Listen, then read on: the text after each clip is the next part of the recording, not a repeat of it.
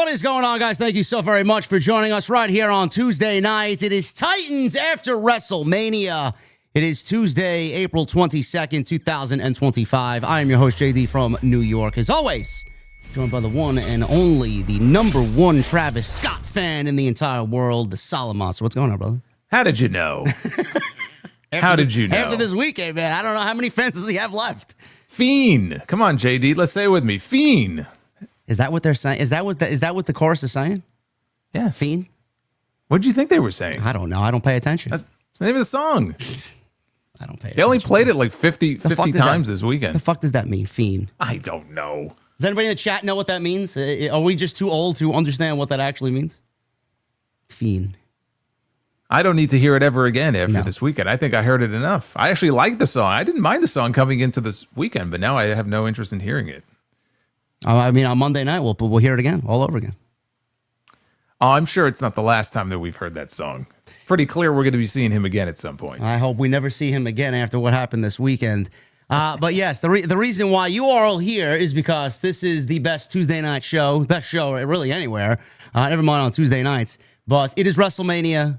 It is WrestleMania weekend. We have just come out of a successful WrestleMania weekend, and we are definitely going to break everything down for you here on Tuesday night. We have night 1 to go over, night 2 to go over. We have a mini car accident to go over with Stone Cold Steve Austin, the lady with the nightmare jacket. I wonder how she's doing on this fine Tuesday night. We don't know yet. Well, but did you see the first part before he even came out? Did you see the video of him? Yeah, he crashed before he even went up the ramp. Well, he missed the ramp. Did you see the video? Because they had a ramp, and I don't know. Maybe they were giving him a sign. Maybe somebody was waving him in a certain direction. I don't know how he missed the ramp. He just went like right past it, and there was nothing there. And I'm like, there's no way this guy didn't have a few, broken skulls before he made his way out there. I just refuse to believe that. Well, maybe he had a couple of them. Real American beers. Yeah, well, I don't know if he had Maybe that. that's what. No, but you know what? That makes sense. Had he drank his own beer, this never would have happened. Well, maybe he had the Real American beers. Didn't he come out with an American lager himself?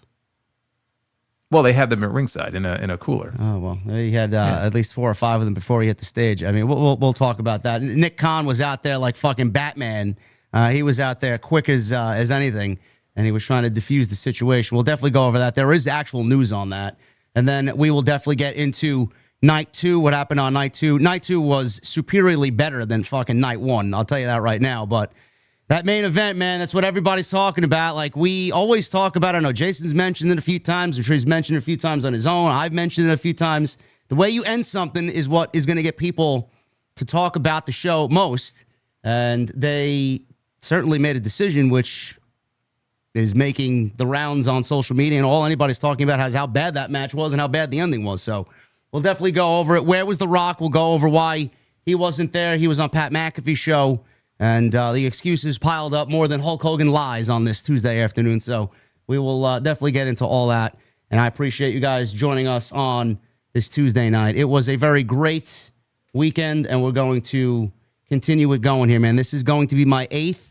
I think tonight's the 9th straight stream of the entire WrestleMania weekend. That's I'm exhausted, bro. I don't know how you're feeling. Oh, I'm pretty well exhausted myself. I do have to say first, though, congrats on 169,000 Thank you subscribers. That's very cool. I myself blew past 86,000 this weekend. So there you go.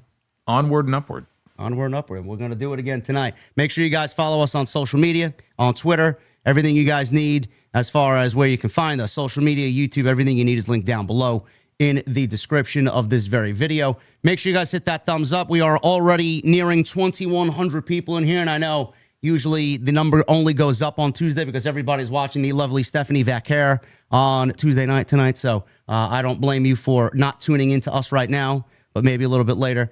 Hit that thumbs up. We usually hit a goal of 1,000 likes. So I would love to do that, and we are already halfway we there. Beat that. Come on. I mean, come on now. We're already halfway there, so make sure you guys hit that thumbs up if you're in the chat. Helps us out a lot. If you're watching after the fact, leave a comment as well. That helps us out in the algorithm. We love to be in the algorithm. And as always, super chats are always open. We will hang out at the end of the show. Sidro's already saying that he has banger material for later in the show, so if you guys want to hang out with us and Sidro, the resident comedian. Psycho here. Sidro. Yeah, I can only imagine. Yes. Make sure you guys get those super chats in, and we will definitely hang out and read through all of your questions, comments, and concerns at the end of the show. All right, my friend, where do we want to go? What do we want to talk about? My goodness. I mean, there's so much to choose from, but why don't we start with the big bombshell news that broke over the weekend? I believe it was Saturday, right? It was WrestleMania Saturday. Yes. On the kickoff show, because WWE was in acquisition mode. They were. So this was a surprise to everybody, and nobody had any clues about this news being broken over the weekend. WWE really kept this close to the vest. We all have our conspiracy theories as to why this announcement was made on Saturday before WrestleMania. We will definitely talk about that. I got a couple of things to say there. But during the countdown to WrestleMania 41 show, or the pre-show, Michael Cole revealed that WWE had acquired AAA.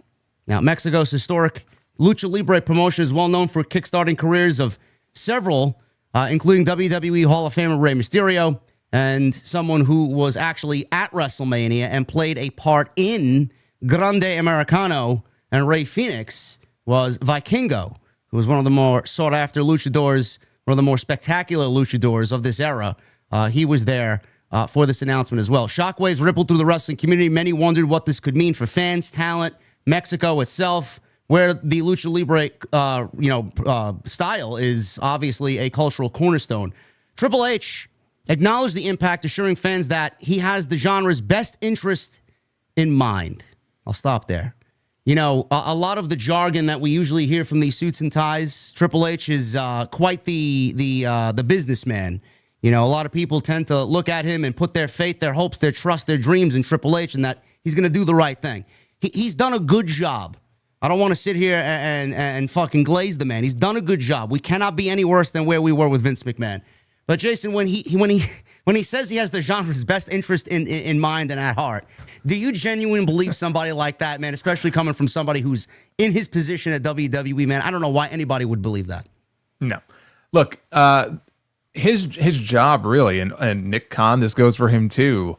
Their number one concern is WWE, so they're going to do what's best for WWE, regardless of what people might consider is best for AAA or Lucha Libre. Now, where their interests align, then sure, he'll do what's in their best interest. But let's not fool ourselves here. This is the most important thing. No matter what partnership, no matter what acquisition we might be talking about, how does it benefit WWE? That's number one. And anybody who feels differently is just fooling themselves. So that's why there's a lot of concern right now. What does this mean? We don't have a lot in the way of details. We don't know. I mean, obviously any financials involved, we haven't heard anything about that. But just in terms of how this is going to work, now there have been little bits and pieces and rumors have come out. Maybe Jeremy Borash is going to be in charge of creative for AAA. And there's been a lot of little pieces of news that have come out, but nothing concrete so far. How is this going to work? Beyond the big event that they've announced, which is going to be taking place in June, it's going to be a cross-promotional event. Outside of that, we still don't know. It's still very, very early. But I am reminded, because I remember talking about this at the time on the podcast. 2018, I'm sure you remember this. It was some kind of conference. Triple H is giving a speech. It's almost like his TED Talk.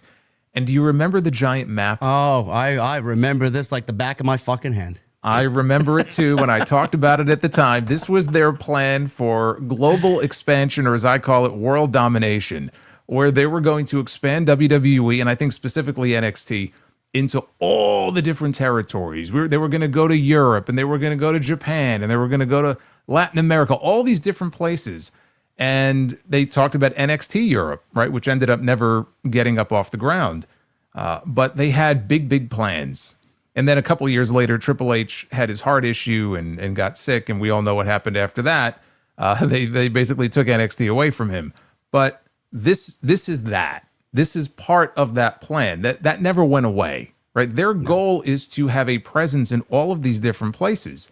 And I'm not even saying that that's a bad thing. Like if I'm WWE, I want to have a presence in all of these different places. But don't kid yourselves and think that this is just going to be beneficial to everybody who is in these different territories and in these different places.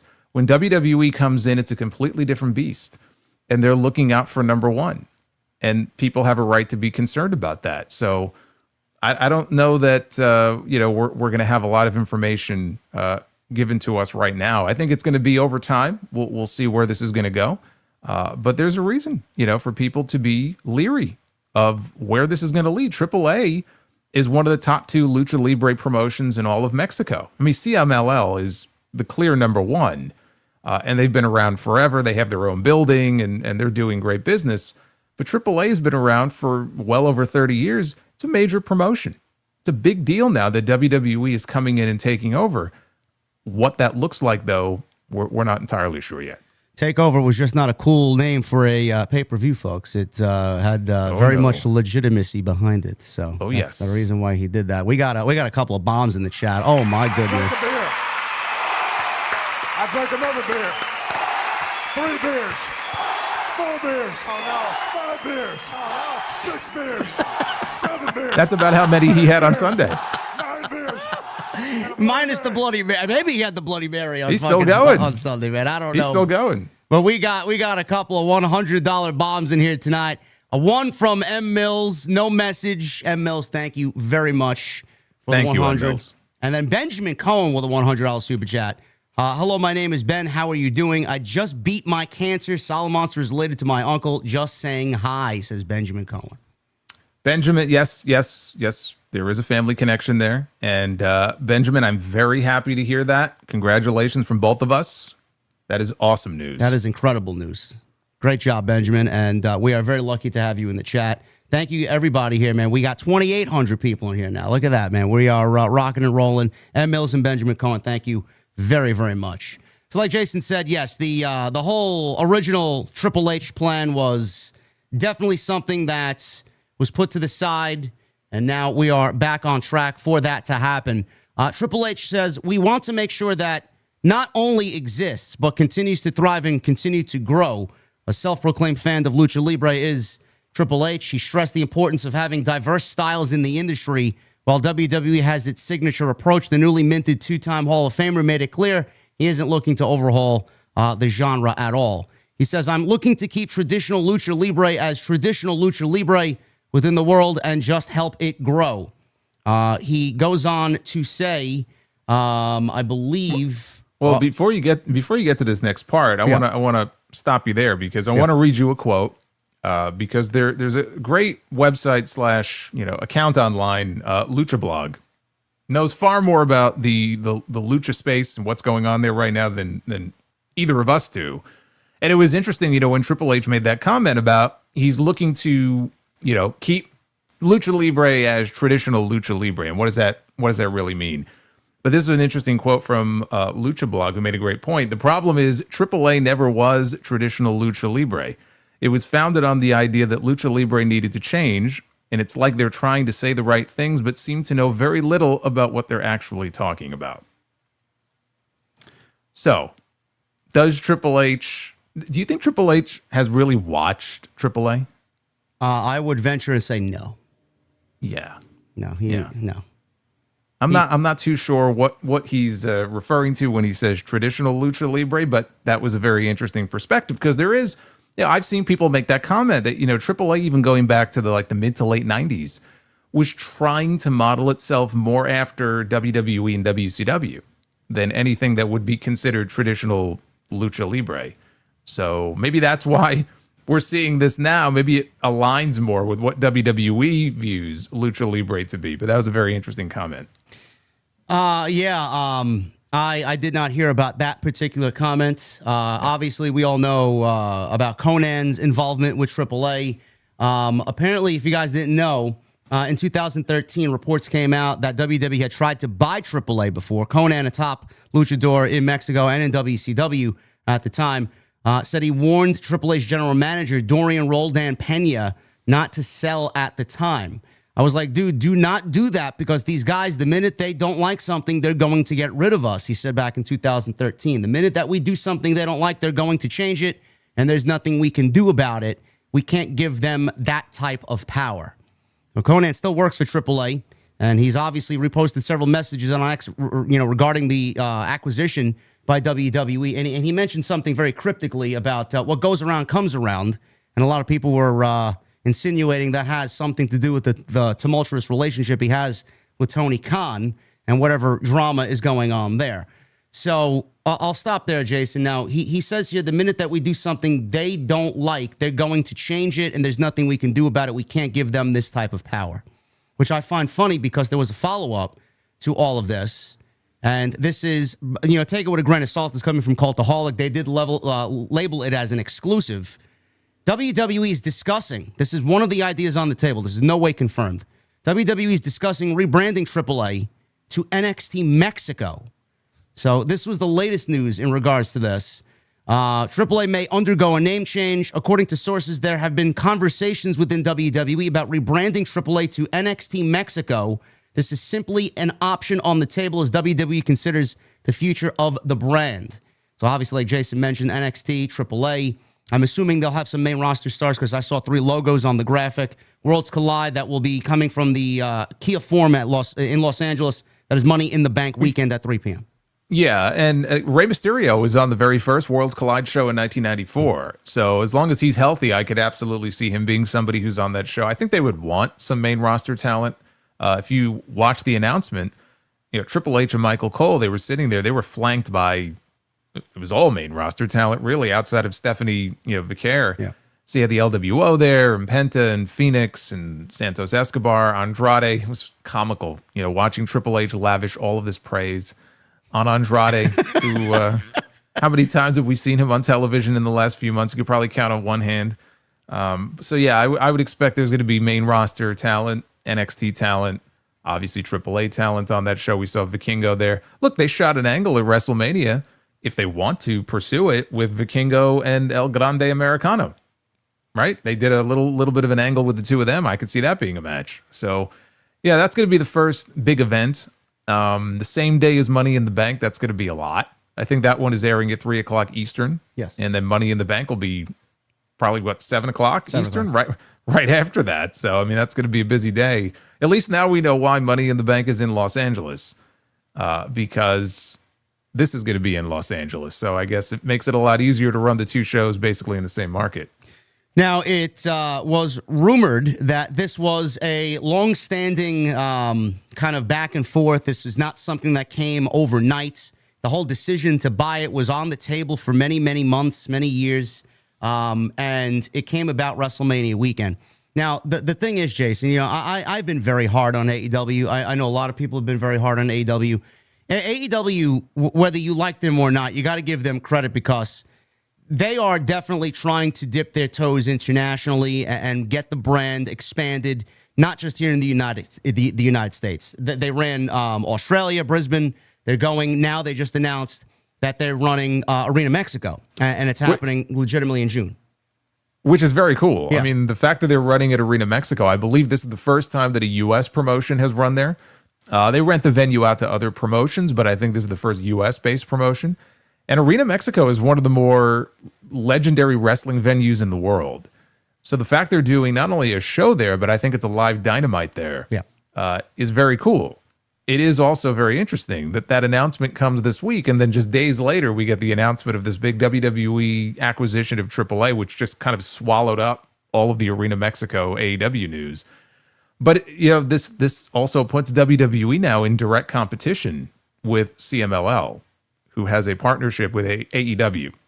So that's also very interesting. Yeah, which opens up a whole nother can of worms as far as the discussion goes. WWE, listen, they are at the forefront of the tribalism, and they're hiding it behind business, and people are just going to fucking go at it, and they're going to choose sides, and it's just never going to be a thing that comes to an end.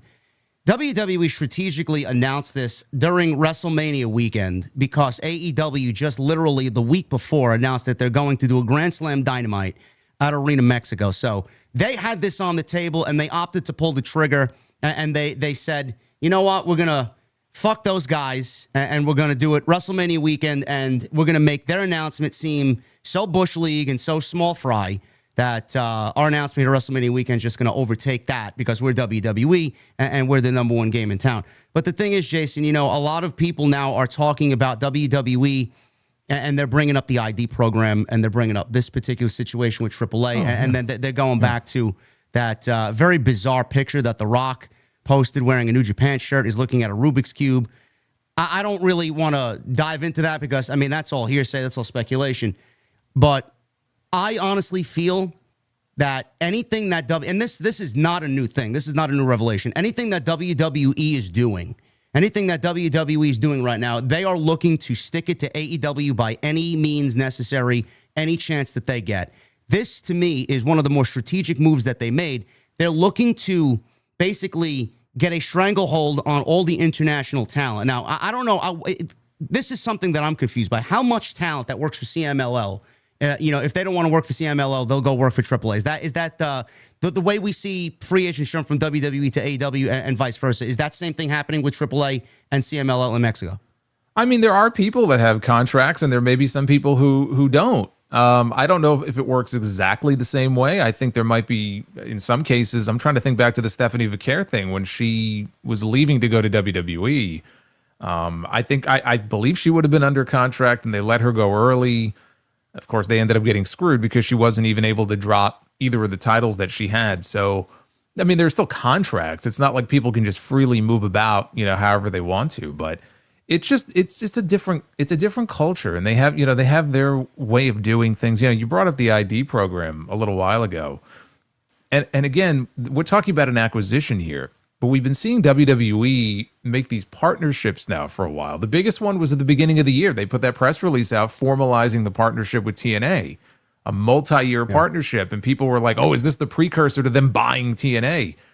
Long term, could I see WWE buying TNA? Sure. I just don't see what the benefit would be in them doing that now. So I think this partnership that they have, and we saw Joe Hendry, show up at WrestleMania. I think the way it currently is beneficial to WWE without them buying TNA. But you look at some of the other moves they've made, right? So they have a partnership with Pro Wrestling Noah. We know that AEW has the partnership with New Japan Pro Wrestling.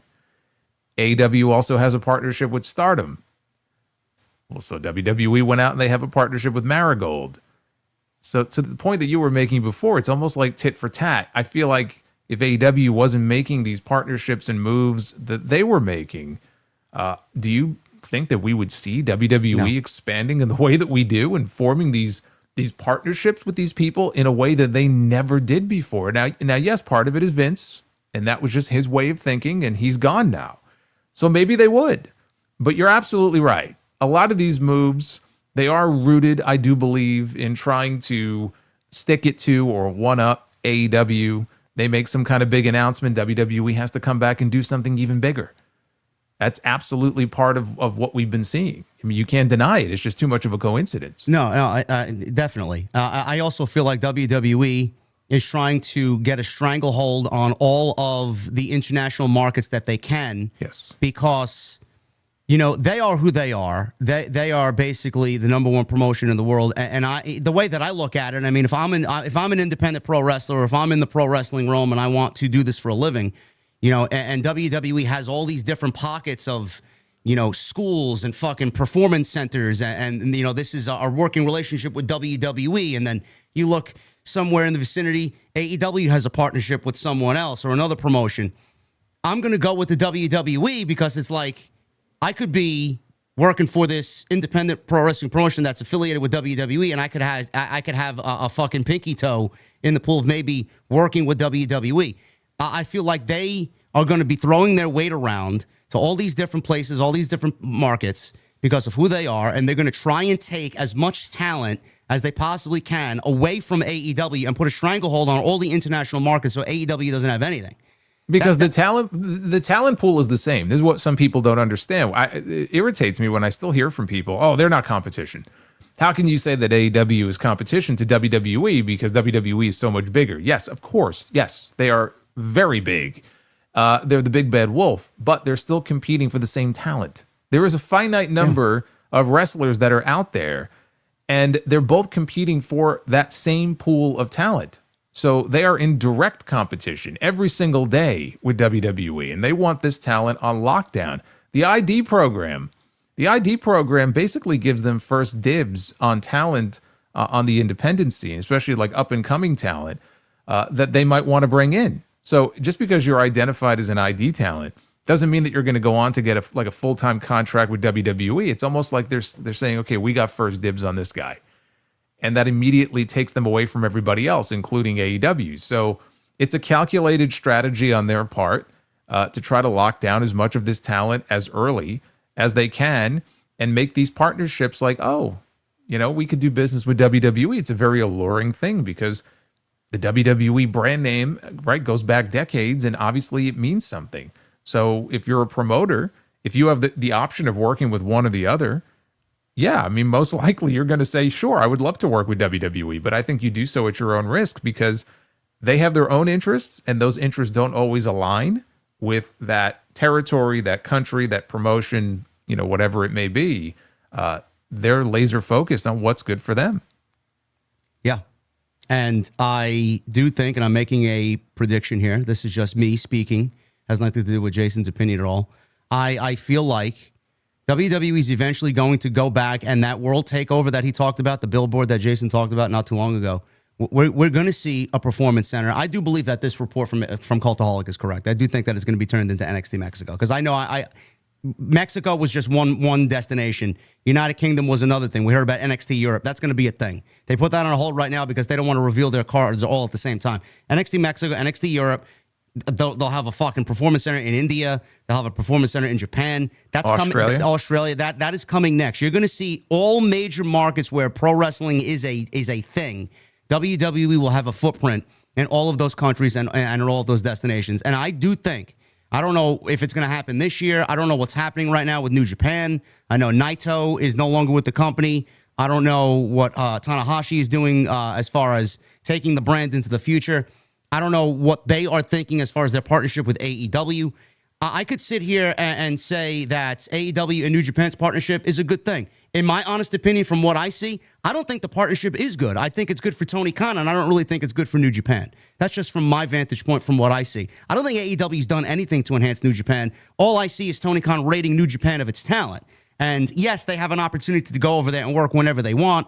And they have these joint shows, Forbidden Door. They did something with Wrestle Dynasty in January. I don't really think that's a fruitful partnership.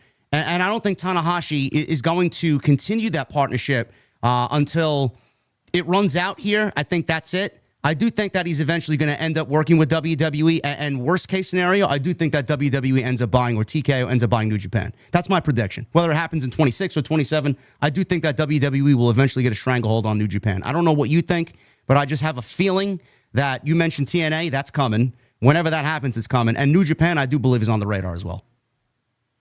I think every company is on the radar. I don't know. It really boils down to the parent company, whether or not they feel like they want to sell it off to somebody. And if they're open for business and they're open to a sale, of course, WWE is going to swoop in and want to scoop it up. That would be a huge coup if they could actually buy New Japan. There's no indication that's anything on the horizon. But is it something they would be interested in? Of course they would. Of course. They're interested in all of these things. And they always say, we're open for business. They said that before they got sold, right? We're open for business. If it makes sense to them business-wise in the big picture, then yeah, they're going to be open to it, and they have a lot of money, that they can throw around. Now, Tony Khan has a lot of money too, but WWE's got plenty of money to throw around, and these partnerships that they're forming, right now it's partnerships, but you are going to see other entities, I think, swallowed up and acquired as time goes on, as long as they see a benefit in it for them. So this is definitely going to be an interesting story to follow. We'll probably know more when we get to that June date and Worlds Collide. But right now, that is the news. NXT Mexico is on the table. We don't really have a concrete plan about what they're doing with the promotion. One thing I know a lot of people have asked about is where is their world champion, their AAA mega champion going to go? As long as we don't have to see him, man, I think I'll be fine. Yeah, I mean, we don't know. There's a lot of questions left to be answered. Yeah. Again, even who's going to be running the day-to-day? Are they going to continue operations as is and just have WWE people overseeing it? I don't know how much money AAA is even making these days. I mean, there's been a lot of rumors about that they've had a lot of struggles. Yeah. And this could be the main reason why they were looking to sell. So for all we know, it may be a shit show internally. WWE may show up and be like, "Wow, okay, we have a lot of work to do here." Yeah. So we don't know what we don't know, but this is major news here. This is a promotion that has been around since 1992. And it gave life to a lot of people. Rey Mysterio and Conan. I mean, it was a whole big thing back then when Antonio Pena, who was a booker in CMLL, broke away, started this promotion, and it's been around for over 30 years. It's part of the culture there. WWE has their own culture. And sometimes you get that culture clash, and you don't know how that's going to end up. If Triple H was in selling mode, do you think that they kind of entertained an offer from Tony Khan, or did they not even mention that because of the feud between CMLL and Triple A? I've heard nothing about that. I mean, I would think that if there was interest or if there were conversations had, that's something we probably would have heard about, because everybody leaks shit all the time. I've never heard or read anything about that. I'm sure Tony Khan would have certainly been interested in having a conversation if that's something they wanted to do, but there are sensitivities there. You mentioned Conan, and I don't get the impression that Conan is a big Tony Khan fan. Tony Khan may not be a big fan of his, and Conan is obviously deeply involved in AAA. I'm gonna guess no. I'm gonna guess that the overtures were not made. All right, we'll keep an eye on that, and like I said, that Worlds Collide show should be very interesting to follow. It was just surreal tuning in for WrestleMania and seeing Triple H introducing Vikingo. I know. I was like, what am I watching? He even did the Triple H pose with Vikingo. He did. He did the Triple H point. Vikingo got the point from Triple H. Not even officially with the company gets the point. No. So it's like, okay, well, I guess we're really doing this, and we'll see what the future looks like. We'll see. Triple H he was also in the news himself with what he said on Peter Rosenberg's platform. I think this was WWE's YouTube, and Peter Rosenberg was the one interviewing Triple H.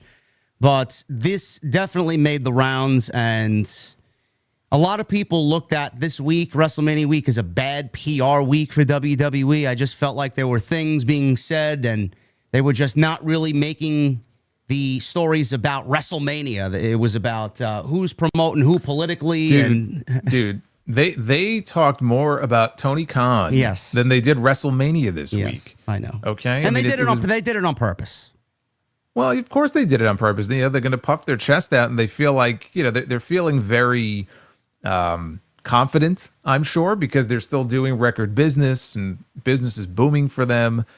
But the Triple H comments, and I don't know how you feel about this, to me, the Triple H comments really are rooted, I think, in a sensitivity that he really has been taking it on the chin with the promotion and the build to WrestleMania this year in a way that he didn't last year.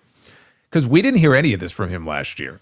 And they were out doing media and stuff. We didn't hear any of this last year. All of a sudden, he's doing multiple podcasts and interviews, and he's talking about internet fans and, shitting on critics and just watch and enjoy. I wish they would just watch basically just shut up and enjoy what we give them. And, all these comments, I'm like, boy, this is awfully curious, because we have finally, entered this time period where Triple H has really been getting a lot of criticism that he wasn't getting initially when he initially took over as the head of creative. And it's no coincidence that you hear these comments, I think, being made right now. I think he's very, very aware of the criticism, and he's not necessarily taking it well. Of course he's aware. I'm sure he's on. I think there was a report last year around War Games where it was reported that Triple H has multiple burners and that he's on Twitter looking at the feedback during the show.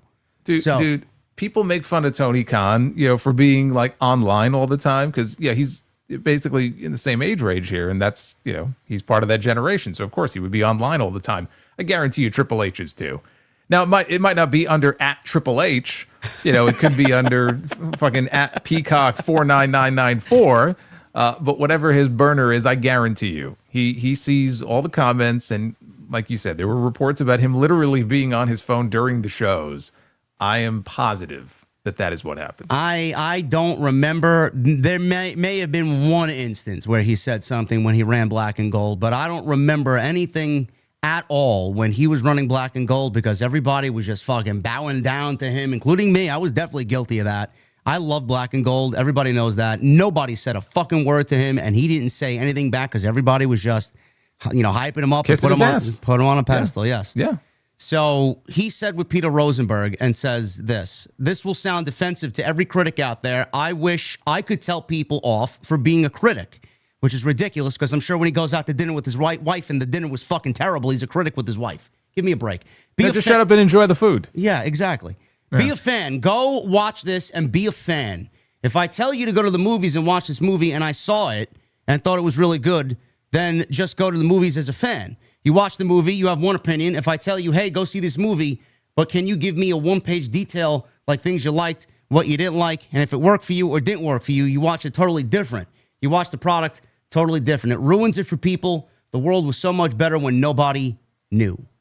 Now, he said that, and a lot of people were criticizing him for even saying that because how could he say that when we all know that this WrestleMania season doesn't feel the same as it did last year and something is off? Everybody feels it. Everybody knows it just by watching the shows. And then he has the gall to come out there on a public platform in front of Peter Rosenberg and say that. I said, Jason, and I know a lot of people blame me for being a Triple H apologist and Triple H shill. He's obviously rattled by this. And like you said, he's obviously under the microscope heavily, and he is listening to these people flame him for his lackluster career. He is rattled, and that is the only way I can put it. Now, I mentioned this on Wednesday with Jesse.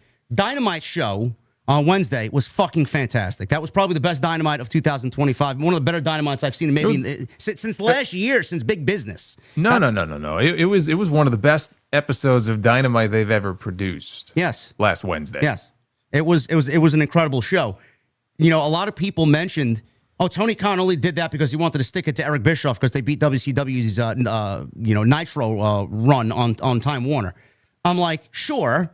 But if Tony Khan had that type of inspiration on a weekly basis, then, he would be producing shows like that every week. I wish I had that kind of Eric Bischoff like hatred, for him to go out there and book a show like that every week. That's only going to come and go. That's one show. If he wants the inspiration and the influence to fucking really stick it to WWE when they're at their weakest and Triple H is saying this shit, Tony Khan's been guilty of saying shit online. We know that. But all he needs to do is look at WWE kind of rocked. It's like a boxer versus another boxer. Right now, they got a couple of right hands, and they're rocked, and they're looking a little glassy-eyed. I don't want to say WWE's on the way of getting fucking knocked out here, but if Triple H is the way he is now and Tony Khan sees that, I would use that as the biggest fucking inspiration to go out there next week and the week after that and the week after that and basically all in. The build for All In, just fucking put on the best show possible when WWE is at their weakest right now creatively and they're being heavily criticized. That's the biggest inspiration that he could possibly use for himself. I didn't like this. I didn't like this because it's just a pro wrestling promoter basically saying, you're wrong, we're right, fuck you, and just watch the show. No, it doesn't work that way. He's obviously rattled, and no matter what you do in life, you and me do it. We do it with our baseball teams, we do it with our fucking whiskeys, we do it with our television programs, our movies, no matter what. I mean, I could go to the fucking supermarket and complain about the price of eggs. Is that me fucking, being weak? Come on, man. Everybody is susceptible to criticism. We are susceptible to criticism in what we do every day. I got people telling me, JD, your intro's too long. Cut it down. The TNT intro is 5 minutes, but your intro on your usual show is 13 minutes. I'm like, I'm sorry, guys. I'll take it into consideration. Maybe I could do a little bit better. But Triple H is like, now, fuck you guys. You're wrong. I'm right, and I'm Triple H, and that's the way it's going to be. He's rattled, and I love to see him rattled because if he is, I think he'll be the first one to go out there and make a change because he wants that reputation as everybody bowing down to him. So he's going to make the appropriate changes. I do believe that. I mean, it's very telling when you have to start what you're about to say by saying this is going to sound defensive. So if that's how you have to open, then yeah, it does sound defensive, and it sounds defensive for a reason. Because again, he hasn't really gone through this yet. Everybody was I think largely very excited about what they were getting last year. The way that whole story came together with The Rock and Cody and everything that was going on. And so it wasn't like that this year. And you could just tell, that it was getting to him from those comments. And of course, it's a ridiculous thing to say. One thing that he said that I kind of agree with is he was also talking about websites that ruin surprises. I get it. You know what? I don't even disagree with him on that. I'm sure it's incredibly frustrating when they want to surprise the audience in some way. Someone's debuting or coming back, or there's a turn coming. because there's leaks all the time. And if you're, in the bubble there and it gets leaked, yeah, you're going to be pissed off and frustrated. But I mean, leaks have been the case now for decades. It's nothing new. I don't even disagree with him about that. It is very rich hearing him make comments. I wish we could just kind of go back to the way things were. That was kind of like one of the comments that he made there. And he says this at a time when we are literally having characters go on TV and throw words around like heel and babyface.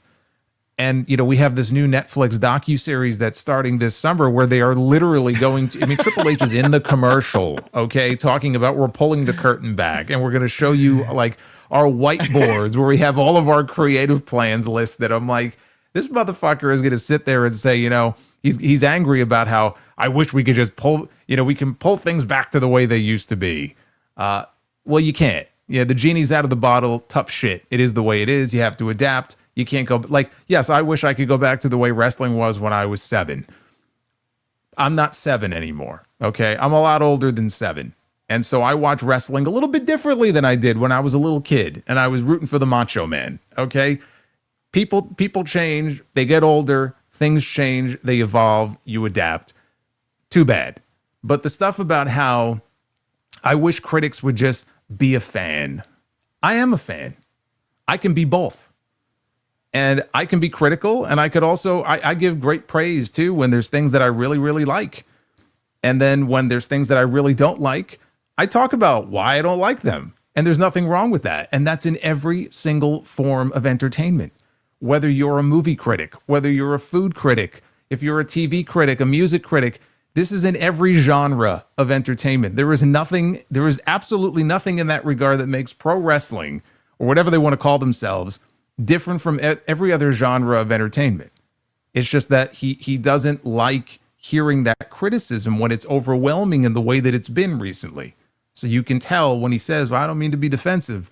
Well, you are being defensive, and it's very obvious why you're being defensive. So it was just a very dumb thing for him to say. I don't like when things get ruined, but please, I will take your money for this new Netflix series that shows us and shows everybody how we do the creative process behind the curtain. Yeah, I mean, it's like when I heard him say that, I'm like, are you fucking kidding me? Like, you are pulling the curtain back in ways that has never been done before. Like, obviously we're a bunch of wrestling nerds like that are just kind of talking about this all the time, and we're on the websites and all this, so we read about stuff like this all the time. I was reading about stuff like this all the time back in the late 90s. I mean, this is nothing new. And there have been times in WWE, frankly, where the stuff behind the scenes is more entertaining than the stuff we were getting on TV. So, I mean, this is nothing new. But yeah, I mean, I just saw him in that commercial last night where he's telling Jey Uso, backstage, like, we're going to strap the rocket to you. And I'm like, does he not realize, like, the hypocrisy of this? It's like, I don't know. To me, it's just foolish. Every press scrum, the way they talk about these things now, and this guy's a heel and this guy's a babyface. And I made the comment on my review last night when I saw that commercial. I said, I get kayfabe is basically dead. It is what it is. But I feel bad for, if you're a little kid, watching this now, and I'm sure they have their favorites and they're having fun, but they're looking at it and coming into it in a very different way than like you and I did, where everything is just out in the open now. And it's like, it kind of sucks, the way they kind of throw it in your face. Like, you don't have to watch that show on Netflix, but you're going to see commercials for it on TV every single week. Oh, who are we kidding? I'm watching that shit. Absolutely. I'm not saying I'm not going to watch it. I'm just saying in terms of like, if you're a very, very young wrestling fan who's just being brought into it, it's just very different now, where everything is, they're just beating you over the head with the fact that it's all just, performance. Yeah.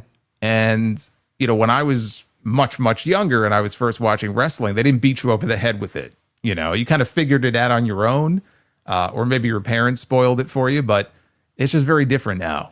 And I'm kind of glad I grew up when I did as a wrestling fan, as opposed to first coming into it now. Yeah, it's funny how he says this, and we know his anger is towards the online IWC critics, and the company would be, the company's foolish because they would be the first people to go out there on social media and blast and fucking promote how many numbers that they did WrestleMania weekend on social media, They will use influencers who react to their content and blast them all over their shows. They are the ones who put them front and center. They love the IWC only when it benefits them. But people like me and Jason and everybody else who does this for a living, who's obviously in it for the good. We want a good show, but we're not going to fucking blow smoke up your ass when it's a bad show. They don't want anything to do with us when it's bad. We just got done talking about the AAA stuff, right? What did I say? How does it benefit WWE? That's it. If there's something, if it could benefit them in some way, they'll embrace it. Yeah. They may hate it. You may have to drag them kicking and screaming, but believe me, if it benefits them and they can make money off of it or get social media views, then believe me, they'll embrace it.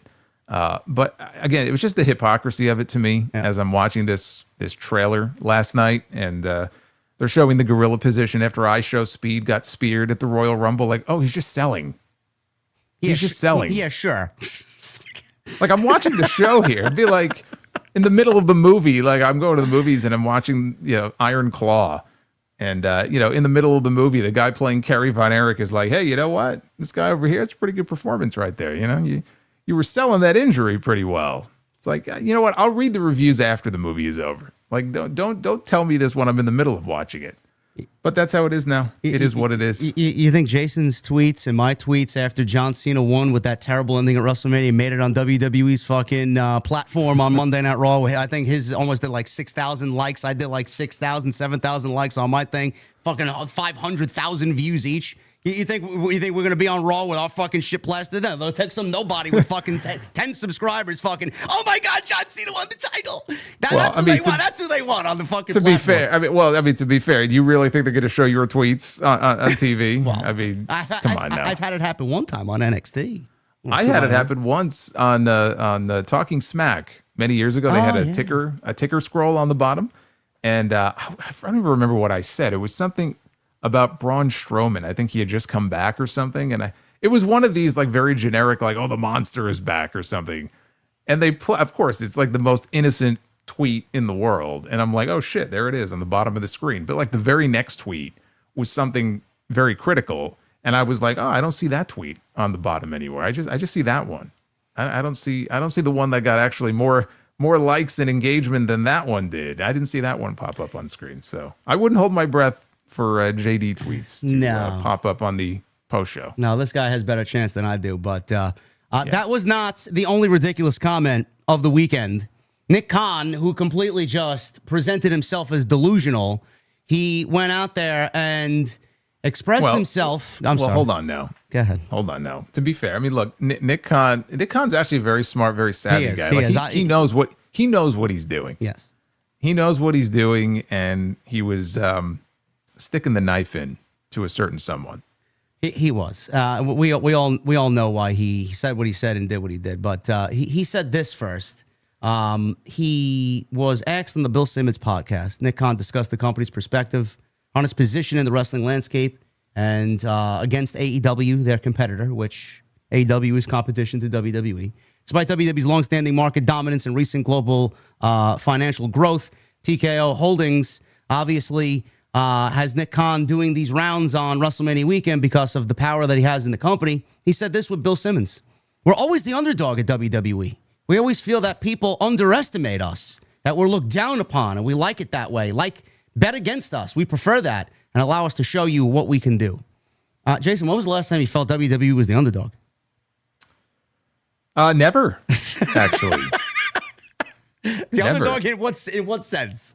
Well, I mean, look, it obviously you hear that word used really in any capacity with WWE, and it's comical. I assume, the main thing he was focusing on is how kind of the general kind of media world or business world views WWE, but even that's ridiculous because WWE, they're just in a very different place than they were many years ago. I don't think too many people are looking at them as the underdog in any facet of their business. So however you want to interpret that comment, it's a ridiculous thing to say either way. The only time I would say WWE was the underdog is when they were getting their asses handed to them in the late 90s by WCW. And in the grand scheme of how long they've been around for, it was a very brief period of time. Well, I don't know why he said what he said there. I think that's absolutely ludicrous. The only thing the only thing I could possibly think of is that it was just a really strategic shot at Tony Khan, because Tony Khan at one point or another said AEW was always under constant attack. And I guess he wanted to paint WWE in a similar light, like we're always attacked, we're the underdog, please bet against us, we'll prove you wrong type of deal. I don't know. It's nonsense either way. I mean, it's just nobody is going to hear that comment or read that comment and really just do anything but laugh and shake their head. It's nonsense. That was not the most ridiculous thing he said with Bill Simmons. He talked about the free agents that are potentially going to be jumping ship from AEW to WWE and vice versa. When contractually they're able to be talked to and have conversations with, assume a number of them will come on over, meaning Khan talking to potential free agents from AEW. He mentioned something we won't do. We won't sign people and bench them. We sign people who we want to use. If another entity signs and benches people now, that's not something we would do. Bill Simmons went on to say that's a thing that happens. And Nick Khan said, that's what I've been told from time to time, not us. He went on to basically praise Shad Khan for running the operation, funding the operation, and no mention at all about Tony Khan. Tony Khan, who is running father. Yes. He couldn't even name him. He said the father. Yes, okay. The father. Yes, the father. Can we just talk about how disingenuous this is? He's talking about we don't sign people just to bench them. Neither does Tony Khan. Okay, can we just straighten this out here? All the people that he's referring to clearly with that statement, who now are working for WWE, Penta, Ray Phoenix, Rusev, Aleister Black is going to be debuting, I'm sure, this Friday. Ricky Starks, Ethan Page. Ethan Page. These people were not signed and benched. Now, they eventually were benched. They eventually were taken off television and weren't used, but he makes it sound almost like they were just signed and put on a shelf and were never used. All of these people were used in some form or fashion, some better than others, okay? It's not a matter of AEW signing people just to bench them. It's a matter of they're signed, they're used, however they're used, and then eventually, for whatever the reason is, they end up on the bench. That is true, and we've seen that multiple times. But to read his comment, you would think that all they're doing is signing people to keep them from WWE and then not doing anything with them. No, you're correct. Yeah, Tony signs them with the hopes of using them, but then for some reason or another, whether they have aspirations to go to WWE or they say something out of line that Tony doesn't agree with, then they go to Guantanamo Bay. But he does. The point is he uses them until he doesn't. Yes. He is using them. Like Camille, he used her, not very well, and then she disappeared, but she was being used. And it was just disingenuous for him to say it in the way that he did, let alone the fact, oh, well, that's not anything that we would do. And of course, one of the big examples that you saw was our friend Omos, who we haven't seen in a while. And I had to go back and look because I wasn't even sure when the last time was he even wrestled for WWE. Dude, he wasn't.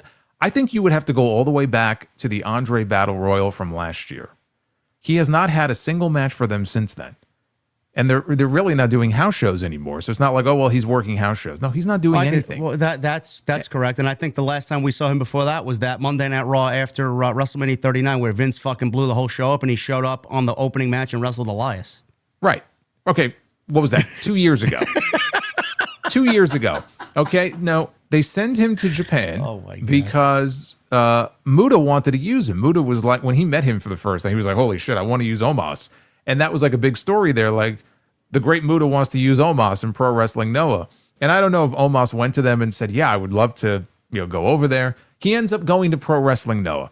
And he ends up becoming one half of the GHC Tag Team Champions. Like the most bizarre pairing. It was him and Jack Morris, I think it was. And they had a very brief run. And he's just destroying everybody. And then he gets pulled because they want him back. So he doesn't even get to drop the title. They have to vacate. They end up having to vacate the tag team titles so that he can come back to the States. Let me ask you a question. Have we seen Omos since then? No. Since he's been recalled back to the States? I saw Omos interviewed by Simon Miller this weekend, but that's about it. He was in Vegas. But he wasn't even in the Andre Battle Royal last Friday. So why was there such a need to pull him? This goes back to what I said in the first segment when we were talking about AAA. It's all about what WWE needs and wants. I don't know what their logic was behind pulling him when they did. I don't get the sense it was something that he requested, like, hey, I want to come home. But they don't let him drop the title. They have to strip it, vacate it, whatever. They bring him back. They had no plans for him. Was there really a need and a rush for him to come back? No. Look at all these other champions, by the way. And I don't know, we may not talk about it, but like whether it's a Jeff Cobb or whether it's a Ricky Starks got his release from AEW. He was on NXT television the next night. He had just beaten Kenta for the Defy Wrestling title. Kenta had like a 620-day reign as champion, and Ricky beat him for it. Then he shows up in NXT. Do they let him go and drop the belt? No, they had to vacate the belt. Stephanie Vicaire, 2 titles she had. And they signed her and they booked her for a show in Mexico on the very night that she was scheduled to appear for CMLL. So she never got to drop those titles either. And you can find multiple other examples of this because this just made me think of all that. But to go back to Omos, you can find examples where WWE has also benched people. And they have them sitting and catering, twiddling their thumbs, and they're not doing anything. Well, I mean, it makes him feel. It makes Nick Khan look delusional. Now, I don't want to sit here and say Nick Khan doesn't know what the fuck is going on. He was front row WrestleMania weekend all weekend. I mean, he was in the same seat with his son. He knows what's going on, and he knows who's on his roster, who's being used, and who's not being used. And I'm sure if there's one fucking person there that knows the way the revenue's coming in and out, it's him. It's him. So he knows exactly who's being used and not being used. The thing is, he said this for whatever reason. Yet we, as fans, can name several different people just on that active roster right now that are there or not there that have not been used. I mean, the first 3 actually that jump off the page to me, and I'm not sure if you talked about this on your end, Baron Corbin. He got moved from the main roster, not being used, to NXT, where he transformed his entire career, was tag team champions with Braun Breakers, the Wolf Dogs. They brought him back up after he changed his entire persona and went back to the Lone Wolf to not be used. So where the fuck did he go, and what was the sense of bringing him back from NXT when he was doing so great and could have added so much to that NXT men's upper card division? Then you look at somebody like Dijak, who got promoted from the draft and not used one fucking time, and they eventually let him go. How you find nothing to do with Dijak, I mean, it's just fucking unbelievable. Well, He's one of the most he talented guys on the indies. Well, he said, I mean, he knew the minute that he found out he was being drafted, he says, I'm done. That's it. Like, he knew how that was going to end, and he never made a single appearance, and then they just let his contract expire. Alexa Bliss got the biggest reaction at the Royal Rumble and hasn't been on TV since. I mean, one member of the Elimination Chamber, I'm sorry. Not since then, not a WrestleMania match, nothing. The Wyatt Six, one member of the Wyatt Six was injured. They kept the rest of them off. They kept 5 members of the Wyatt Six off television. Apollo Crews and fucking Andrade is the most recent example. He's on TV now. But I'm guessing people finally started complaining. Where the fuck's Andrade? He's wasted. He's not doing much of anything. Well, what they did was they started using all these people that you name, like Apollo and Andrade. They started using them on speed. So they're on speed doing 3-minute matches on X, and that's about all they have them doing. Maybe they'll have a main event match. So they're not technically benched. Like, that's what they have them doing. But yeah, they're not being used in any kind of meaningful way. You know, one of the issues is, people have talked, and I've talked about this, where Tony Khan was signing all of this talent, and it's like, if he keeps signing talent, he's already got so much, he's going to have to start cutting people. Yeah. Because that was something early on where he took pride, like, we don't do that, right? Some people, he might just let their contracts expire, and then they're gone. But he was just signing and signing and signing, and it's like, how many people can you sign? Well, WWE now, it's interesting the way things have flipped, because all of a sudden, some of these people that went to AEW are coming back. The pendulum is swinging in the other direction, and WWE is going to have the same problem. How many people can they sign until we get the next mass wave of talent releases, which is coming? They're going to have no choice. But they're in a very similar, and this is something Bill Simmons brought up on that show to Nick Khan. It's like roster bloat. Are you going to have enough spots for these people? And it's a very valid point. And I think they're going to have a similar problem, if you would call it that, a similar issue that Tony Khan had, where you can only sign so many and have them sitting in the back doing nothing because there's only so many hours of television that they have. You know, the real estate is very limited. And I have to give a shout out to Sapp, actually, Sean Ross Sapp. He had an idea that I actually think is a great idea. And I don't know what the language would be contractually in this, but he made a comment that talent and their agents should start trying to work inactivity clauses into their contracts. And I think that's a great idea. If the language can protect them from not being used, whether it forces WWE to do something with said talent within a certain amount of time if they're not being used. Again, how the logistics of how it would work, I don't know.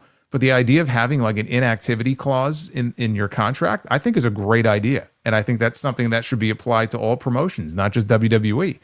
If you have people that, yes, they're being paid, but if they're not being used, like wrestlers want to wrestle. They want to work. They don't want to fly all over the fucking world and then sit on their ass in the back and watch everybody else getting opportunities and they're sitting back there doing nothing. I think it's a great idea. It's interesting how that would work. That actually is a good idea. If someone is injured and is out for 12 months, but before they went out with injury, there was inactivity because the company didn't have creative for them for 6 months, maybe you can offset the injury time that they would tack onto your contract from the inactivity time. So you would only be out for 6 months. You only get 6 months added on top of your contract. I don't know how that would work. It's pretty interesting.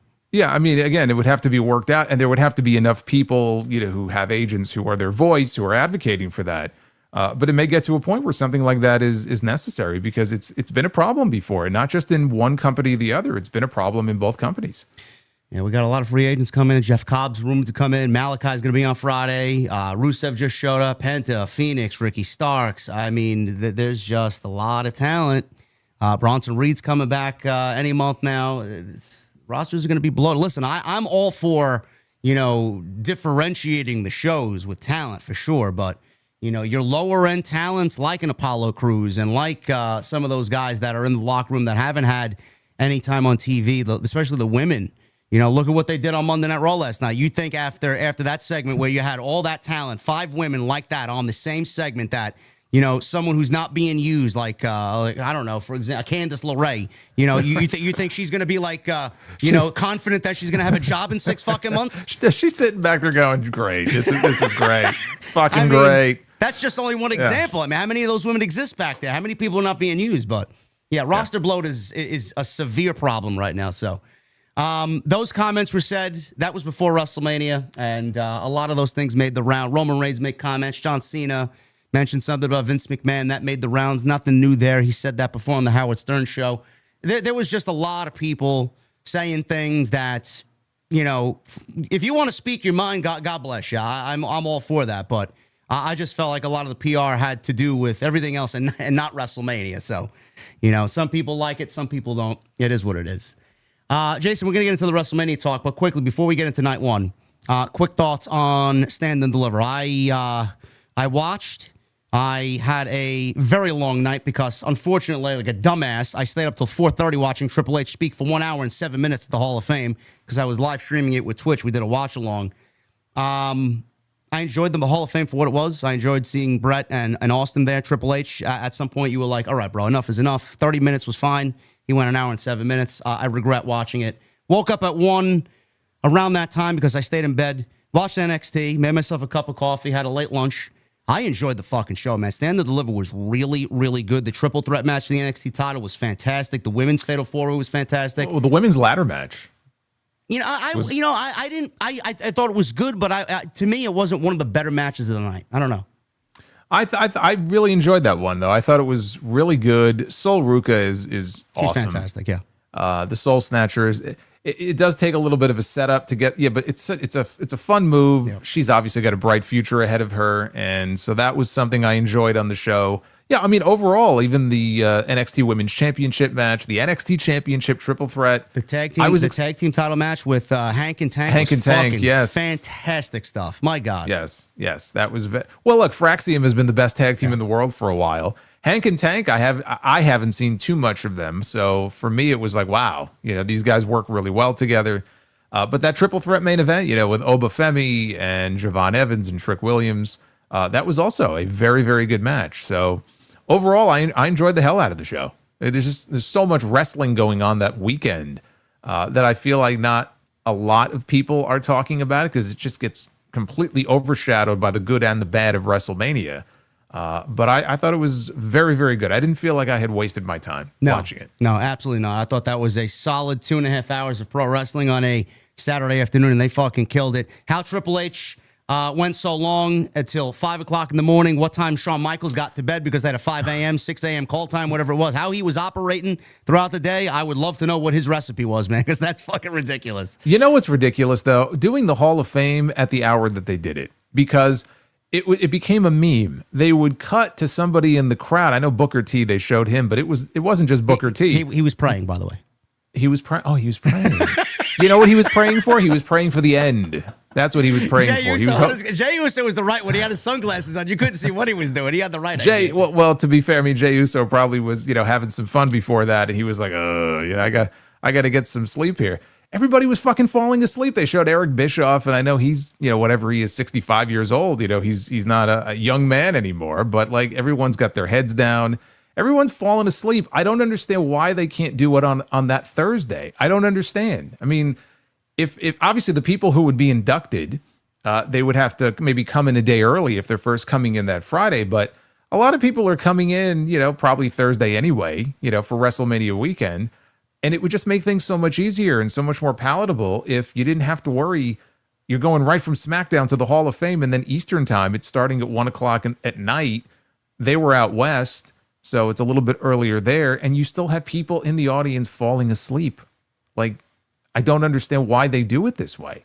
I don't know. Just logistically. The two things that really got me was Becky Lynch. There was a shot of Becky Lynch. She looked so droopy faced. I had never seen Becky. She almost looked deformed. She was so fucking tired. And then Bianca Belair.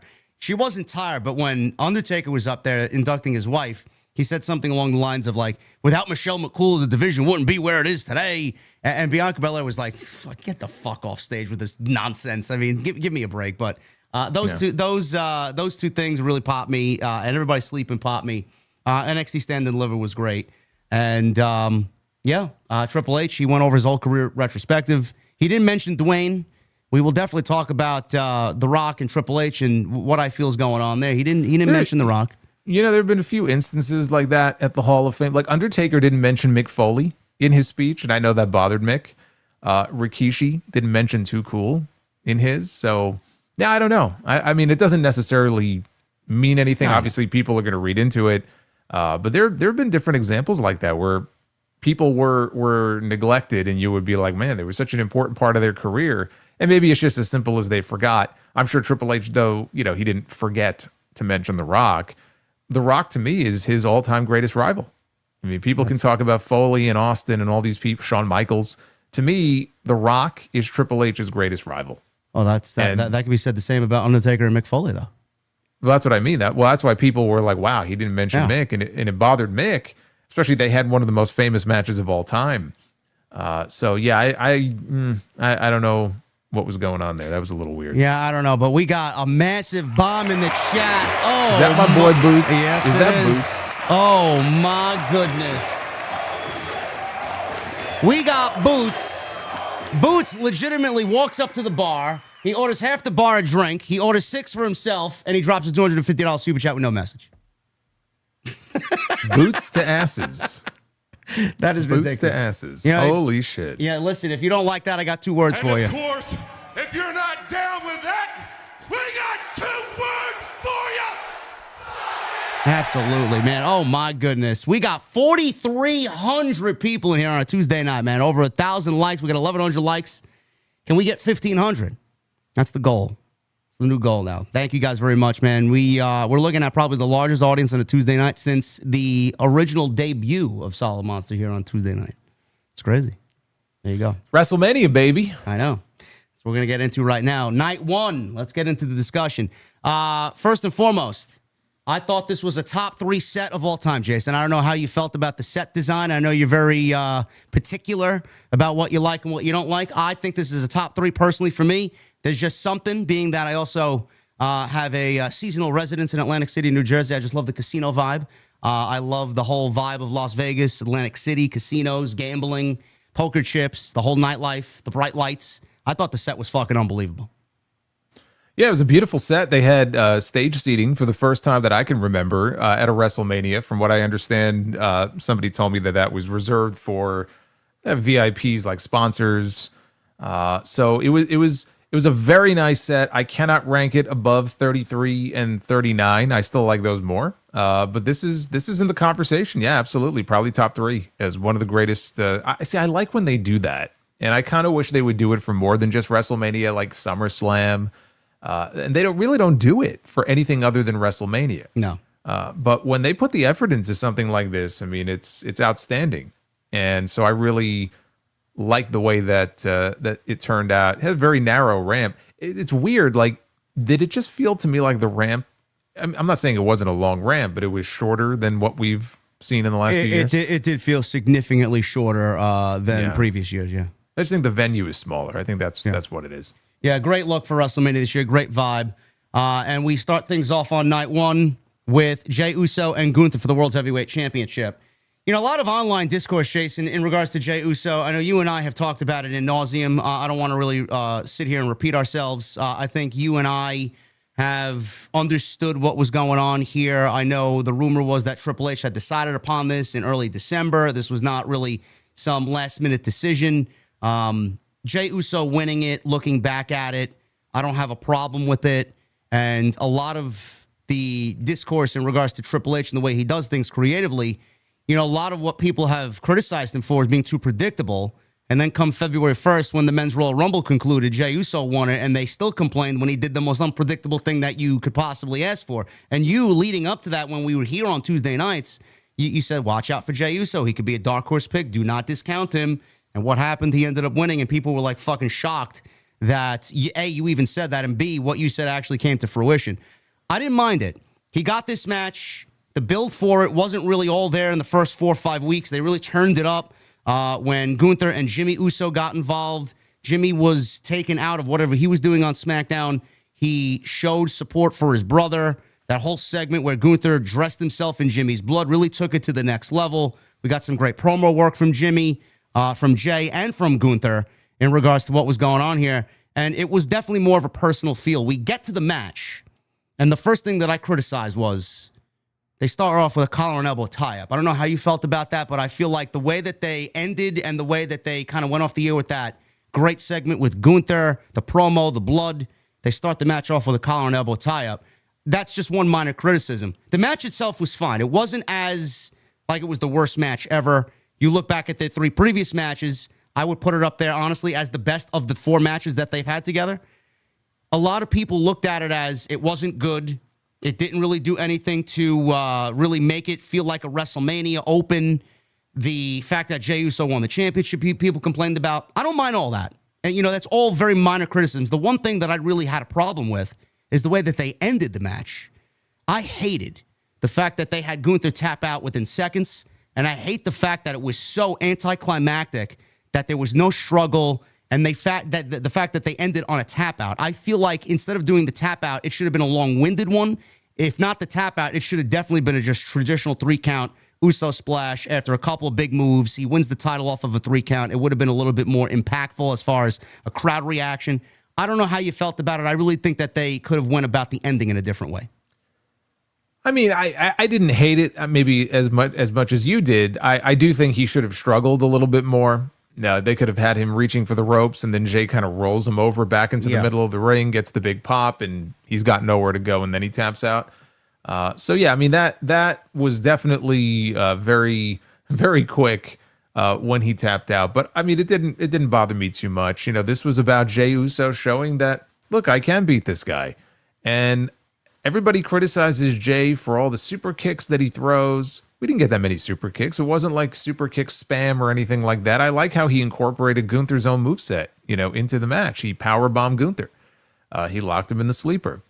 So I like, you know, how they went about doing it. It was very interesting that I don't think there was any match on either night.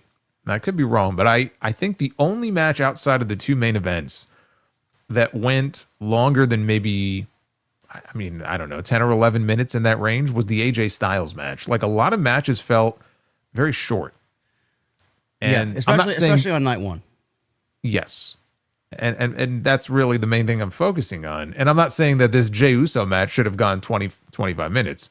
But it probably would have benefited maybe by a little more of a struggle there with him at the end before he made his comeback. But it's a minor critique. The match was exactly what it needed to be. This was about the moment. I said this on my end coming in. This is about the moment. And it just reminded me so much of the whole Kofi Mania thing, where it was about the journey to get there. And then getting that moment and him standing in the middle of the ring and embracing his brother, just like when Kofi won, New Day comes in and Kofi's son is in the ring, and it's this great emotional moment.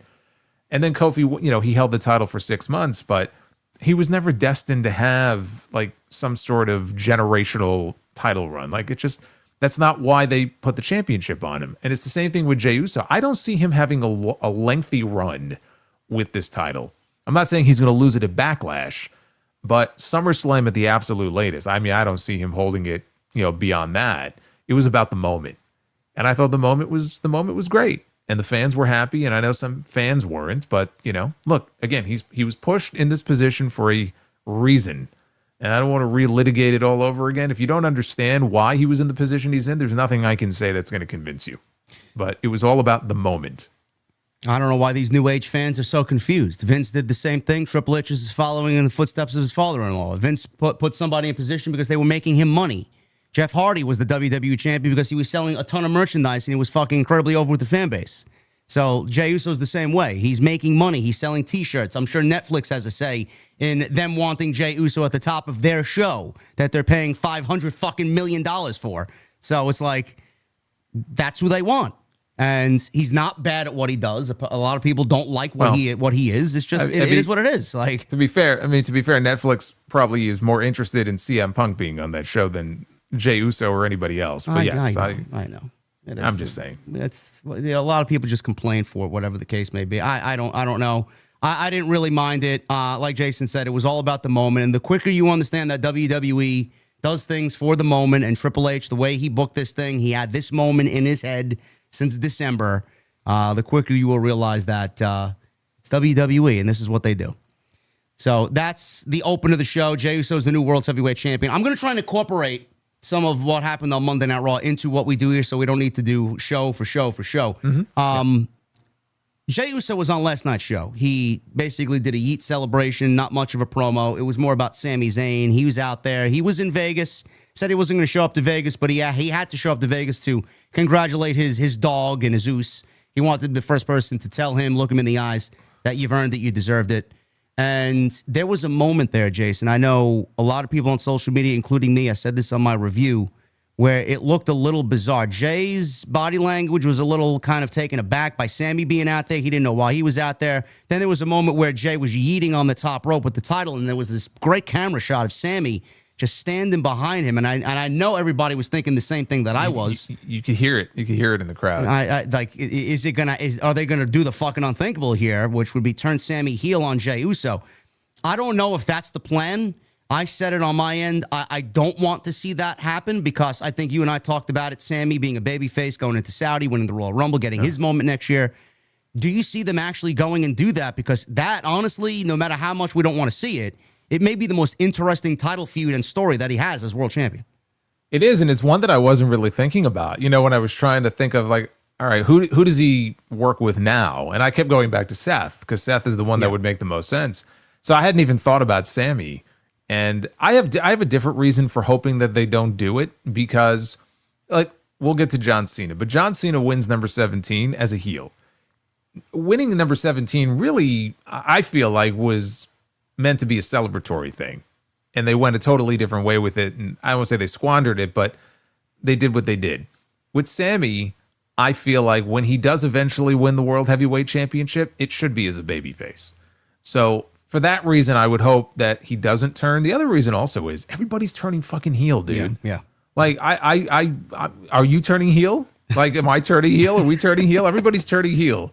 On the show last night, we had Becky Lynch, right, turn heel. We had Braun Breaker turn heel. I've been heel for a long time. Apparently, you're heel now because you're heel because you're working with me. Now you're heel. Well, I'm more of a tweener, but you have on the show last night, you had Becky and Braun, and in recent months, I mean, you've had Kevin Owens and John Cena, and on and on and on. How many heel turns do you need? So if they're gonna do it, I hope they take their time with it and it doesn't happen until much later on because I just feel like there's too much of that going on right now. Yeah, I agree.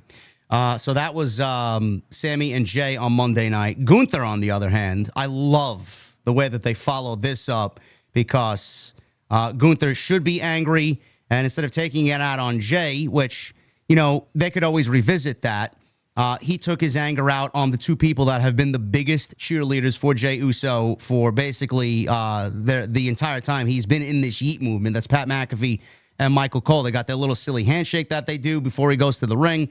Gunther targeted Michael Cole, put his hands on Michael Cole, even had the sleeper wrapped around Michael Cole for a little bit. And then Pat McAfee defends Michael Cole, throws a big elbow shot at him. He walks away. Gunther gets the sleeper on him. Pat McAfee's team that was sitting front row jumped the barricade. They get subdued by the security guards, and Pat McAfee's choked out, turning all shades of pink and blue with the sleeper hold applied by Gunther. I don't know where they're going with this, Jason, but A, it makes Gunther look like a savage. I love that he's now targeting those two guys because they're a bunch of clowns, and Gunther's all about the pride and prestige of pro wrestling, so he's taking his anger out on those guys. That's number one. Number two, I don't know what they're going to do with Gunther moving forward, but I don't want to see Pat McAfee and Gunther. That's the one thing I do not want to see. I don't know if you talked about that. I know a lot of people were like, maybe they're setting up a Pat McAfee match because he has wrestled before. I don't want to see. I don't want to see that because You think they're setting up a Pat McAfee versus Gunther match? I think so. You want to see Gunther sell for Pat McAfee? No, I want to see Pat McAfee get chopped by Gunther. Sure. As long as it writes him off television. But it's not even a matter of what I want to see. You just asked, do I think they're going to do it? Yeah. When that segment was over, my impression was we're probably getting a match between them. Oh, God. And it could be something because maybe they haven't quite figured out where Gunther is going to go next. And so it's something in the interim, to give him something to do. Pat is liked, I think, by the majority of the WWE audience. I mean, you saw the reactions that, it was getting last night. And Pat has wrestled before. We've seen him wrestle in NXT. He was doing something with Adam Cole. He might have been in a War Games match, I think, in NXT. So, he was at WrestleMania too, right? He wrestled, was it Austin Theory? Austin Theory, and then that match with Vince that he had. That might have been the last match he had, was against Vince. Yes. So I think that they probably are setting up for a match. Do I want to see it?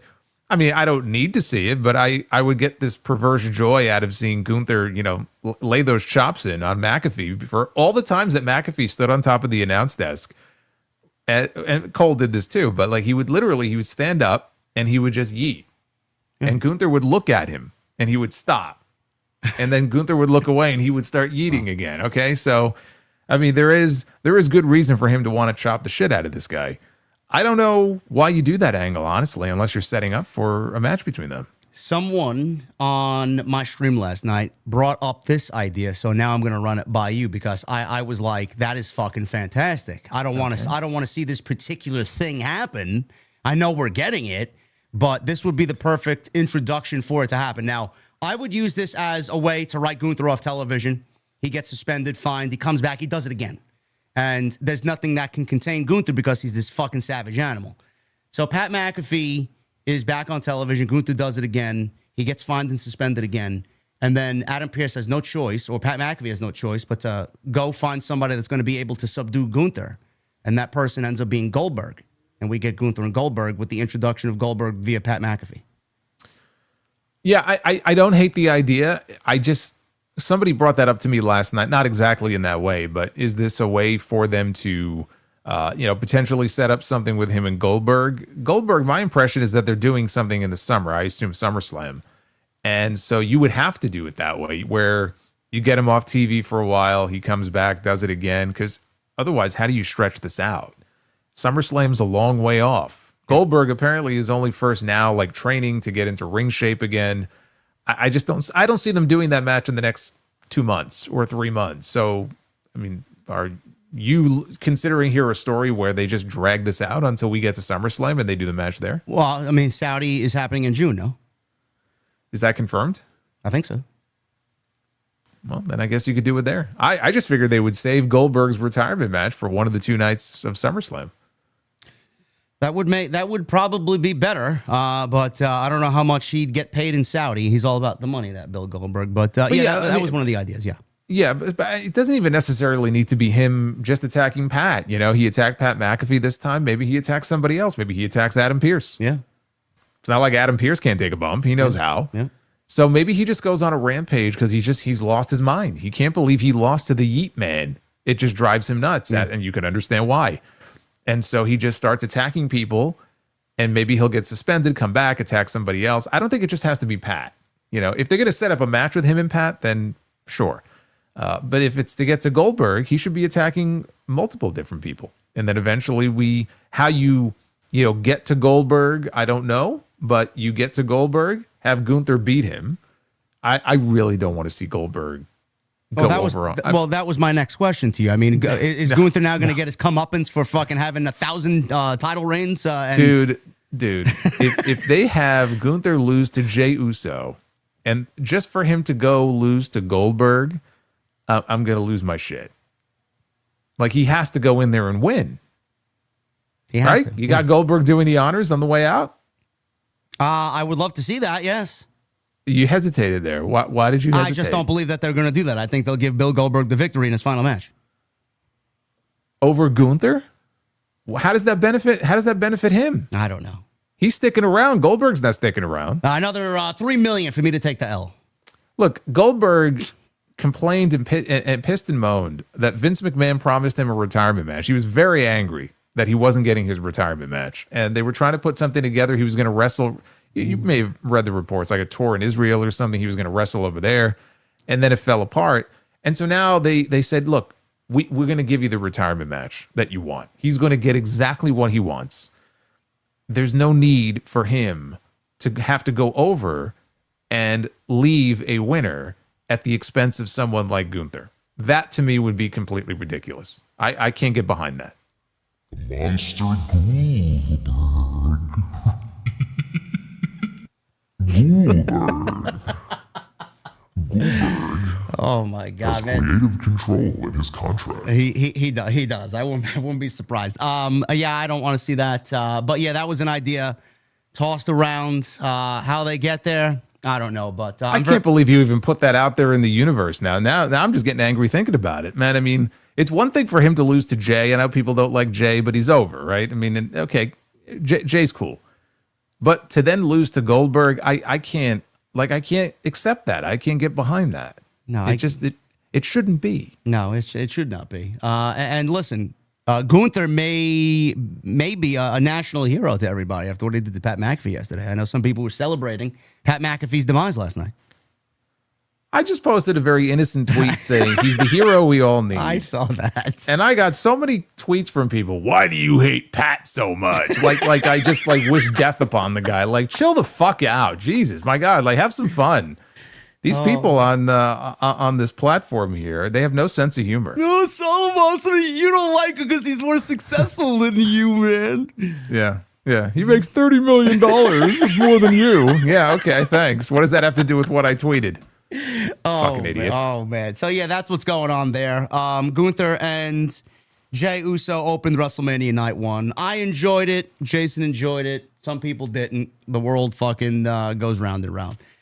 Tag team title match. The less we spend on this, the better. The New Day defeated the War Raiders. This match went 9 minutes. I will say what I said on my show here. This did not belong on the WrestleMania card. Nothing happened here to forward anything. And the War Raiders, sure, they got the WrestleMania match that they wanted. The New Day got their WrestleMania match. Where does it go from here? The New Day obviously moved on from the War Raiders on Monday night. And tag team division is still in shambles, bro. Well, they said that, last night they came out and said, we are the best tag team of all time. And we're better than any team alive or dead. Yes. And part of me was wondering, I was half wondering if we were going to get an undead LOD, coming out to the ring. When they mentioned alive or dead, I'm like, where is this going? We're going to get some zombified old tag team coming out here. Who's coming out? I had no idea. Well, I thought that we were going to get Fraxium to come out. I thought it was going to be Fraxium's main roster debut last night. Yeah, I mean, you could have done that, although they're not going to win. But you could have set it up that way. That's true. I mean, when Alpha Academy's music hit, I was like, I mean, I completely forgot when Maxine said that the last time these two teams had a match, they beat the New Day in 60 seconds. Dude, I'm sitting here going, I have no memory of this. Me neither. Do you remember when that match happened? No, I don't remember that at all. Maxine cut a decent promo, though. She looked pretty confident on the mic. Yeah, no, look, I have to give Maxine her props. We don't get to see her in the ring very often. But even the few times recently that we've seen her in the ring, you could tell she's made improvements. Yeah. But I'm just saying, I can't remember when Alpha Academy beat the New Day in 60 seconds. I'm sure it was on some episode of Raw 2 months ago or something, but I have no memory of this. So what happened at WrestleMania, it was like a TV match. It was a TV match. I am baffled that they set up a TLC match for the SmackDown tag team titles and they're saving it for TV and they put this on the show. Yeah. If they wanted to have this on the show, okay, and then give equal time to the TLC match the next night. Yeah. And they didn't do that. And yet that's the division that has been the most active over these last few months, right? These teams have been at each other's throats. The Street Profits and the Motor City Machine Guns and Pretty Deadly and DIY. What has been happening in the Raw tag team division? Nothing. Since January, all these teams. Yes. And so you would think if anybody was going to get a tag team title match and the spotlight of WrestleMania plus the TLC stip, if you could only do one, it would have been the SmackDown one. So the fact that they did Raw and not SmackDown, just completely baffled me. But look, it was a TV match. The New Day have the belts back. I think, what are they now? Fucking 12-time tag team champions or something, probably at this point. The one thing that bothers me is that they get no fucking heat when they come out anymore. What happened? Oh, they squandered it. Yeah, I mean, Triple H fucked that one up completely. I don't think he gets enough grief for that, quite frankly. Yeah, that's because fucking awful. They shot that great angle, and that was the beginning of December, dude. I want to say that was like December 2nd. Yeah. And my God, like not only that night, but in the ensuing weeks, the heat was molten that these two guys were getting. And then you wouldn't see them, or they'd be on the show, but it would be like a very brief backstage segment. And I'm like, do they just not know what to do with? Like, do they legitimately just not have any follow-up idea on what to do with these two? And now we're just at a point where they get heat, but like any normal average heel would get. It's nothing special. Yeah, they were getting Dominic Mysterio heat, and now they're getting Zoe Stark heat. So it's like I don't, difference. Yeah, I don't know what happened there. I did make a prediction months ago that we'll eventually see the Hardys make their way back to WWE TV, whether they are the TNA Tag Team Champions or not. That could be a way for the New Day to call out the Hardys, or the Hardys to answer that challenge. I don't know what the story's going to be. Yeah. I think that's what that's probably setting up. Yeah. I mean, that wasn't said by accident. Yeah. And I think if we continue to hear them say that every week, it's got to be setting up to if not the Hardys, then who? It would have to be them. Yeah. That's I'm sticking with that. But the New Day retain. Last night, Jason, in the New Day segment, where they did mention that in their promo, we saw the return of Rusev. Miro from AEW, if anybody remembers. But you didn't mention the best part of their WrestleMania match. This was the first, yeah. What was the best part? When it ended? Well, besides that, this is the first time that, as heels, they came into WrestleMania with their new music. Oh. It's your boys, the New Day. Got to mention the best part.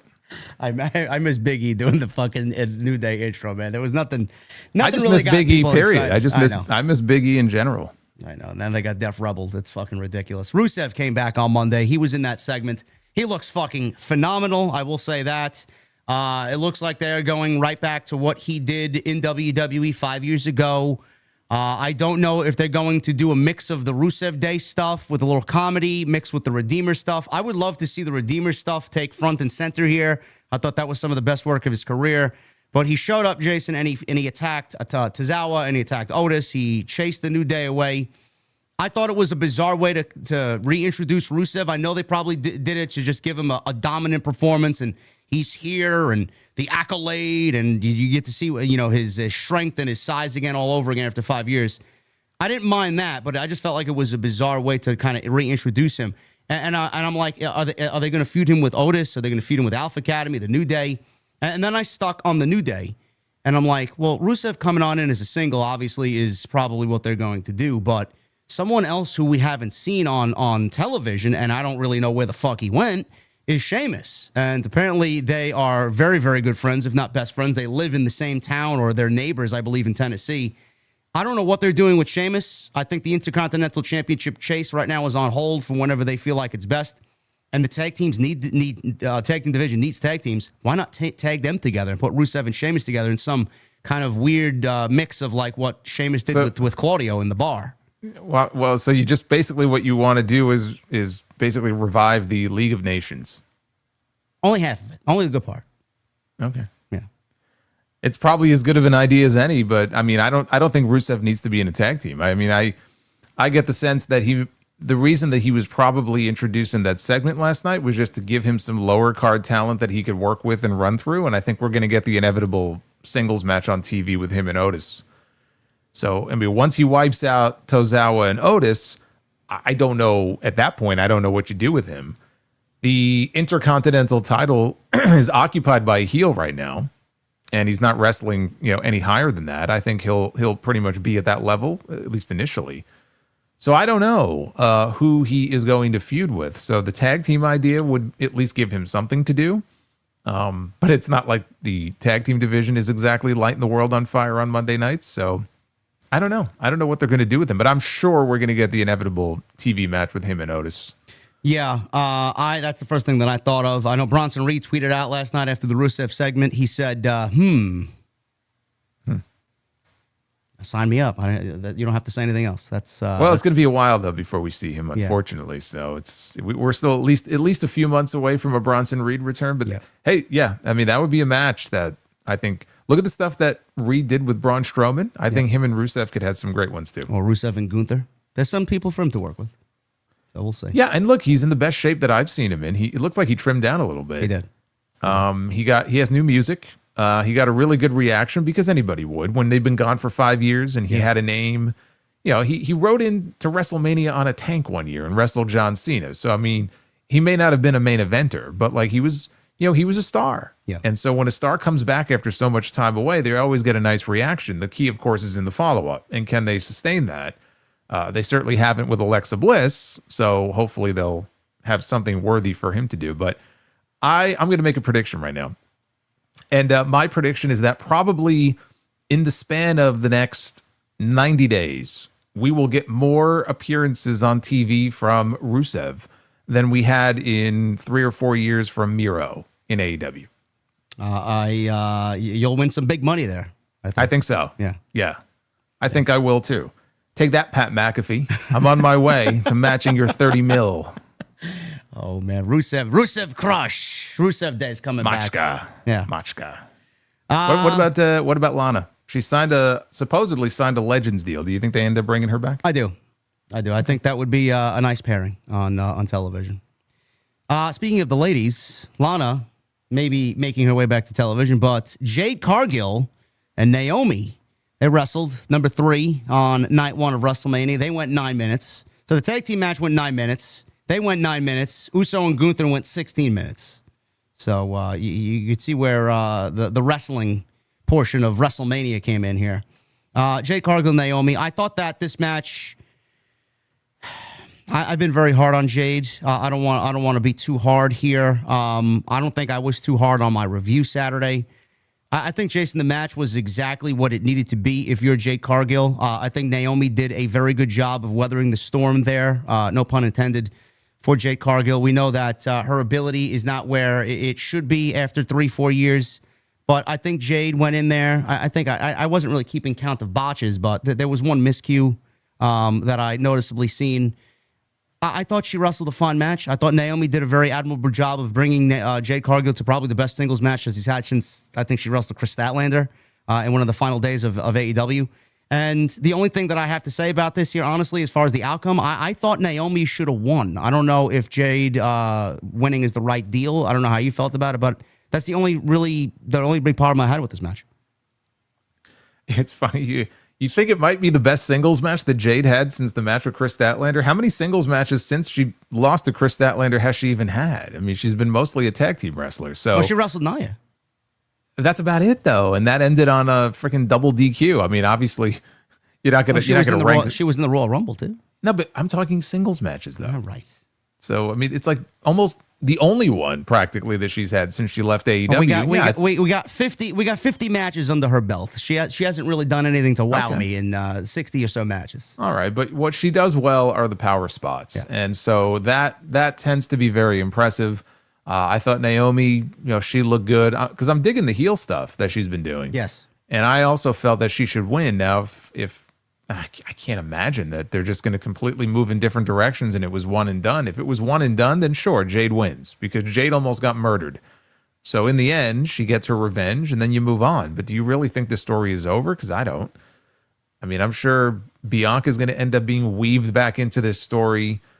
So if it's going to continue, then I feel like Naomi should have won. I was also very surprised that Naomi didn't make an appearance during the triple threat match the next night, because I was convinced that she was at least going to come out and it was going to, play a role in why Bianca wouldn't win the match. I was pleasantly surprised. They kept it clean. There was no distractions or interference or anything like that. The key with Naomi is going to be, okay, she lost, you beat her, but you got to keep her looking strong in some way because she just went heel. Yeah. This was her first really big match as a heel. That's why I wouldn't have beaten her. I hope they have a good follow-up plan for her. Maybe she'll, attack Jade on Friday in a savage attack. Hopefully they have something for her. No, I agree. That's why I thought Naomi should have won this thing. Someone in the chat said that Jade did wrestle Liv Morgan as well. I do remember that. 2 matches. Wow, you've named 2. There you go. Yes. Yeah, I don't know what their decision was to have Jade win here. It really ended in an anticlimactic way, and Jade wins with Jaded. And that's basically it. I don't know what they do on Friday. I don't know if Naomi is still seeking revenge. I don't want to jump ahead here because we'll talk about night 2 and the open to night 2. Bianca did not win. So I'm assuming Bianca's going back to SmackDown, and I do think that she will be integrated into the Naomi and Jade storyline, and something more will come out of that and the attack. I don't know if Bianca ends up going heel and joins Jade or joins Naomi. I don't know. I don't know. I have a question for you. Yeah. Do you think that if these reactions continue for Bianca, that they should, even if it's not in the plans right now, that they should turn her heel? Yes. And I know I just got done talking about everybody turning heel, but first of all, I would love to see Bianca really embrace a heel turn. We have not seen her do that since she got called up to the main roster. Yep. But these reactions, it's going to be very interesting come Friday if the people are still booing her. If there are still noticeable boos. I don't see how you don't, it doesn't have to be on Friday, but I don't see how you don't end up turning her and just lean into it. It's been happening since the European tour, and I thought maybe it'll stop when they come back to the States, and it didn't. Yeah, but why is it happening, though? In your opinion, why is it happening? Well, I mean, I think it's a couple of things. So I think the reason it happened going into WrestleMania, even though she did nothing wrong, she did nothing wrong. No, she didn't. Well, it depends on how you look at it. She was cheering for somebody. So what? She was cheering for EO. So what?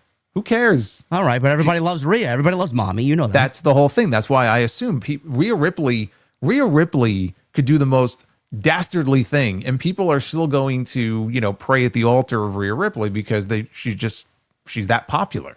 And EO is very popular. So I just looked at it and went, okay, maybe it's a situation where, people like Bianca too, but they really like these two and they want somebody to boo. And so they boo her.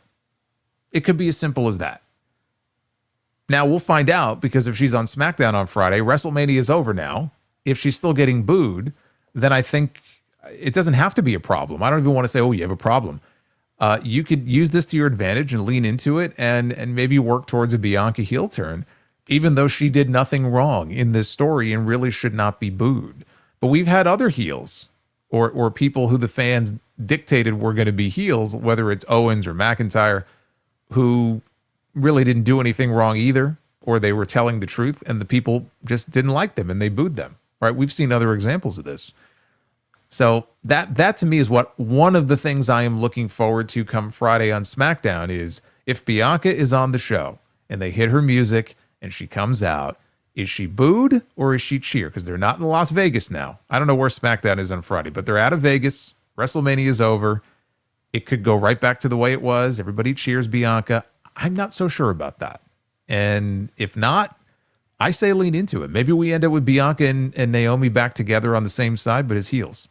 I actually would prefer that, quite honestly. I think you do the heel turn, and I think you do lead into it. I don't know how quickly the fans are going to dictate that happening, but Bianca is going to be on SmackDown for the foreseeable future. So I think they have time to play with that. We're eventually at least going to get a Bianca and Jade match one-on-one. I think that's what we're leading to as well. Eventually, yeah. I thought they might do it at WrestleMania this year, and then they did the whole whodunit story. Bianca and Jade has to happen at some point. Yeah. Whether they're both maybe. No, it doesn't. I'm saying it could be SummerSlam. Oh, I thought you said it has to be SummerSlam. No, it could be something. We could see it at Evolution in July. We don't know. We could, sure, or WrestleMania next year. I mean, who knows? But and they don't have to. You don't have to have it where one is a heel and one is a face. It could be a battle between two friends who both happen to be faces. But if anybody was going to go heel, I would just love to see what Bianca could do as a heel, like really leaning into it. because it would be a role we have not seen her in since she got called up. I agree. Since Black and Gold, she did it very well down there. My opinion, I honestly think the fans are a little bit more smarter nowadays, and they like what they like, and they don't like what they don't like. And Rhea right now is the hot hand, and Io is fucking incredible, and she's way over as a babyface now, much more over than she was 12 months ago. Bianca, I think, fits into that Charlotte and Becky category where it's like enough is enough. You know, we want to see others. She's always been at the forefront of the division. It's not as cringy as Becky and Charlotte, but I think Bianca's really trending towards that where fans just want to see someone new and something new. That's what I think it is. And she was dominant for so long. You know, they were talking about how she's undefeated at WrestleMania before this weekend, even though she really wasn't. I love how they just ignored the Battle Royal from WrestleMania 34. But, yeah, she was undefeated at WrestleMania, and she won more matches than she lost. I look at it and say, you know what? This woman has been on the back burner for a year. You know, she took a back seat to do the tag team thing to try to elevate somebody else. That was to help get Jade over. Nobody remembers that. They did it for a year. I'm saying that fans don't care about that. They don't care. So I just look at it and go, okay, sometimes the fans are idiots. But I'm just saying, like, this woman was heavily featured for a long time, dominant. Eventually, you know, that could work against you and you could become stale. But she really did. They really put her on the back burner for the better part of a year. And so it's like, okay, now it's time to elevate her back into the main picture in the women's division. And the reactions to her going forward are going to be very telling, I think, as far as what they do with her next. See, this is an interesting comment because I have gotten this more times in the last, I would say, 6 months than I really care to admit. And it's in the chat about Rhea Ripley. People are sick of Rhea being on top, if that's the case, says Zero Kaiba in the chat. Jason, have you heard anything in regards to fans being kind of indifferent towards Rhea because she's always in the title picture? She's always the one that WWE goes with as far as being a champion or in a top program. Are you starting to feel that with Rhea? Because I certainly am not. Like we could say the same thing about Roman Reigns. Even after 4 years, I still wasn't tired of Roman being the champion because he just made everything that much more important. I don't know if Rhea gives off that same vibe, but regardless, I'm not sick of Rhea being at the top yet. Are you? No, I don't think most fans are. Because if they were, you would hear it. Yeah.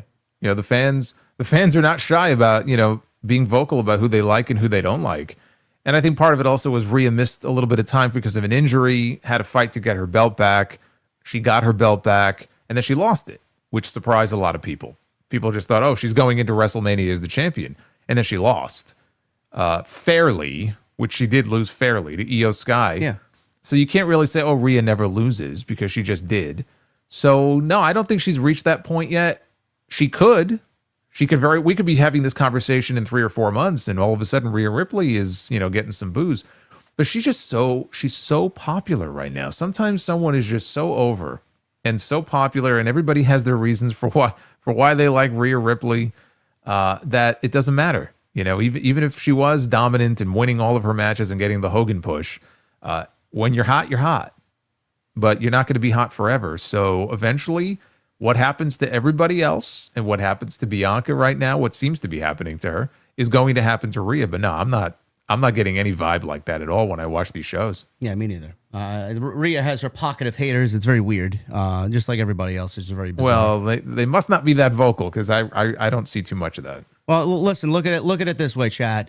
Rhea went down with injury. You got a little bit of Monday night without Rhea Ripley, and in that time frame, Liv Morgan made herself into the MVP of the Raw Women's division. So you have Rhea Ripley's injury to thank for that. So it's not all bad. The best thing that happened to Liv Morgan's career. Yeah, absolutely. It's like Jimmy suffering that ACL tear, 5 years ago. Best thing. I mean, the horrible thing, but the best thing to happen to Jey Uso was getting the opportunity he got as a single because his brother was hurt. Yeah, the right hand sometime. Man. Look at Joe Hendry. He benefited from somebody getting hurt, unfortunately. Yeah, we'll talk about that. That was also online discourse and a bunch of fucking eggplant brain fucking idiots on social media. Oh, Joe Hendry's buried. Get the fuck out of here, man. I think he was on NXT tonight, I saw. He was on NXT. He even had to explain himself to Bully Ray and Dave LaGreca on Busted Open literally the next night. So they asked him about that. We'll get to that. You should never have to explain yourself to Bully Ray.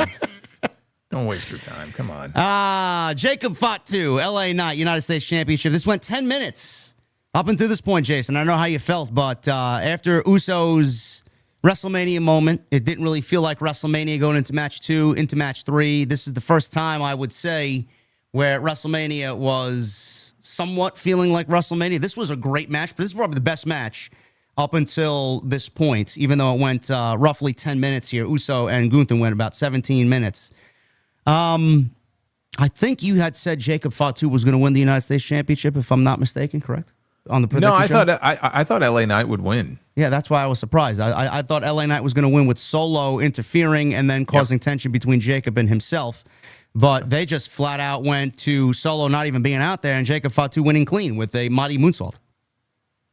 And you saw the reaction that he got. Yeah. I mean, he's another one where he might be a heel, but people like who they like, and they can see, they know that, he's going places. This is the first of many championships that he's going to hold. So I wasn't surprised by the reaction, but yeah, Solo walked out there on stage, and then he kind of collected the werewolf mask, which, by the way, that's a badass mask. Mr. Barker from the Wyatt realm made that match. Barker or Baker? Baker, yes. He made the mask. Jason yes. Baker. Yeah. Yeah, he did a great job. I made the comment. I said, "Boy, if they don't get masks like that up on WWE shops soon, they're crazy." We got to buy that one too, if that's the case. Who's this we? I thought you're the mask man. I have become the mask man. I got Grande Americano's mask coming soon. Do you know how long these shows go? You want me sitting here for 4 hours wearing a fucking mask on my face? I would never do that to you. Maybe. Yeah. It is a cool mask. Chat, we got to do a goal, right? I got the Penta mask, by the way. It came this week. Let me tell you, the night and day difference between the Penta mask and the hologram mask, bro, I swear to fucking God. It is ridiculous. But you paid $50 for the hologram mask. How much did you pay for the hologram mask? I paid $79.99 for the Penta mask. With shipping? Does that include shipping? No. Shipping was like $80-something. Okay, I thought you said the shipping was $80. No, I'm like, where the fuck did you get this mask from? No. With the shipping, it was like $86. But it smells. It almost smells like a baseball glove. It brought me back to some childhood memories because I put the mask on. It smells like fucking genuine leather here. It's fucking beautiful. It's substantial. It's heavy. I like it. What is the hologram mask smell like? Cheap. Yeah. I'll tell you what. If they make an El Grande Americano mask, maybe I'd wear that. But they did. They did. I already ordered. Never mind. Chat, we got to do a goal for next week. If Grande Americano is going to be wrestling for AAA, man, we need something for Jason to wear on the show. Absolutely. Oh, man. You have to give me my own little mariachi intro theme here when we come on. Don't worry. I already got it all planned out in my head, man. If that was everything on this show, chat, if you want to see Jason wear a Grande Americano mask, put one in the chat. Well, 4,600 you in here. Anyway. Gracias. Gracias. Yes. Jacob Fatu, I'm surprised he won the championship. At the same time, I'm not. Where does this leave LA Knight? Because he just won it from Nakamura, who did nothing with it for 80 days. LA Knight seems like he's in this hot and cold period. They want to push him. They don't want to push him. They want to make him champion. They want to take the title off of him. I don't know where they go, but more than likely Fatu and Solo are going to lead to something because Tama Tonga, a lot of ones in the chat, by the way. Tama Tonga and Tangaloa are now out with injury. It was reported today that Tama Tonga is out with injury. He's going to be out for some time. So I don't know where this leaves the Bloodline 2.0, where this leaves Solo. A lot of things are up in the air right now. But Jason, what about LA Knight, man? Is he still in a good place on SmackDown? He's not in a bad place, but I feel like he could end up there very quickly.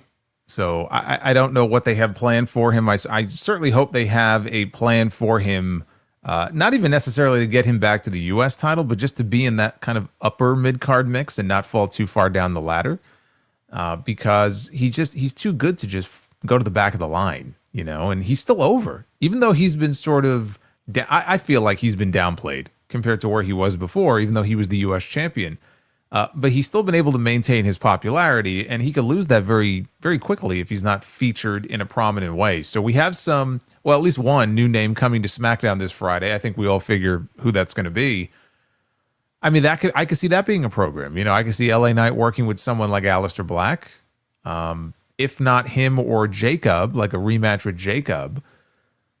If the roster stays as it is, because they're may well be a draft soon. Who does he work with? Who do you put him with? I don't know. If I had the pen, I'm moving him to Raw. Well, that's why if there's a draft, he could be one of the beneficiaries. If there's a draft, I would move Gunther. I would move Gunther to SmackDown. Maybe you swap the two of them. Maybe you put Knight on Raw, Gunther on SmackDown. So there are definitely some people that would benefit from that. I'm not all that hot on doing another draft just because the draft shows are usually just very, very boring. And we just had the transfer window. But there are people who would benefit, I think, from moving. You're probably right. I mean, he would benefit, I think, from a change of scenery and just being on a different show. Imagine him like cutting promos on Dominic for the Intercontinental title on Raw and like that'd working be great. with him. That'd be great. Yeah. I always laugh when people mention Malachi and then they put in the chat, fight me. Well, that's what he did for like 8 weeks. He sat in a room going, fight me. We're not getting that on Friday. I'll tell you that right now. I hope not. Jacob Fatu's the new U.S. champion. Like Jason said, I mentioned this last night as well. I don't know if there's going to be a draft because we'll talk about the new acquisition for Paul Heyman. And I know a lot of people are mentioning names. Who's the third man? Everything's the fucking third man, you know? You were mentioning that, and I laughed at you. And I said, enough with the third man stuff. There is no third man. There is no second man. We barely have one man. Well, there should have been a third man. We'll definitely get into that. And guess who got proven right after The Rock's little interview today, okay? Oh, my God. Fucking ridiculous. Moving on here. Grande Americano, Rey Fenix. This match went 8 minutes. Now, Rey Fenix subbed for Rey Mysterio, who I think it was a groin, Jason, if not mistaken. He pulled his groin. Yeah, it was either a torn groin or a pulled groin because I watched it back, and it didn't look like he landed on his knee or hurt his knee. He got yanked had to pretty be fucking hard, though. He did, but he had to be carried to the back. But you immediately, with Rey, you think, it might be his knee. I mean, even a pulled groin, that doesn't sound like a fun injury. No, not at all. This was a game day decision. Rey Mysterio, they actually still promoted it on Saturday, and then Rey Mysterio showed up on the Countdown show 3 hours before WrestleMania Night 1, and then they made the decision there to pull him, or the announcement was made, rather, and Rey Fenix subbed for Rey Mysterio. Now, I don't know why this match went so short, 8 minutes. You would think that Rey Fenix, his first WrestleMania match against someone like Chad Gable, Grande Americano, they'd get at least the amount of time that Uso and Gunther got, but it was nowhere near that, and it went 8 minutes, Jason. Were you disappointed with the time that they were given to go out there, and if so, why were they given such short amount of time? Is it because that Grande Americano was supposed to beat Rey Mysterio anyway, and they didn't really want to deviate away from the original plans, or was the Rey Fenix spot with Vikingo at the end the whole point of this, and everything else we saw that before didn't really matter? I don't know. I think they may have gotten word during the match, and they let the referee know that there was some issue with El Grande Americano's work visa, and they had to get him out of there as quickly as possible because we didn't see him on Raw the next night either. So now, look, I mean, I'm happy for Rey Fenix because 24 hours before that, he wasn't even on the card, and he ended up having his very first WrestleMania match in the same weekend that his brother had his first WrestleMania match. Pretty cool. That's pretty cool. And the match was good. It wasn't anything outstanding. They didn't give them a lot of time, but I thought the match was good. They did the loaded mask spot, which they've been doing in all of El Grande's matches. He had to win. Yeah. You can't beat him yet. It's too soon. And I'm sure that if he would have wrestled Mysterio, he would have beaten Rey Mysterio. It would have led to a mask versus mask match at some point. I'm sure that's still the direction. Whether he wrestles Rey Mysterio in that match or he wrestles Rey Fenix or somebody else, it could be Vikingo, right? We don't know. I think you could definitely get some more mileage out of this. I don't think you need to blow it off at Backlash. And now with this Worlds Collide show, it makes me wonder if they may save the payoff with him being unmasked for that show. I could see that for sure. I wasn't even thinking about that. A lot of people made a big deal about Rey Fenix already being pinned. I said this wasn't a big deal. It was a substitute for an injury, and Fenix loses nothing by losing to Chad Gable because look at the bright side. He was held in fucking captivity in Guantanamo Bay with nowhere to go, and now he's at WrestleMania in an unexpected circumstance here. He was in a straitjacket. He was, yeah. It's ridiculous. What'd you make of the online discourse? Oh, he's buried. Oh, he lost. I didn't really give a shit that he lost because whoever was in this spot, like you said, was going to lose anyway. It doesn't matter. I mean, he wasn't even going to be on WrestleMania. He was a last-minute substitute. Oh, but why didn't they use Dragon Lee? That's another one. They could have. I thought maybe they would because I figured Americano was going to win. Maybe they didn't want to beat Rey Fenix. So when they announced Rey Fenix, it was like, oh, okay, that was a little surprising to me. And I thought, oh, well, maybe they're going to have him win, but then you really shouldn't be beating Americano. And then Americano won. He cheated to win. Yeah. And I'm like, okay, he cheated to win. Boom. That's it. Like, who cares? It's not. I know he's been on the main roster. He's been in the company for 2 weeks. And so I knew people were going to flip out about it. But it's not anything worth getting upset about because it's not like they've lost faith in the guy, right? I mean, he's going to be fine. Just because he lost at WrestleMania in his WrestleMania debut in a competitive match that he only lost because his opponent stuffed a metal plate inside of his mask, it doesn't mean the man is buried, okay? He's going to be just fine. Oh, but Penta lost his last 4 matches. Triple H is fumbling. Sure thing.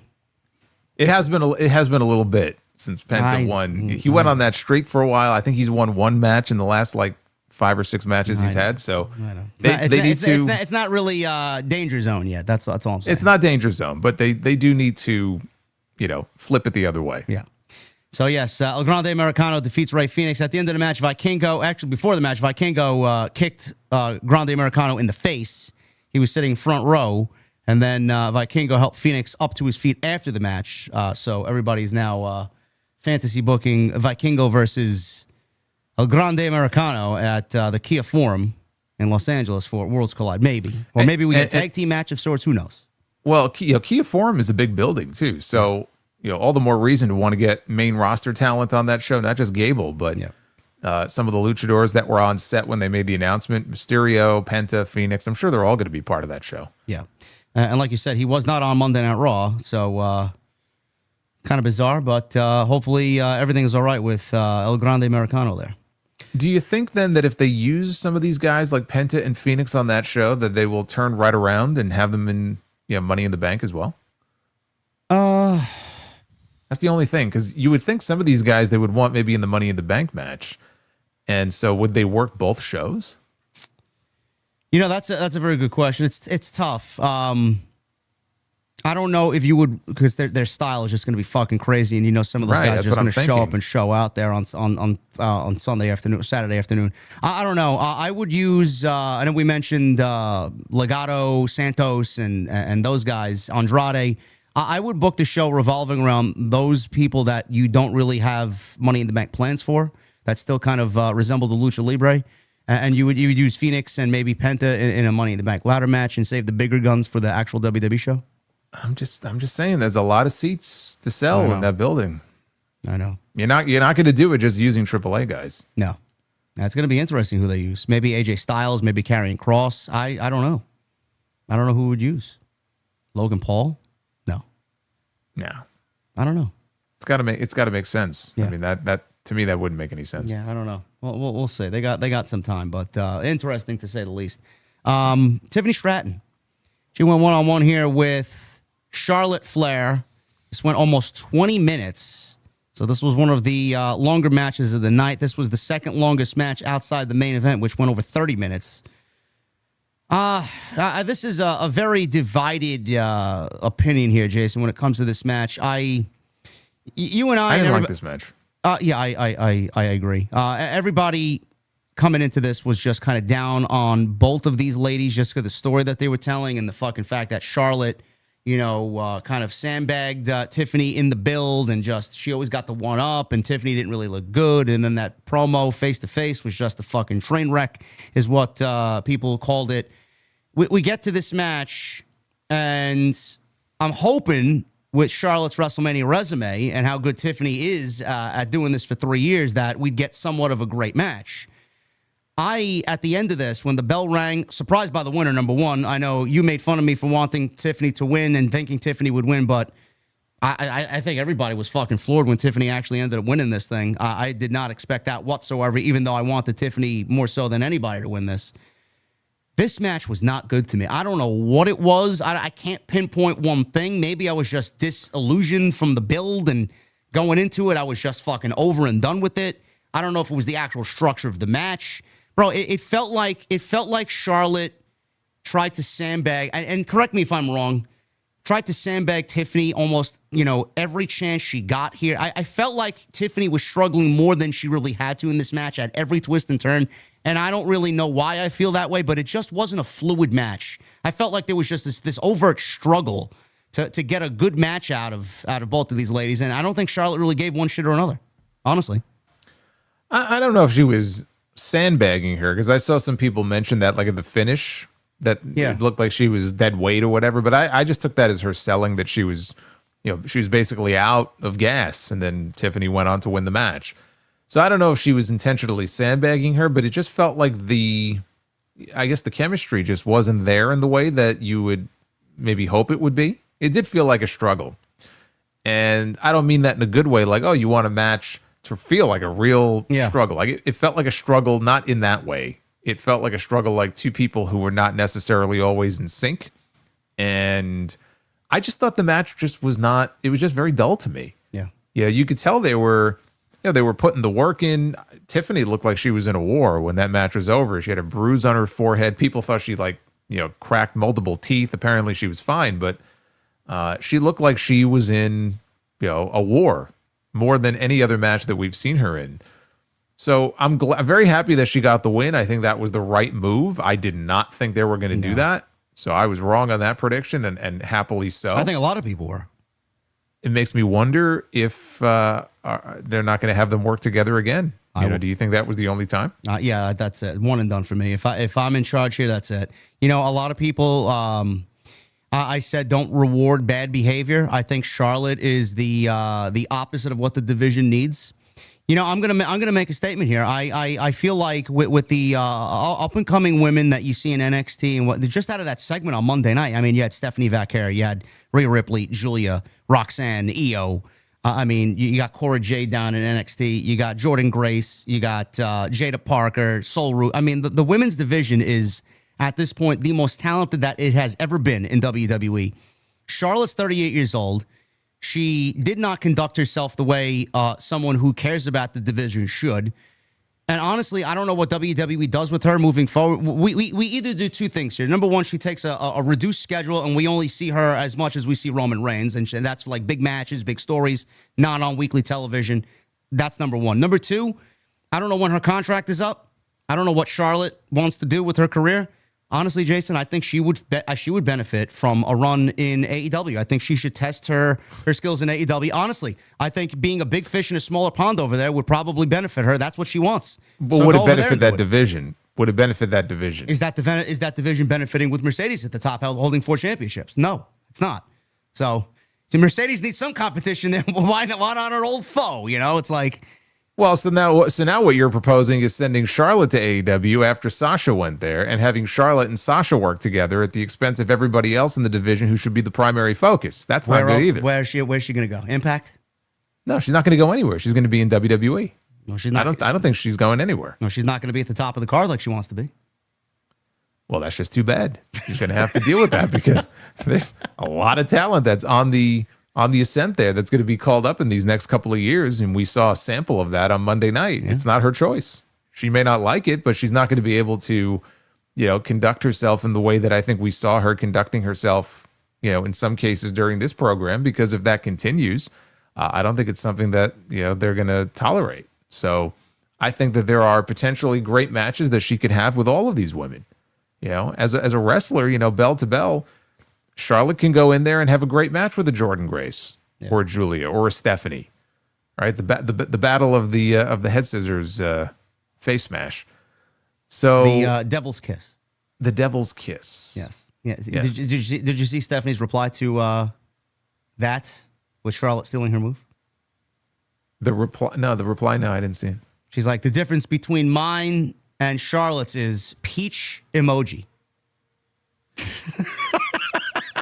Well, she's not wrong about that. No, I sense no lies detected there. No, not at all. She only tells the truth. So it's not a matter like Charlotte could have great matches with all of these women, but are there going to be issues? Is it and I don't know why there would be. I mean, again, she's She's been there now for 10 years on the main roster. She's held multiple championships. She's been the queen bee there for so long. She was gone for a long time. She had this devastating injury. She didn't know if she was going to be able to come back.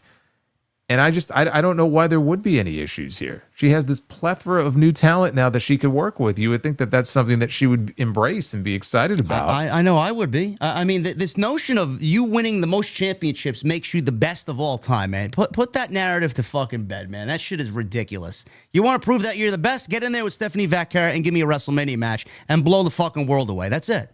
That's what's going to prove to me that you're the best. If you could work with all these women, man, why wouldn't you want to work with these women and hone your ability and test your skills? Fuck your championships. Yeah. So, so I mean, I don't think she's going anywhere. And I hope that she can work with all these new women because there are great matches to be had, just like we had that great match with Charlotte and Rhea Ripley a couple of years ago, which is probably the best women's match in WrestleMania history. Would it not be? Rhea and Charlotte? Rhea and Charlotte. The best women's match in WrestleMania history. Yes, absolutely. Yeah, from 39. Yeah. So it's and better, she did that. It's better than Sasha and Bianca. Absolutely. Yeah, and Sasha and Bianca was great too. Yeah. I mean, don't get me wrong, but Rhea and Charlotte went out there and had a classic as far as what they did at 39. Yeah. Even their match at 36 in the empty PC was very good. And so I would like to see that Charlotte Flair working with some of the newer names. But when you have all of this stuff about, all this drama, this unnecessary drama, I just don't see how that benefits anybody. And it just, I don't know I guess what they were going for here in the waning weeks of this was taking a very real situation and just trying to turn it and manufacture it into some drama that they can use to build the match. All it did for me, I mean, maybe for certain fans, it made the match more exciting for them. All it did for me was make me less interested in seeing it. Yeah. I was not all that excited going into WrestleMania to see this match. It was almost like, let's just kind of get through this match and hopefully, it'll go well and they'll have some kind of chemistry together. I just didn't feel like it was there. Someone in the chat said Charlotte's best match was with Sasha. I disagree. They've had some good matches. Charlotte had great matches with Becky, but I think that Rhea match takes the cake, honestly. Yeah, the Rhea match, to me, the Rhea match is the best one. And maybe number 2, honestly, would be the Evolution match with Becky. Yeah. Which I think was that, what was the stipulation? Last woman standing. Yeah. Yep. I think. Yeah, this one did no good. I don't know where Tiffany goes from here. I don't know what Charlotte does. We will see. But the outcome was very, very good. And I think nobody really complained about the outcome there. Main event, triple threat match, Seth Rollins, Roman Reigns, and CM Punk. Paul Heyman, the centerpiece of this. He is Roman's wise man, but he walked CM Punk to WrestleMania and down to the ring at WrestleMania because of a favor that was owed many years ago. This went 32 minutes. And this, I know, Jason, a lot of people made mention that WrestleMania this year was very multi-man, multi-woman match heavy. I think after the 2 triple threat matches that we got, even the Fatal 4-Way for the IC title, I think a lot of people and their notions about too many multi-person matches, they were kind of silent after how great these matches were. Well, as it turned out, multi-man and multi-person Mania saved WrestleMania this year. It really did. This was as every bit of a WrestleMania main event that you could possibly ask for through 40 years. This was fucking, I have no words for how great this fucking was. This was my match of the weekend by far and away. I loved everything about this. Yeah. You like the women better?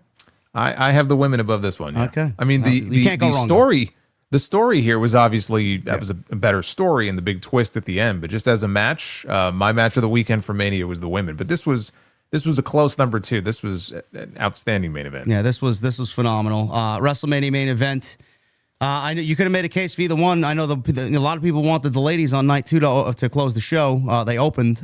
Even Punk said I'd give it to Rhea, Bianca, and Io. Yeah. But I mean, this was just on a show that was so fucking not WrestleMania. This was as WrestleMania as you could get. This was just beautiful, and the story was amazing at the end. Obviously, what we got at the end, Jason, was the whole idea about Paul Heyman.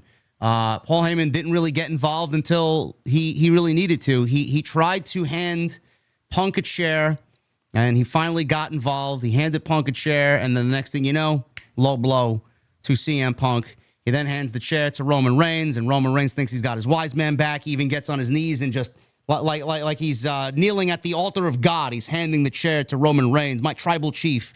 And then Roman had an opportunity to blast Seth in the back, Shield style, and finally get some revenge on Seth Rollins for all those years.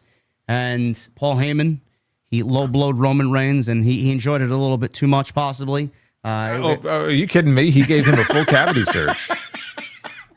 He got all up in there. He got every bit of that. He enjoyed it a little bit too much, man. Roman's not going to be having any more kids after this. He's got enough. He's got a couple of sets of twins. I think that's going to be it after this. So the turn on Punk and then the turn on Roman, it was definitely one of the talking points in the narratives that a lot of us brought to the table, but we didn't really think about it actually happening. It was talked about as a possibility, in theory, what if?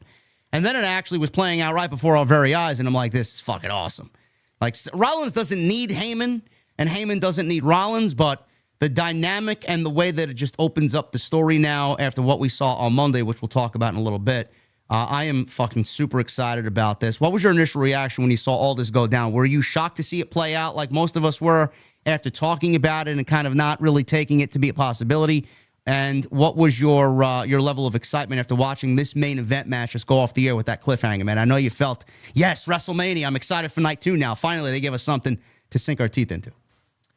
I thought it was great. And I can't say I was totally shocked by it because I knew it was a possibility. It wasn't anything that I was advocating for because I just didn't think it was necessary.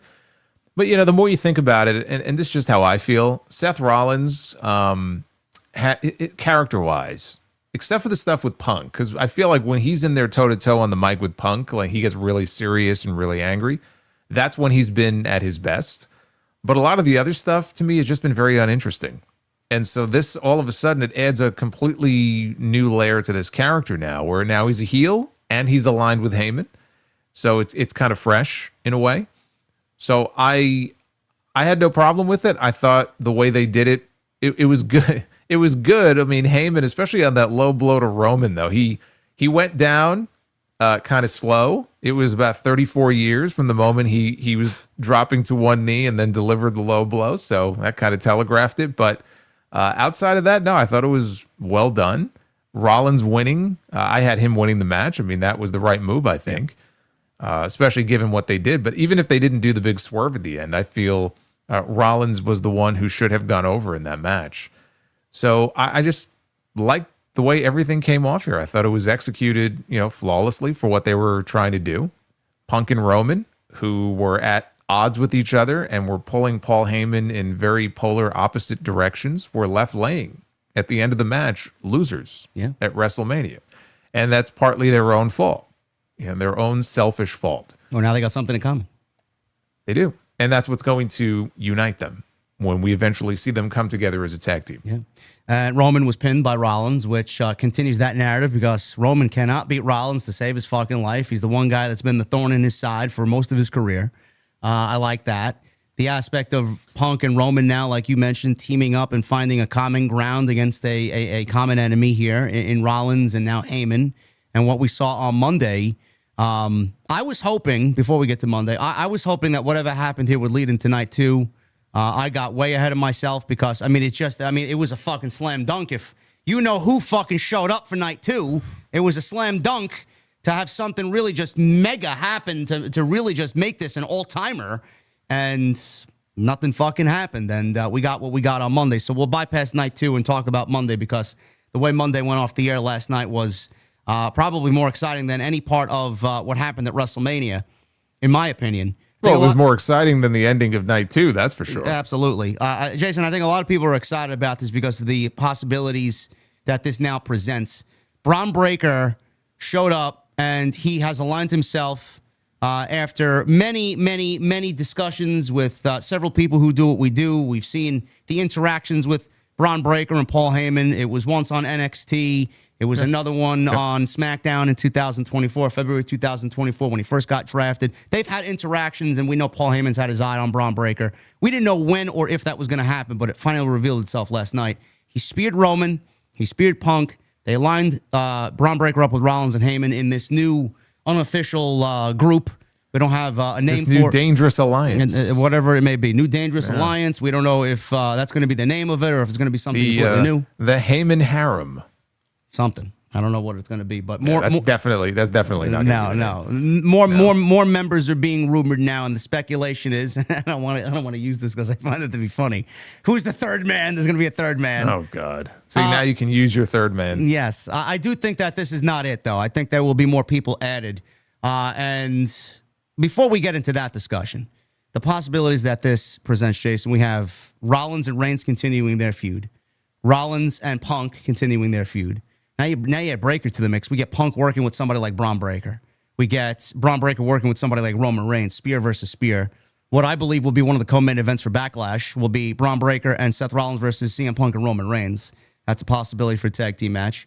And then obviously you got the idea of more members being added. Who's going to stick up for the baby faces? Who's going to come to bat for them? Who's going to be added to Paul Heyman's new group? So just based on that, the ending that we got last night, how excited for you about the possibilities where this storyline could go? Very excited. And very excited for Braun Breaker to move to that next level. That's why he lost the title on WrestleMania Sunday. Yeah. He was the Intercontinental Champion. He didn't take the losing fall. They had to get that title off of him to allow him to ascend to this next level where now they're going all the way with him. He's in a main event position right now.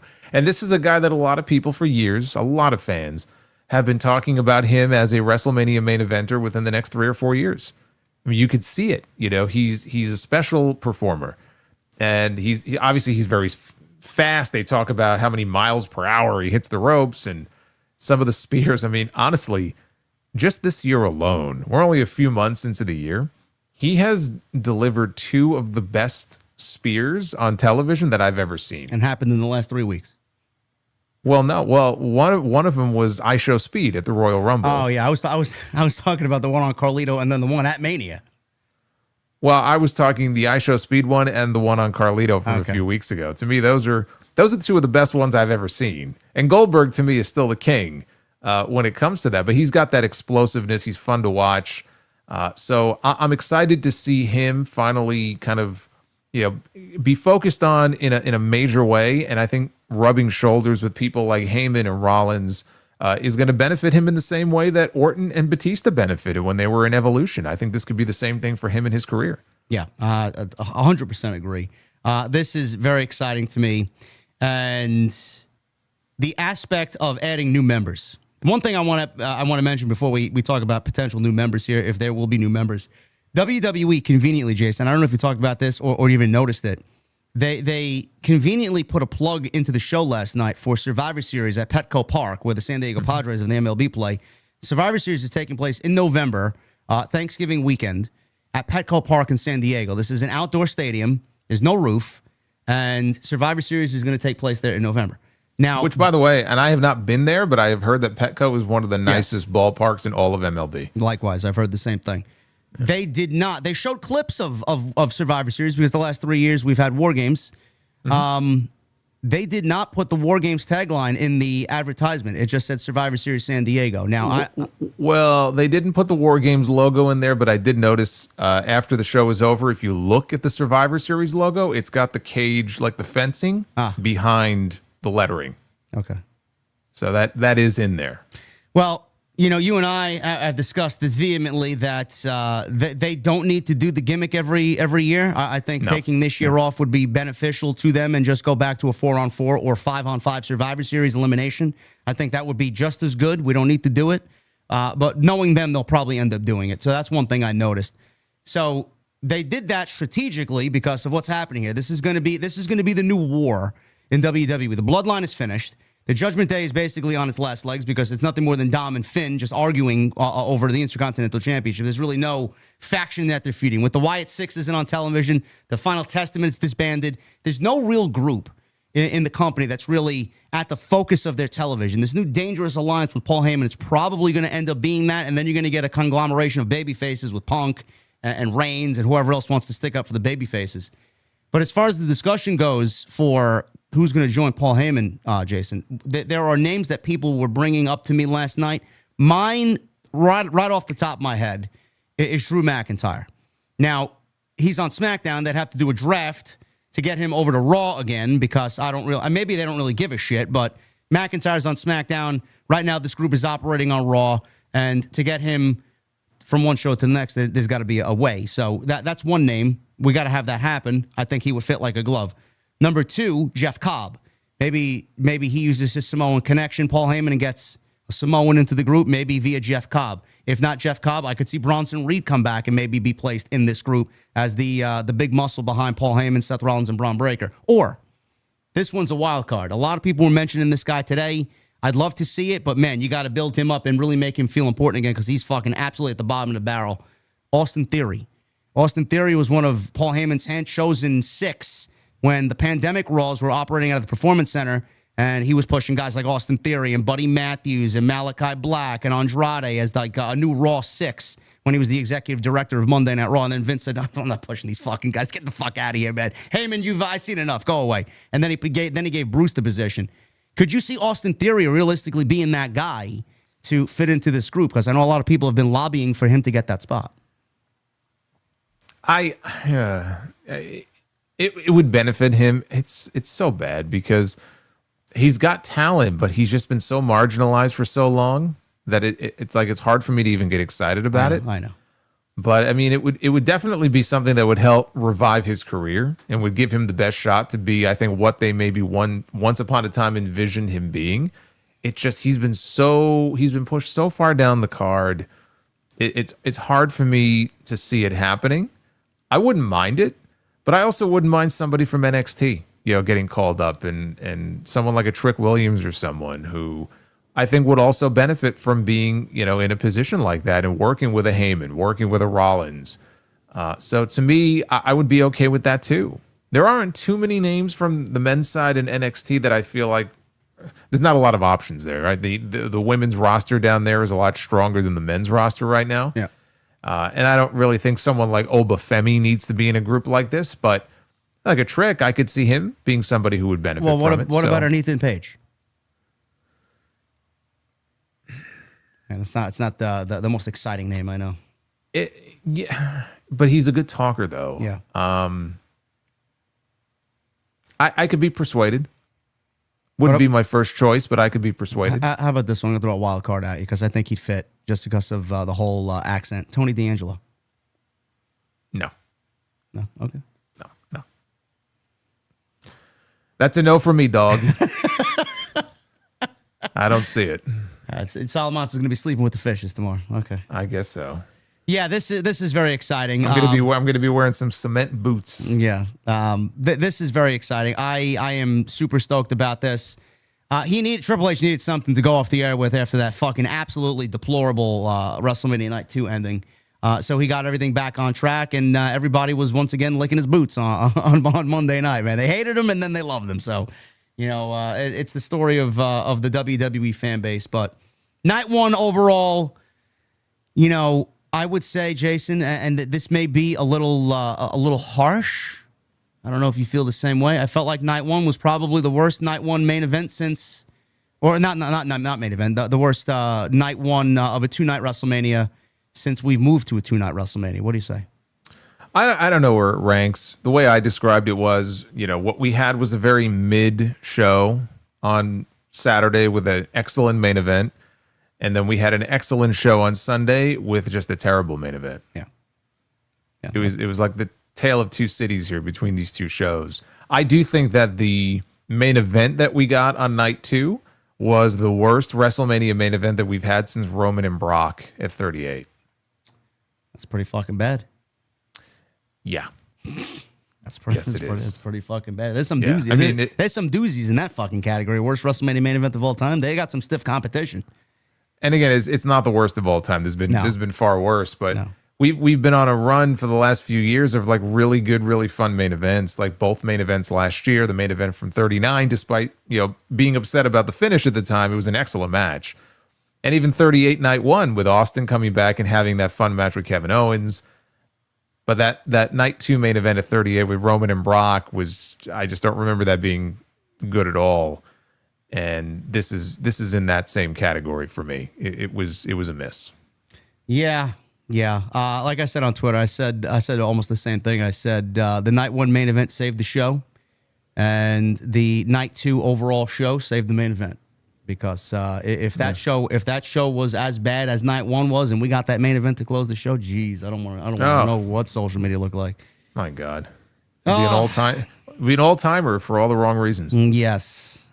Speaking of all-timers, let's go to night 2. Triple threat match: Io Sky, Bianca Belair, and Rhea Ripley. Triple threat match, 15 minutes to open the show. Man, did they want to start the show off with a bang? Holy shit! I said that not only was this the best women's match potentially in WWE all year, and I know this next one has stiff competition because AEW's had some decent women's matches this year. I would be the controversial figure I am if I didn't say that this match was probably the best women's match all year so far in 2025, Jason. That's what I'd go with. You wouldn't be wrong. Yeah. I mean, this was my favorite match of WrestleMania night 1 or night 2. Yep. And I love the main event on night 1. But these women went out there. Everything about it just clicked. Everything was perfect. We talked about chemistry when we were talking about Charlotte and Tiffany, right? You want to see chemistry. Watch these 3 women working together. Yeah. And just think that Io was not even factored into the original plan for this. But it just worked because all 3 women are just great at what they do. And they have some familiarity with each other. And it just clicked on every level. And the fans were super invested in it. It was a fun match to watch. And then I love the way they did that finish, too, where you have Io Sky hitting the moonsault. She was off camera, so you couldn't see her. And she flew in from out of nowhere and pins Bianca to win the championship. And everybody just erupted. Like, they were so happy to see Io win. So this to me was just a fantastic, not only just a fantastic match, but I made the comment, I said this will go down as one of the better opening matches in the history of WrestleMania. Yeah, I wonder what that discussion would look like. I don't remember a lot of them, but I said the same thing. I would say, just off the top of my head, it's not the best because I will always have Brett and Owen at WrestleMania 10 as my number 1. Yeah. But people, when you talk about opening matches of WrestleMania, some people might talk about Eddie and Ray. I didn't think that was one of their best matches, but like Brett and Owen, people talk about Triple H and Daniel Bryan at WrestleMania 30. Like there are some matches like that will stand out. This is definitely in the conversation though. Yeah. Like you want to open the show in a hot way and really get people like fired up in your opening match. This to me was the classic. Like if I'm not closing, I'm opening, and try to top that. And nobody did. Yeah, nobody did. There was a spot in this match where Io came off the top rope with the over the moonsault. Rhea got the feet up. She bounced right into a KOD and right into great. I mean, that was just fucking unbelievable. Crowd went legitimately bonkers after that. It was so great. She took such a great bump off the boots and then just right into the KOD. Yeah, it was great. Just the way they were able to, transition from one to the next. It was all action too. It was never a dull moment. Yep. Never dragged. They didn't get. They could have gotten a little more time, but like it felt like it's about right. Didn't overstay its welcome or anything like that. So yeah, I can't say enough good things about this. Yeah, this went 15 minutes. I mean, it could have pushed it to maybe 18 to 20 minutes. Yeah, but, but it's fine. Yeah, 15 minutes is more than what a lot of matches on this card got. So. Yeah, no, 2 thumbs up for me. Yeah, and just to give you guys an idea of how well they work together, Rhea and Io had 2 matches on Raw on the build-up to this match, and they were fine. It was not Rhea or Io's best work, but here, getting all 3 involved, I mean, they fucking showed up to work, and they didn't even look back, so... The people can boo Bianca all they want to, but the one thing you can't do is boo her work. No. Because she's fantastic. No, all 3 of these women are. This was one of the best matches of the weekend. Jason takes it at number 1. I'm taking it at my number 2. I'm going men's triple threat match on night 1. Sin City Street Fight, Drew McIntyre and Damian Priest. This went 14 minutes. Drew McIntyre got a Doom Dark Ages-like entrance because they promoted the video game, which I will be pre-ordering because I'm a big Doom guy. Doom Slayer. Yeah, Doom Slayer. And Damian Priest came out with Kerry King of Slayer playing his theme music. I thought we were actually going to get Slayer, the whole band, but if I take Kerry King and Kerry King only, I can't complain. Well, they said he's going on tour this summer. Is it just him or is it the band? Well, Slayer had retired, supposedly. They never retire. And they are actually coming back for a reunion gig, and Damian Priest is going to be hosting it. It's actually going to be here in the tri-state area. I see. Yeah. Now, what was up with his guitar there at the beginning?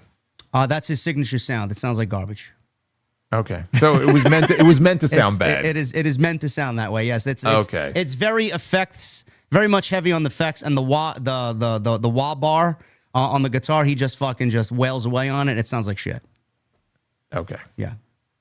I figured that was not going to go over well. Like everybody was going, like, this is music. Yeah. I thought something was wrong with his signal, or he was overmodulated or something. Okay. No, right, so I wish the band came out and actually played South of Heaven, the song, because that's the name of his finish. But Sean Ross Sapp said Slayer might be there, and it got me excited. I only see fucking one fourth of Slayer there, so it's like, whatever.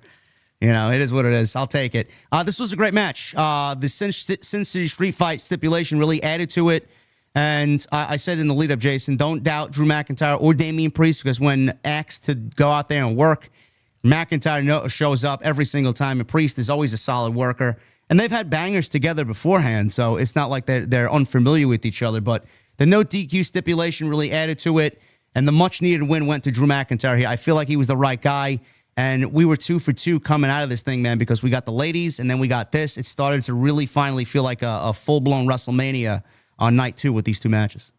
Yeah, good stuff. And what is becoming a WrestleMania tradition with Drew McIntyre snapping a selfie in the middle of the match, and then typing out a tweet, handed the phone back to his brother, and he tweeted a photo of himself, even the peace sign, with Damian Priest on the ground. This is the second year in a row now he's done something like this. He says, still bored at work, he said. And that's his new thing.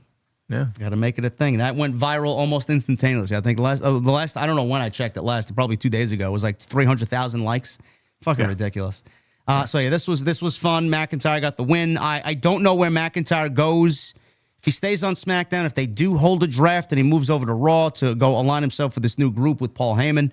If he stays on SmackDown, Jason, I feel like going after the United States title is, again, beneath him. I don't want to see that. I don't know what Cody's going to end up doing now that Randy Orton's going on and facing John Cena at Backlash. I said maybe McIntyre and Cody have a one-on-one match away from the championship. What do you think McIntyre does next? Well, why not McIntyre and Cody, with McIntyre winning and Cody just goes on this losing streak? You know, ever since he lost at WrestleMania, he just can't seem to get back to his winning ways. And then maybe over the summer or whatever, maybe Cody wins, Money in the Bank or something. I mean, that's one possible direction. I mean, he doesn't have to win Money in the Bank, but do they do like a losing streak thing with Cody, or do we just not see Cody for a while? I don't know. It's tough. You want to keep him strong, so I don't think making him lose. McIntyre would benefit greatly from a win over Cody. That's what I'm about right now. But right, but I'm saying I would keep him off television, honestly. Yeah, I mean, you could do that, because if I think they're going to want him there, though. Like, I thought they would keep him off television longer when he took the package pile driver in December, and he was back 2 weeks later. So I don't know. It's not like Cena's going to be there every week. I don't think they're going to want Cody gone for too long. But there's enough time where if he's not going to get his rematch until at least SummerSlam, and they may even drag it out until Survivor Series, being that it's a stadium show. But if he's not going to get a title rematch until at least SummerSlam, I mean, he could lose a few matches. They could tell that story if they want to, where it's like, maybe Cena got in his head, he lost, and he's having self-doubt, and people were booing him or whatever, and he's got to, work his way back up to title contention. And if that's the case, then Drew McIntyre can get a win over him. We also don't know. It's not happening in Saudi. It's Night of Champions in Saudi Arabia. We don't know if WWE is going to move the King of the Ring to television and do the tournament on television, or if they're just going to get rid of it completely this year. I don't know why he wouldn't do it, Triple H. Maybe Cody wins King of the Ring if they bring it back. Yeah, that works too. So, McIntyre gets the victory. Very good match. They went 14 minutes, and McIntyre, much-needed victory over Priest. Fatal 4-way. Dominic. Wait. Cena and Cody both advertised for SmackDown on Friday, so he's not going nowhere. Okay. We'll see. I don't know what's to be done there with both of them, but we'll see. Fatal 4-way. Dominic Mysterio, Finn Balor, Penta, and Braun Breaker. IC title match went 10 minutes. Figured they get this a little bit more time, but it was a great 10 minutes. It was a great 10 minutes. Really action-packed.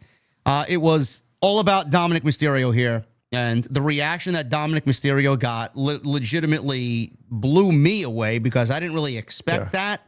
And one of the best things, Jason, to watch pro wrestling and even call pro wrestling like we do, to see someone from the beginning stages and grow and watch their story just kind of take shape on television, or if you're calling matches over a period of time, watching someone's career just go from one point to the next. That's what we saw play out on Sunday at WrestleMania with Dominic Mysterio. I know he's been in the Judgment Day. He's been more of a, he's been with Liv Morgan, comedy character, goofy. But, I didn't really expect the fans to take to him on Sunday night. It was almost like they're anointing him as the next one, on Sunday. And the fans wanted it. They got it. They reacted accordingly. I didn't expect it. We expected him to win, but I didn't expect that reaction. But, man, oh, man, I felt fucking happy for him, man. What a moment for him. Yeah, and it could just be a WrestleMania crowd. I don't think he got that same reaction the next night, on Raw. But it was unexpected. But I've been saying on my shows, I said, just remember, the fans are the heels. And we've seen different examples. We see it with Bianca right now, right? Why are some of these baby faces being booed, and then some of these heels are being cheered? Look at Becky Lynch last night, right? She's beating up Lyra Valkyria, and then all of a sudden people are chanting one more time. And we've seen examples of this before. So it could just be one of those, crowds that are very favorable to the heel. But he felt like a superstar out there. He got a curtain call. When they were done showing replays after the finish, he ran back to the ring and he posed, and you would think he was one of the biggest baby faces in the company. And yet this is the guy who was getting so much heat that you could hardly hear him sometimes on TV. But it was so perfect. Like, how could you not have him win? That's why I said Dom needs to go over. He needs to win the title, and he needs to steal the pin from Finn Balor. And that's exactly how it played out, because it feeds into this story, this Judgment Day story, and the tension that's been building between him and Balor now for months. It advances that story. So I was very happy to see him win. The reaction was unexpected, but I kind of got a chuckle when he couldn't get the mask off as he was making his entrance. I think somebody said he was wearing a Rey Mysterio Senior mask, I believe. It looked like it, yeah. And he was trying to pull it off, and he had some trouble, and Michael Cole made fun of him for it. But just to see his growth and where he was 5 years ago, when he had the short haircut, he was kind of like the timid kid teaming with his dad. And you see him now with the long hair and the mullet and And Liv Morgan. Well, that doesn't hurt. So Liv Morgan, it's been fun. It's been fun to see him grow from what he was to what he is now. And I think this is great. I think that he was the right choice to win this championship, and hopefully he'll have a lengthy run with it too, because I think he could do fun things with it. Absolutely the right decision. Braun Breaker now moves on to the main event. He didn't need that title anymore. He did okay with it, but he didn't do anywhere close to what we expected. But it's Braun Breaker. He's going to shine greater than the Intercontinental Championship. But now he's exactly where he needs to be. Balor and Dom is the story. Penta is eventually going to get it. They're building him up for that big win. It's eventually going to happen at the hands of Finn Balor, who's going to get so jealous over Dominic being the champion. We already seen that on Monday. He's still eyeing the championship. There was some spots here in this match where Dominic tried to take advantage of Finn. He didn't really give a shit. Finn just kind of anger in his eyes, put the boots to Dominic at one point. And like Jason said, Balor had the match won with the Coup de Grace. Dominic comes off the top rope with the big frog splash. He pins Finn Balor, and the rest is history. And Dominic is the new IC champion. There was this great spot as well with Braun Breaker running from one commentary table to the other and spearing Carlito through the table. Fucking unbelievable spot there. Made a great moment, great sound going through those tables. Those tables look beautiful as well, too. So he went they're right like metal. Yeah, they're made of like metal. Yeah. And so I wasn't sure if it was going to break, but I guess it's Breakers. That's kind of in his name. Yeah, he breaks things. So that was a great spot. And Dominic walked out with the title, got a huge reaction. And Balor, Dominic at Backlash, potentially. I don't know what they're building towards, but we will see what happens with that IC title. The next match was the Open Challenge. Randy Orton and whomever was going to walk through Gorilla and out to 60,000 plus in Las Vegas. There was a lot of names, Jason, that were thrown around. There were mentions of Jeff Hardy. There were mentions of Matt Riddle, Matt Cardona, Nick Aldis, Solo Sikoa. Thank God that did not happen. We landed on someone who I popped for because I'm a big fan of his. Love his theme. I think Joe Hendry is a great just guy. He's just very fan-friendly.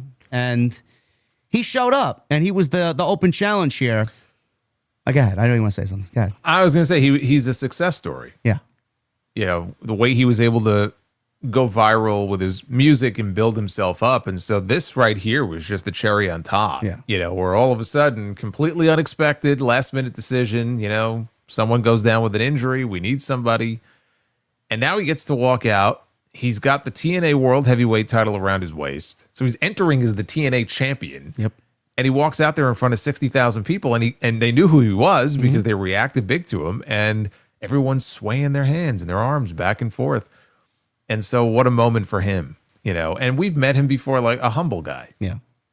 Like he's a likable guy. I don't really hear anything negative said about him. So it was I wasn't expecting him. So it caught me off guard when I heard the music. But when he walked out there, I was like, man, you know what? That's cool. That's a very cool thing. It was fucking cool when that guitar solo and his theme hit, and people were waving their hands in the air. I mean, that's just a great fucking moment. I don't give a shit who you are, if you like him, if you don't like him. It was a great moment. The match lasted 3 minutes. The premise of this was Randy Orton needed someone to beat, whether it was 3 minutes or fucking 33 minutes. It doesn't matter. He needed a win because the direction for Randy Orton was John Cena and the world title at Backlash in St. Louis. So they got that with Joe Hendry. 3 minutes. But in the 3 minutes, Jason, I mean, you talk about maximizing minutes. I've been on this kick about maximizing minutes. If you're in the ring, maximize the time that you got out there. Joe Hendry got his shit in. He did the pose. He did his fall away slam. He tried for his finishing move. And in 3 minutes, he did the pose. And then all of a sudden, a viral moment that will probably live in infamy for the next 30 years on social media. Randy Orton comes out of nowhere while Joe Hendry is posing in front of the camera. They do the close-up, and he gets RKO'd into oblivion. So it's like, people are looking at this. They bury Joe Hendry. The TNA champion was embarrassed. How could they do that to the world champion? And all these different excuses. And I legitimately am just sitting here dumbfounded at all the stupidity on social media that I had to come on my show on Sunday and spend 10 minutes talking about this because people didn't understand. You take anyone in that fucking locker room, whether it's Dolph Ziggler, Nick Nemeth, Ali, you take Sami Callihan, You ask Mike Santana, would you go out there and lose to 3 minutes at WrestleMania in front of Randy Orton, in front of 60,000 people? Every single fucking person in that locker room would have been Joe Hendry in that moment. Like, TNA got worldwide recognition fucking 1,000 times over compared to what they do in 52 weeks in one calendar year on Impact, on Access Television. Their world champion was showcased in front of the world's largest wrestling audience all year, and he got how many moments out of that match? Two, three from 3 minutes? Bro, this was a huge fucking success that accomplished Randy Orton winning over someone who absolutely went viral because of it and made their company bigger than it was before they came in here. What's the problem? Well, I mean, it's appropriate too because that's, you know, he went viral. Like I said, he went viral with his music, and that's kind of what really launched him in the first place. And you'll notice when the match was over, the first thing he tweeted, he goes, "I just wrestled Randy Orton at WrestleMania." You know, I mean, come on. So you know that he was just geeking out, you know, on the inside, probably as he's laying there looking up at the lights. I will say this though, so I agree with you, and I didn't have an issue with it. He wasn't, you know. Buried would have been him, and I thought they were going to do this. Yes. I thought as soon as the bell rings, he's going to drop him with an RKO and pin him. That would have been a burial, and they didn't do that. But what I did say was, man, they didn't have to do him dirty with the second RKO. So it was bad enough, you know, he took the first one, and then Randy helps him up, and he drops him with a second one, and then he steals the man's pose, which I thought was hilarious when they zoomed in on Randy doing his own pose. But yeah, he hit him with a second RKO and he stole the guy's, you know, pose. That to me was like, all right, did we need to, you know, rub some salt in the wound there? Probably not. But was it a burial? Is he, you know, done for? Is he finished? Like, no, he's going to be fine. And for him, he just had the moment of his career. And so I really don't see, you know, what the big issue was here. Did you really expect Randy Orton was going to go in there and have a competitive 12-minute back and forth match against Joe Hendry, someone who doesn't work for WWE? No. Evidently, from I think it might have been Fightful, said that this was a make good because there was a plan in place, I guess, for him to appear on Raw when they were over in his home country during the European tour. And the plan was for him to wrestle The Miz in his home country and lose. Now you tell me, which is better? Going to WrestleMania and wrestling Randy Orton, or losing to The Miz in a match on Raw in your home country? Not even a fucking choice, bro. Yeah. And there's talk that the person who was, running TNA at the time, he may have worked for Anthem or whatever. He was the one who ixnayed the idea and said no. And he's since been fired now. Rightfully so. Or I don't know if that's the only reason why he was fired, but like that probably would have been a fireable offense, in their eyes. Because like, how could you say no to that? But you know what? It was the right call. Sending Hendry out there in his home country to lose to The Miz. I'm in his corner on that. That would have been a terrible idea. So as a make good for that, I guess they went with him here at WrestleMania. So for him, it all worked out in the end. And I'm happy for him. But it also took away the idea that if it was Rusev or somebody like that, who they're bringing into the company, it spared them from a loss. Because Randy Orton really couldn't lose here. No. He was going into Backlash to wrestle for the WWE Championship. Whoever it was going to be, he had to win this match. Yeah, I mean, you don't want to send Rusev out there in his first match and then lose after 5 years. I mean, that's ridiculous. Well, I mean, you don't want to. I would not have been as, upset with that as if they would have sent like a Aleister Black out there to lose. I just feel like his ceiling is a little bit higher. So Joe Hendry said this on Busted Open. I believe this was today or yesterday, one or the other. He said, "My job as TNA champion and what defines this reign is business and getting as many eyeballs on TNA wrestling as possible. You know who else lost quickly at WrestleMania in a similar fashion? John Cena.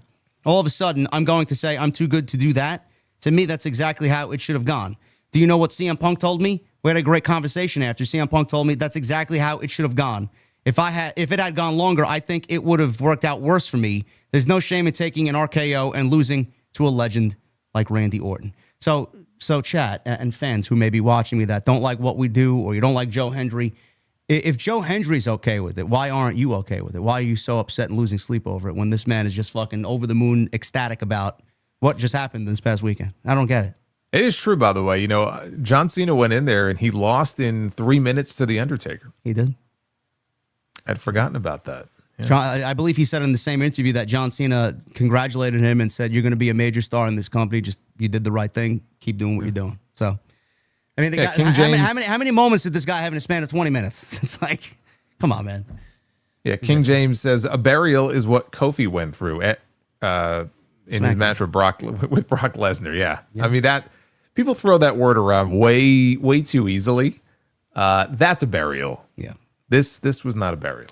Yeah, I think if it was a burial, I think the two guys on this show right now would have definitely called it out, but nowhere near, not even close to a burial. Yeah. Logan Paul, AJ Styles. This went 18 minutes. Logan Paul had one of the best WrestleMania entrances that we saw this year, so I really enjoyed his creativity with the drone. I like the drone, though, the whole grid shot. Yeah. I don't know. Logan Paul's not over with the audience as many people want him to be. I guess I don't know. No, I didn't think the entrance was anything terribly special. I mean, he came in on a zip line once. I thought that was cool. That was more fun. Yeah. You know what? If I had to say what was the entrance that I liked the most, it was probably just very simple. It was probably Punk and Heyman coming out together one last time. Yeah. I figured that was probably going to be the last time we saw that. So. Yeah, I think.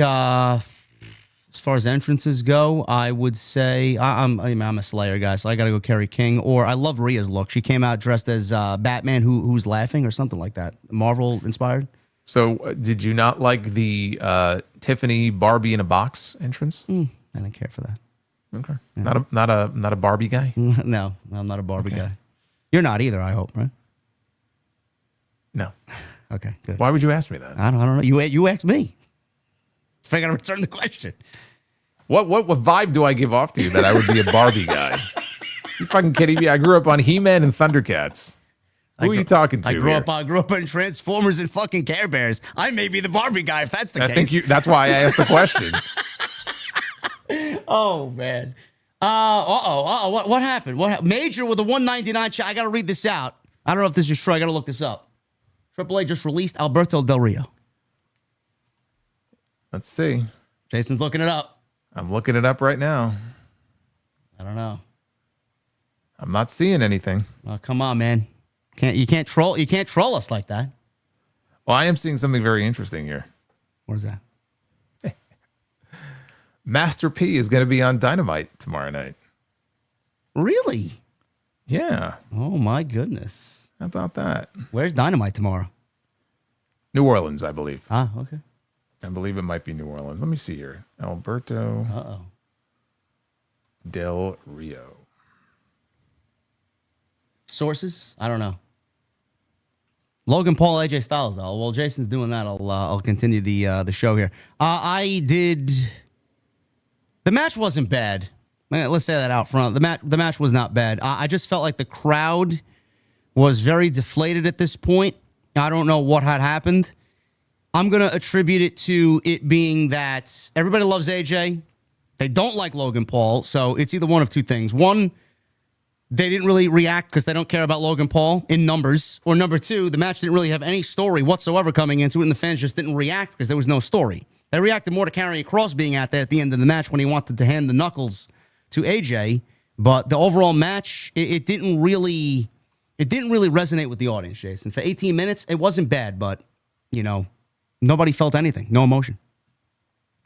Yeah, I mean, the thing is, like, if you look at the build, it had a very basic build. I mean, what was the build to this match? AJ Styles calls out Logan Paul. 3 weeks later, Logan Paul calls out AJ Styles. That was it. Yeah. It's basically what it was. There wasn't much to it. You had, there was more interaction, it felt like, between AJ and Karrion Kross, who wasn't even in the match. I mean, he appeared during the match, and he got a great reaction when they showed him. But, we got more interactions between those two, and Karrion wasn't even officially a part of the match. So I'm disappointed in that AJ, I still feel like AJ, for all the time he's been there, which is almost a decade now, he doesn't really have a lot of, he's like John Cena in that regard. He doesn't have a lot of really classic WrestleMania matches to his resume. The best WrestleMania match he ever had might have just been the match with Shane McMahon. Unfortunately, yes. I mean, you would think that he would have been able to put together, if you want to count the Boneyard, I did love the Boneyard match, but I'm talking more like in ring. I'm not talking about cinematic. And I was hoping this would be it because Logan, in the ring, he's very athletic, and I thought maybe their styles, no pun intended, would mesh. And it was just like, it was fine. It wasn't a bad match, but crowd didn't really seem to care too much about it. I didn't really care too much about it.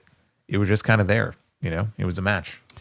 It was certainly a match. Not bad, but nothing really coming into it. I think the video package that they highlighted before this match did more than what they actually said on and did on television. So we got Logan Paul beating AJ Styles here, and he's going to continue his feud with Karrion Kross. Jason, what'd you think of the Kross, Sam Roberts, and Megan Morant sit down on the Raw recap? I thought what Karrion Kross did, whether it was a shoot, a work shoot, whatever it may be, I thought that was probably the best piece of business that he did with the WWE logo attached to it. Yeah, it was great, and I'm really happy to finally. It feels like they're actually doing something with him. I've never felt like they had a story worth investing in with him. And now, after what we saw on Raw last night, where they had that little interaction, and AJ's like, the guy you want me to be. When I looked at him a year ago in the mirror, I didn't like that guy. I hate that guy. Yeah. Goes, you want to deal with Logan? You deal with him yourself. And then he goes, maybe I will. And so now we're faced with possibly like a babyface Karrion Kross against Logan Paul, which I find very intriguing because we haven't seen Karrion Kross as somebody like a babyface that the fans would get behind. So this is going to be like a real test now to see how much the fans get behind him, how much of the reactions that he's been getting the last few days, how much of that was just being in Vegas, where, he's got roots in Vegas, I think. And how much of it is just people genuinely starting to get behind his character and what he's doing. I'm hoping this is kind of the launching pad for him to actually do something, because he's been around for so long, and there was never anything worth really investing in, with his character. Now we're seeing a side of it. It's not just like the dark kind of spooky side of it that we got early on. Yeah. And I always said, like, if we can get a closer version of Karrion Kross as the one that we see on social media, that guy, if we see some of that on TV, I feel like that could be the key for him. And I feel like we're kind of on the cusp maybe of that happening. Yeah, a lot of people were worried that he actually went off script and A lot of people were maybe thinking he'd get future endeavored or whatever the case may be. I hope that's not the case. I hope that they do have a follow-up to whatever happened there. And I'd love to see him get whatever success he has coming to him, because it's been a long time. They've waffled on him back and forth and all these various gimmicks. I just feel like this is what he's been doing.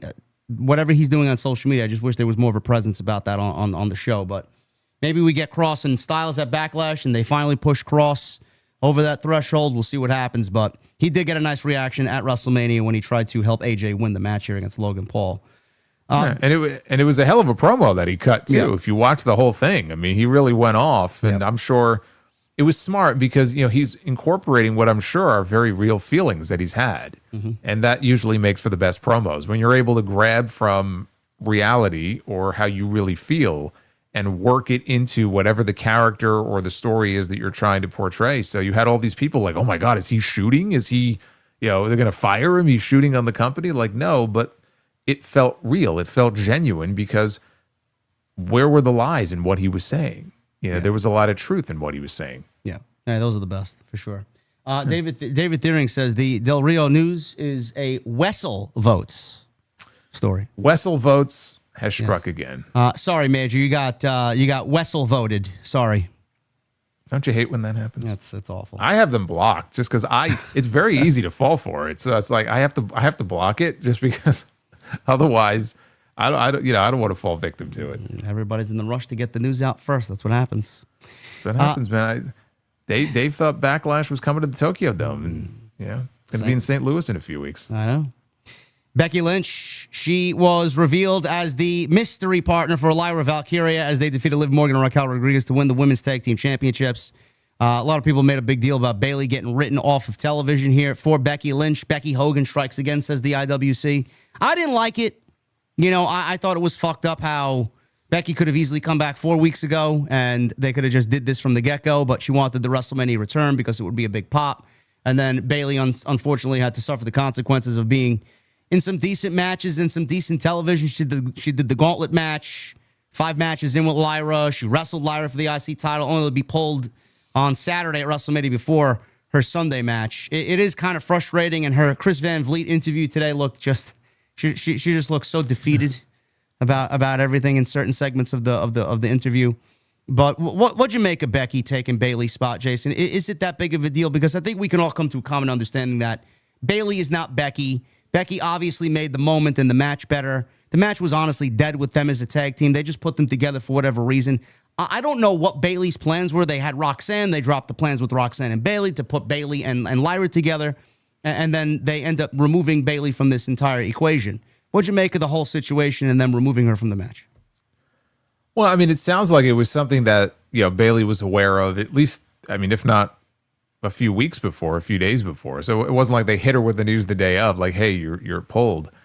So the plan was what it was. Look, Becky coming out and making her return got a bigger reaction than Bayley, or Lyra would have gotten had they just come out for the match. I feel bad for Bayley that they couldn't find a spot for her on the show a year after she won the championship. She won the Royal Rumble last year and went to WrestleMania and won the title. And then this year, she's not even on the card. So, and she's not the only one who got left off the card this year.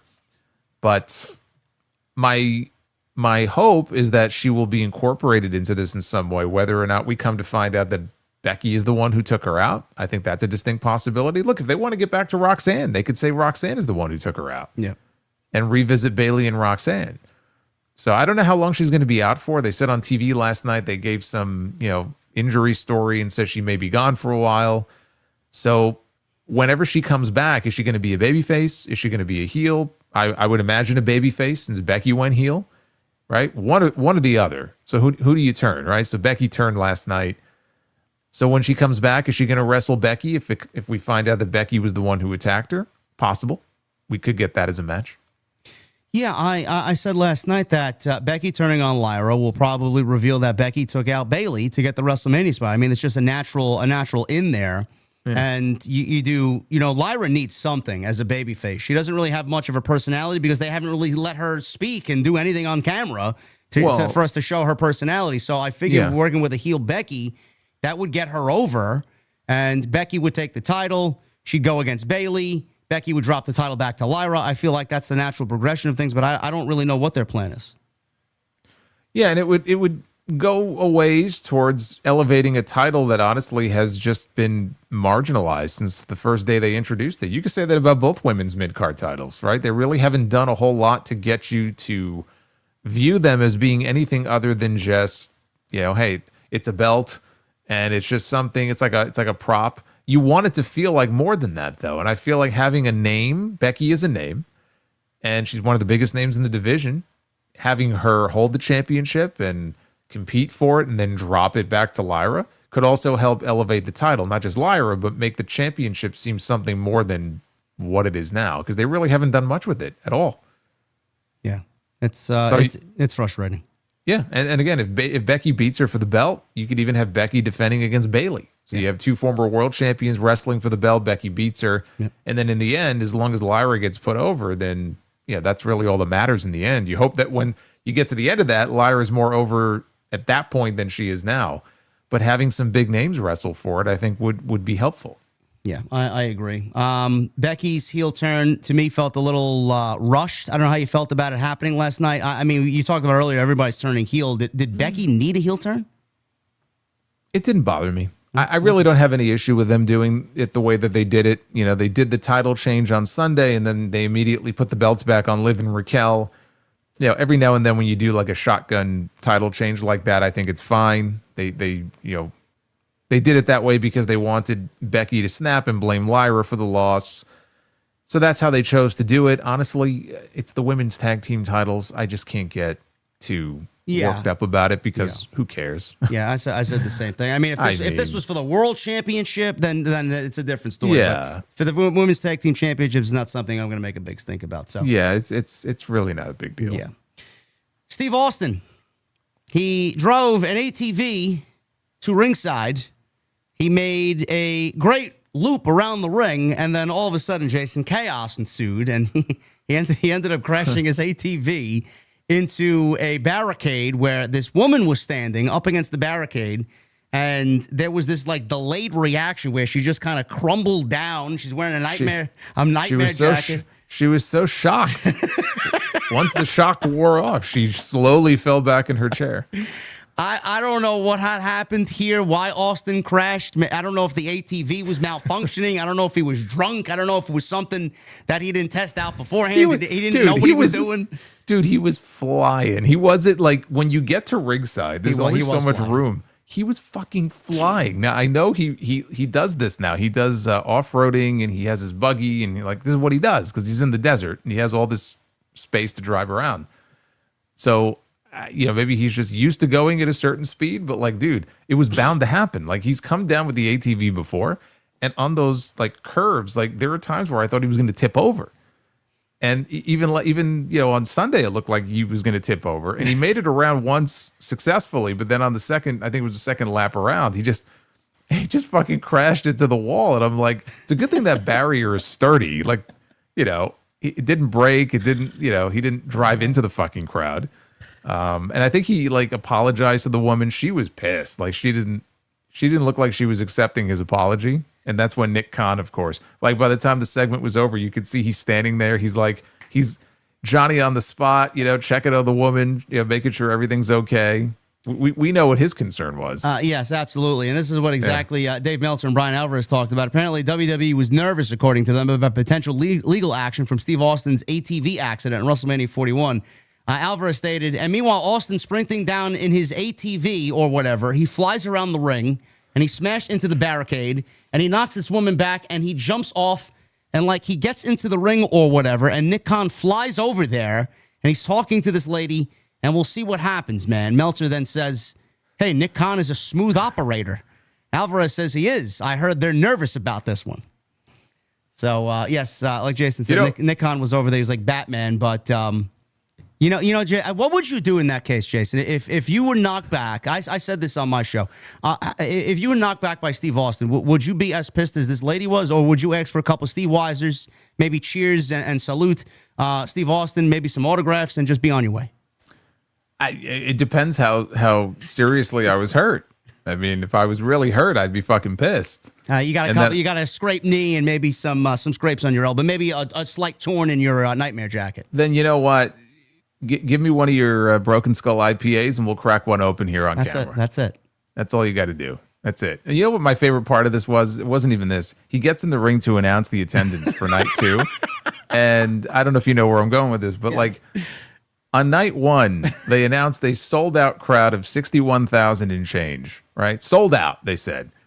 And then that was Shawn Michaels who made the announcement. Then Austin comes out on night 2 and says, we're sold out tonight with 63,000 and change. And I'm like, the math isn't mathing here because we have the same number of seats for both nights, one would assume. But apparently it was sold out both nights, even though the attendance was not the same. So I thought that was interesting. Apparently WrestleVote said that more seats opened up, more suites opened up. Did they open more seats? That's the only thing that would have made sense. If they opened either stage seating that wasn't there on night 1 or if they opened up more suites. And they were counting that. And then what was that, 2,000? I think the number was 2,000 higher. But even the quote-unquote sold out number from night 1, I'm not sure if they were necessarily sold out, but we all know, they're going to announce that anyway. And then they can announce the combined attendance, I think was 124,000 or something like that. Yeah, they love announcing those big numbers like that. So, but yeah, that was kind of funny to me. And then Austin, he walked to the back. He did not drive to the back, which was good because he was drinking in the ring. So probably better for him to be walking home than driving. Yeah, just to give you guys an idea, this is reported by WrestleTix, just as a little note here before we get to the main event. WrestleTix reports at 3:48 p.m. on Sunday that the tickets distributed for WrestleMania was 60,212. So they had to sell 3,000 more tickets before the show started. I'm going to say no, that did not happen. Yeah, I think you're right. But Yes. they have fun with them. They fudge the numbers sometimes. This is nothing new. They do this at every WrestleMania. Although with Vince, I think it was even worse. Like Vince would exaggerate by like 10 to 15,000. Yes, I mean, it would be egregious. Yes, it was ridiculous. Like you could have like a legit 65,000 people in the building, which is impressive enough, and then they would announce like 78,000, 81,000. It's like, come on, dude. Like, it's just ridiculous. Oh man, gotta love WWE, man. The more things change, the more they stay the same. So yeah, Steve Austin. Hopefully, there's no legal action there. I mean, it was an accident. It is what it is. But that's the news coming out of Steve Austin's ATV accident. And then the main event, we got Cody Rhodes, as you guys know, defending the WWE Championship against John Cena on his quest for number 17. I guess I'll let you start this off, bro. This match, just because I am who I am and everybody knows me for being a man of so many words, this match was fucking awful. I did not like this match at all. It was, we've discussed this, man. John Cena, just going back to the Austin Theory match, not good. His showcases in the Royal Rumble, and the Chamber wasn't bad because he was in there with Punk. He was doing his thing. The Chamber was fine. And he didn't work the entire match. No, he didn't work the entire match. But 25 minutes of John Cena at this stage of his career, man, I thought I was my brain was fucking melting. Cody tried. He tried his heart out. This match was fucking terrible. We'll get to the ending in a bit. But what'd you think of the overall match? I didn't like it. They started slow, and I assumed they were building. I was like, okay, they're starting slow, and then they ended slow. It was just slow. It was a very basic match because, frankly, I think that's the speed that Cena can go at this point. That's why Cena's retiring. Yeah, he said that this week. I think even on McAfee Show, he said he made a promise to himself that when he loses a step, he's done. And he says, if you look at me in 2015 and you compared that John Cena to the John Cena of today, I've lost a step. And he has. And it happens to all of us, right? He's, 47 years old? Yeah. And he worked a pretty ridiculous schedule for them, when he was on top. So he's not able to go out there and have the kind of matches that he was having 10 years ago. Like you're not going to get that out of him now. So a lot of it's going to come down to who he's in the ring with, but I had so many people who were like, that's the point, Monster. Like, he's a heel and he's going to ruin wrestling for everyone. He's working a heel match, Jade. Yeah. Like, it's supposed to be bad. That's the point. Like, think how brainwashed you need to be to be like, the company has convinced some of these people that because John Cena is the heel and he is saying that he's going to ruin professional wrestling, and when he says that, by the way, he's talking about the championship. He's going to take the title and go home with it. But they have now manufactured this excuse in their head that every time he goes out there and does anything that's terrible, anytime he goes out there and has a bad match, it's on purpose. It's supposed to be that way. Like, how delusional do you need to be to believe that? Like, no, that's not how this works. And if that is, by the way, if that was the case, that we're going to have a year of John Cena intentionally going out there and having terrible, shitty, boring matches, okay? That is a terrible idea creatively. That's all I heard, man. Travis Scott came out there towards the end of this match and did what he did, and I got the same thing, man. That's exactly what he wanted. He told you he was going to ruin wrestling. Yeah. like there's a difference between ruining wrestling as a character and just bad creative writing, man. What aren't you getting here? Yeah, or just bad matches. So, yeah, look, he did what he could. We ended up getting, what was it, 4 attitude adjustments. Yes. I think by the time this was over, he went with 4 AAs. I remember Michael Cole yelling, "What a match!" Oh my God, yeah. It's a classic. Yeah, I always love it when they tell you it's a classic when you're in the middle of watching it, instead of letting people just sort of dictate that on their own. But yeah, as a match, especially as a WrestleMania main event, when you consider the ones that we've had in recent years, it was a disappointment. It was not at the level of those matches. And no, it had nothing to do with him being a heel. He was working a certain style because he is a heel now. But the match itself was just boring. It felt like Cody had to bring himself down, to his level and work the kind of match that Cena wanted to work or could work. And then when we got to what we got to at the end, it just somehow got even worse. Yeah, Effie in the chat says, so much funnier when someone says this terrible mindset out loud. Yeah, listen, I mean, this is exactly what Jason and I deal with on a daily basis. This is what we heard all weekend for 2 nights. Doesn't it sound completely preposterous? Like, it's supposed to be a bad match. He's ruining wrestling. God, like, man. Boy, that's really exciting for the rest of this entire year that he's promised us, that he's going to go out there with Randy Orton and CM Punk and all these people and stink out the fucking joint every single month. Like, first, A, that's not what's going on here, and B, if it is, then you know what? This gimmick sucks. Yes. Travis Scott, he comes out, and this was just, I don't know what the fuck I was watching, what dimension I was in. Travis Scott comes out to his Fiend music. He took his time, Jason, and I swear to God, man, it felt like 5 fucking hours before he got to the ring. Like, he's out there rubbing the hardcore replica title. He's fucking taking it. And I'm like, who the fuck is this guy? You would think that someone legitimately that plays a major part in this storyline would be out there relishing in the moment that he's in front of 60,000 people. No, we get Travis Scott out there, and he walks to the ring after 5 minutes, and the referee's down at this point. Rhodes calls Scott into the ring, so he finally gets into the ring. He leapt over the rope, which looked impressive. I didn't even think he could do that. Well, he's been training, I think. Yeah, he has been, to give him some credit. He faced off with Rhodes. Scott tried to slap Cody Rhodes again, but Rhodes ducked, blocked it, and gave him a crossroads. Now, I'll stop there. After what Travis Scott did to Cody Rhodes, the Elimination Chamber, was this the payoff? Was this the receipt that you had expected from Cody Rhodes to Travis Scott?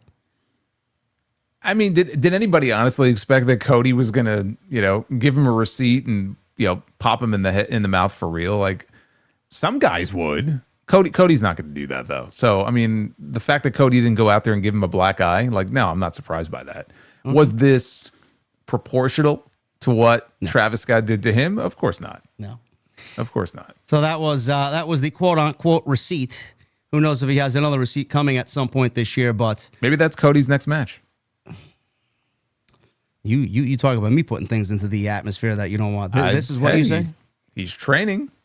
God. I mean, can you imagine that being backlash? Oh my fucking God, man. I can. That's what's scary about it. I can. Fucking imagine Pat McAfee and Gunther and Cody Rhodes versus Travis Scott on Backlash fucking in St. Louis. Imagine know what? You know what'll happen in the middle of the show? They'll come out and talk about the new gate record that they just set in St. Louis. Exactly. While shilling fucking Netflix celebrities that I've never even fucking heard of before. So this crossroads to Travis Scott. Cena, at this point, he's there, and he tried using the belt. He grabbed the belt. He tried using it as a weapon. Rhodes yanked it away from him. There's this weird tug of war with the championship. Rhodes eventually takes the championship away. And then Cena starts begging him off, like, no, please don't hit me. Please don't hit me. And then Rhodes, he can't hit him. He can't hit John Cena. So again, I'll stop there. Did they make Cody look too much like a geek here, Jason? Because I thought he looked like a complete fucking pussy in this. Like, what are you doing? Of course. But they made him look weak the first time he confronted Cena after the Elimination Chamber, and he didn't go after him. I mean, I talked about this the very first time that it was on St. Patrick's Day, and Cody came out. If you didn't want them to get physical, at least have Cody come out there and he's angry and he's ready to just tear into this guy, and have like a row of security out there and Adam Pearce just to keep them apart. They didn't do that. They just get in the ring and they have a conversation. After what John Cena did to him at Elimination Chamber, he kicked him in the dick. Wow. He bloodied him up. He embarrassed him in front of the world. He betrayed this man. And so I felt like Cody was made to look weak in that regard from day one. Why should this be any different? But this was like Cody's, I guess, Roddy Piper moment from WrestleMania 8. You remember that part of the match where he had the bell? Yeah. And he had the chance to use it on Brett, and he's like, I don't know if I... But that was different, though. Like, he had, like, him and Brett, they had established going into that match that, like, there was, like, a family connection there, and, you know, Roddy was a babyface, and should I really do this? Because he's, you know, Brett's also a babyface. So maybe that's what they were going for here, but in this case, it just made Cody it made him look like a bitch. And he was losing the match anyway. Wow. So it was just like a double blow. Of course, Cena had no issue kicking him in the dick again. But then it was just, dude, it was the way they did and this is what some people don't understand, because again, you get the criticism about how, well, you know, I'm not someone who has an issue with him winning 17. No. Okay.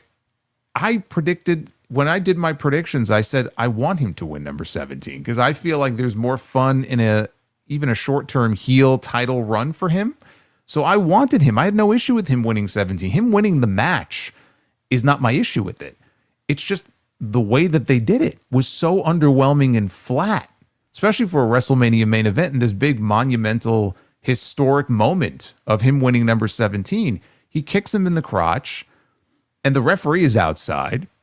All this time is going by, right? You got to wait and drag the referee into the ring, and then the referee just counts 3. And it's like, this will go down. Travis Scott played a role in the outcome of this match where John Cena set the record and won 17 world championships.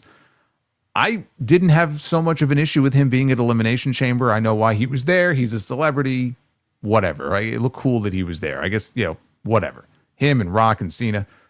Here, there's no excuse for this. There's no excuse for him being involved in the finish of this match. That was awful. And the way they did the finish was awful. Like, it ended, the referee counted 3, and I'm like, wait, what? That's it? I said the same exact thing. John Cena is going to be in the record books for winning number 17 because of an assist from Travis Scott. Yes. How embarrassing is that? And that's legitimately what Jason just said there. That's legitimately how the show went off the air. That's it. That's it. WrestleMania ended. Fireworks went off. Cena posed, number 17 on the big screen, and Rhodes is sitting in the aisleway like he was sitting in the aisleway at WrestleMania 39 when Roman beat him and he didn't finish the story in like WrestleMania sitting in the ring. Hollywood. Yeah. They got that great shot of like Roman's in the aisleway posing and Cody's in like the foreground sitting there in the ring, only now he was sitting in the aisle probably thinking the same thing. Like, I can't believe I just lost in this way to this fucking guy. It was awful. Yeah. It was awful. It was anticlimactic. Maybe I would be able to look past it if the match was like this great, fantastic match that I was really entertained by, but it was fucking boring. Everything about this to me was just a huge swing and a miss. I like a fool. I said from night 1 to night 2, I'm like, Rollins is going to be the fucking guy. Rollins is going to be the one to sell his soul next. And blah. I had all these visions. Everybody was like, this is great. The night 1 going to night 2 is going to be great. There was one guy missing from all this. One fucking guy missing from all this. The centerpiece of the storyline, the reason why we're all here, and that is Dwayne Johnson. So the discussion that you guys are finally going to get here, we're going to get into this. The Rock was not at WrestleMania. He wasn't in Vegas. They had fucking merchandise with his likeness on it. The Rock finally has come back to Las Vegas. And to be fair, because I see people mentioning this, and I mentioned that last night too, that shirt was actually made last year when they had the WrestleMania kickoff show in Vegas. That's how far back that shirt goes. Oh, okay. So, because if you go on the website, it says like it gives you the date, like it was like whatever it was, February 8th, 2024, and they still have it for sale. They marked it down, but it wasn't made specifically for WrestleMania this year. People are talking about it like it was. They might have had it in the WrestleMania store in Vegas, which that's ridiculous. But it was actually made for that when it was supposed to be Rock and Roman, and then of course it wasn't. Yeah. But yeah, just so people know. All right, that's a negative point removed from the Rock scorecard here. So Rock was on Pat McAfee Show today, and he discussed the events of this past weekend at WrestleMania 41. He discussed, going out with Pat McAfee next time they're in town for steaks. They talked about Papa Tui. They talked about whatever the fuck they wanted to talk about. So. Dude, you were watching it live, yes, right? Yes. I was watching the chat. And all of the fans of Pat's show who watch it for sports talk are just like begging this man to just please, because he was on for like 40 minutes. Yeah. And after he talked about the wrestling stuff, then he's talking about his movies, and he's talking about Papa Tui. And I'm laughing my ass off because these people are like dying here. They're like, please, for the love of God, can we talk about sports? And they could have. And the one thing that Rock did not talk about is the UFL. Yeah. Is the football league that he, I don't know if he owns it or he's an investor in it, whatever. That's the one thing he didn't talk about the entire time he was on. Well, he didn't talk about that, and he didn't show up to the fucking biggest show of the year for WrestleMania. He talked about the heel turn. Let's start there. A significant topic of discussion between Pat and Dwayne was John Cena's recent heel turn, which began at the Elimination Chamber. And it culminated in John Cena obviously beating Cody Rhodes on Sunday for the WWE Championship. Rock offered his perspective on this character shift for John Cena. He says, and I quote, "The way John, at the end of the night, raising the title, that was the bottom line. That was the North Star. And I think he's going to have this insane run as a heel. When we talked about this turn a few months ago when he did it, I gave him so much credit because when he was attempting to do what he was attempting to do takes guts because there was no blueprint for heel John Cena. So he was creating it as he went along. He was crossing his T's and dotting his I's as he went forward, and I can't wait to see this heel turn for the rest of the year. He's not a bad guy. He's just telling the truth." So I will agree with The Rock there. I know I've talked about this. I know Nikki Bella, his ex, had said something in regards to this. John took a situation that a lot of fans wanted, and he went and did it. Now, I'm sure John wanted to do it because Vince didn't allow him to do it, but I think John did it because he wanted in some weird way to give back to the fans in his final year. And I do think that's deep down what John Cena feels. So in that regard, I do kind of agree with what The Rock said. It does take a lot of guts to do this because you never know. He's been something for 20 years, and all of a sudden in his final year, he's going to go heel. Nobody really expected that, which is what added to the shock value of it. What did you make of that comment from The Rock, Jason? Did you feel like what he said, he was kind of in the ballpark of what John Cena is going for here? It took a lot of guts? I mean, it took guts. I also look at it as Cena has always been, and he's talked about this before, Cena has always been somebody who doesn't rock the boat. And he doesn't really push back. He doesn't advocate. He doesn't lobby for things. He just kind of takes what they give him. And Rock even talked about it. Like, Triple H is the one who came up with the idea. What if we turn John? And Triple H said this previously, so that was not really breaking news here. Some people thought that he just revealed that we already knew this. But he still had to go pitch it to Cena, and they were like, yeah, Cena was on board. But I feel like Cena would have been on board with almost anything they would have pitched him. I feel like he's not somebody who is going to cause problems or headaches or push back. He's going to just show up. He's going to do what the company wants him to do, and he's going to leave. And he's going to move on in his life because he's already got one foot out the door. And to him, it's like, whatever they want me to do, I'll do it. Yeah. So did he want to give back to the fans? I mean, maybe that's part of it. But I really just feel like he's like, okay, yeah, that could be fun. Sure. Why not? He did say that. Jason said that Triple H was ultimately the one who suggested the heel turn for John Cena. I like that aspect of it because no matter who did it, it was a great moment, or who came up with it rather. But it also kind of lends to Triple H doing things that Vince was afraid to do, which I also appreciate. And we need something like that, more like that going into the future with WWE. It was a little bit of a difference though. So the reason Vince was afraid to do it is because Cena was basically his cash cow, especially when it came to merch. He's like, yeah, we're not giving that up. Like he freaked out. Like we can't lose all that merch money. And now like Cena's already said, I'm done when this year is over. Like I'm finished. So of course they're like, well, it's now or never. We really don't have anything to lose here because it's his final year and he's leaving. So there's a little bit of a difference, and I can kind of understand why Vince chickened out and got cold feet. I mean, I think it sucks, but at least there it's like, okay, I'm taking a risk. And maybe he felt like he was burned by doing the same thing with Austin years ago, which really was a mistake. So it's not exactly the same situation. Is Cena's heel merch now selling #1 for WWE or no? I have no idea. I'm sure it's selling well. Yeah. It has to be selling well. I mean, it's his last year, heel, face, it doesn't matter. Like, people are still buying tickets because they want to be able to say, I went to go see John Cena for the final time. Yeah. And I'm sure if you look around that building, you see tons of Cena shirts. So we start getting into the discussion now that really just kind of angers everybody. He said, I had an idea. The most important thing about the final boss is that he wants your soul, he told Pat McAfee. Cody, I would make your dreams come true. It was a test to see how people would react if Cody sold out. So he goes on to say, I didn't want to make Cody heel yet, but I did want to give him reasons to do so. I talked to Triple H about it, and he suggested we turn John Cena heel. Do you believe, Dwayne, about them wanting to test how Cody would react if he sold out, or how the fans would react to see Cody selling out, if the idea of him selling out? Do you believe that at all? I think he wanted Cody to go heel. I mean, dude, there were reports, and to be fair here, yeah, Meltzer was the one who talked about this months ago. And a lot of people, including us, mocked him for it because there are a lot of things he's gotten, wrong recently. And he was the one who first reported that it was The Rock who wanted Cody to go heel. And either Cody refused it, or people got in Cody's ear and said, you really shouldn't do this. And Cody said no. And the second option, which apparently Triple H came up with, was Cena. And Rock was cool with it. As he said here, I'm cool with it, but you got to run it by John first. And John went for it. And I think even in the report, it might have said Punk was maybe going to be the third choice, but it never got that far. Yeah. So that was Meltzer who said this months ago. I believe that Rock wanted Cody to go heel. And he talked about it a lot in this interview. Now, look, I agree with him in that I think there could be a really good heel run for Cody. Everyone talks about like Homelander Cody. I think there could be a great heel run for him down the road. Yeah. I don't know why. He's not the only one. Like, why are people so insistent that Cody has to go heel? I don't know. I don't understand it. Like, had they turned him heel here, it would have been a terrible decision. And I think that's what he wanted to do. And I wouldn't be surprised if it was Triple H. Like, you know what? This is a fucking terrible idea.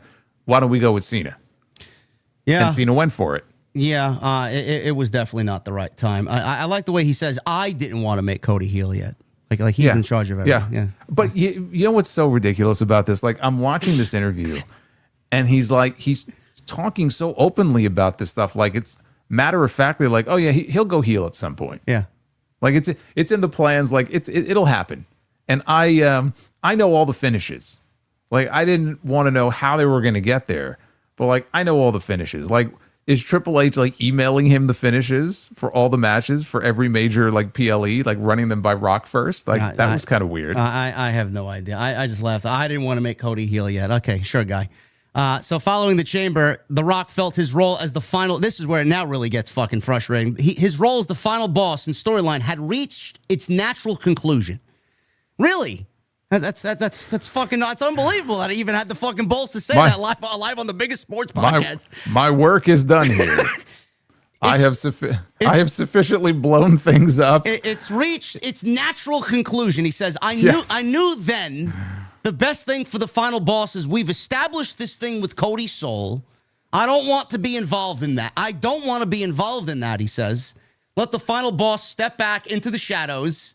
Let all the spotlight go to John Cena and Cody, and not make this about Cody's soul or John's soul. Let them do what they do. I called John and Cody after the Chamber, and I said, I think the final boss work is done. We just pulled off the greatest angle in wrestling history. I'm always here if you need me, but it's best for the final boss to not be involved in that finish.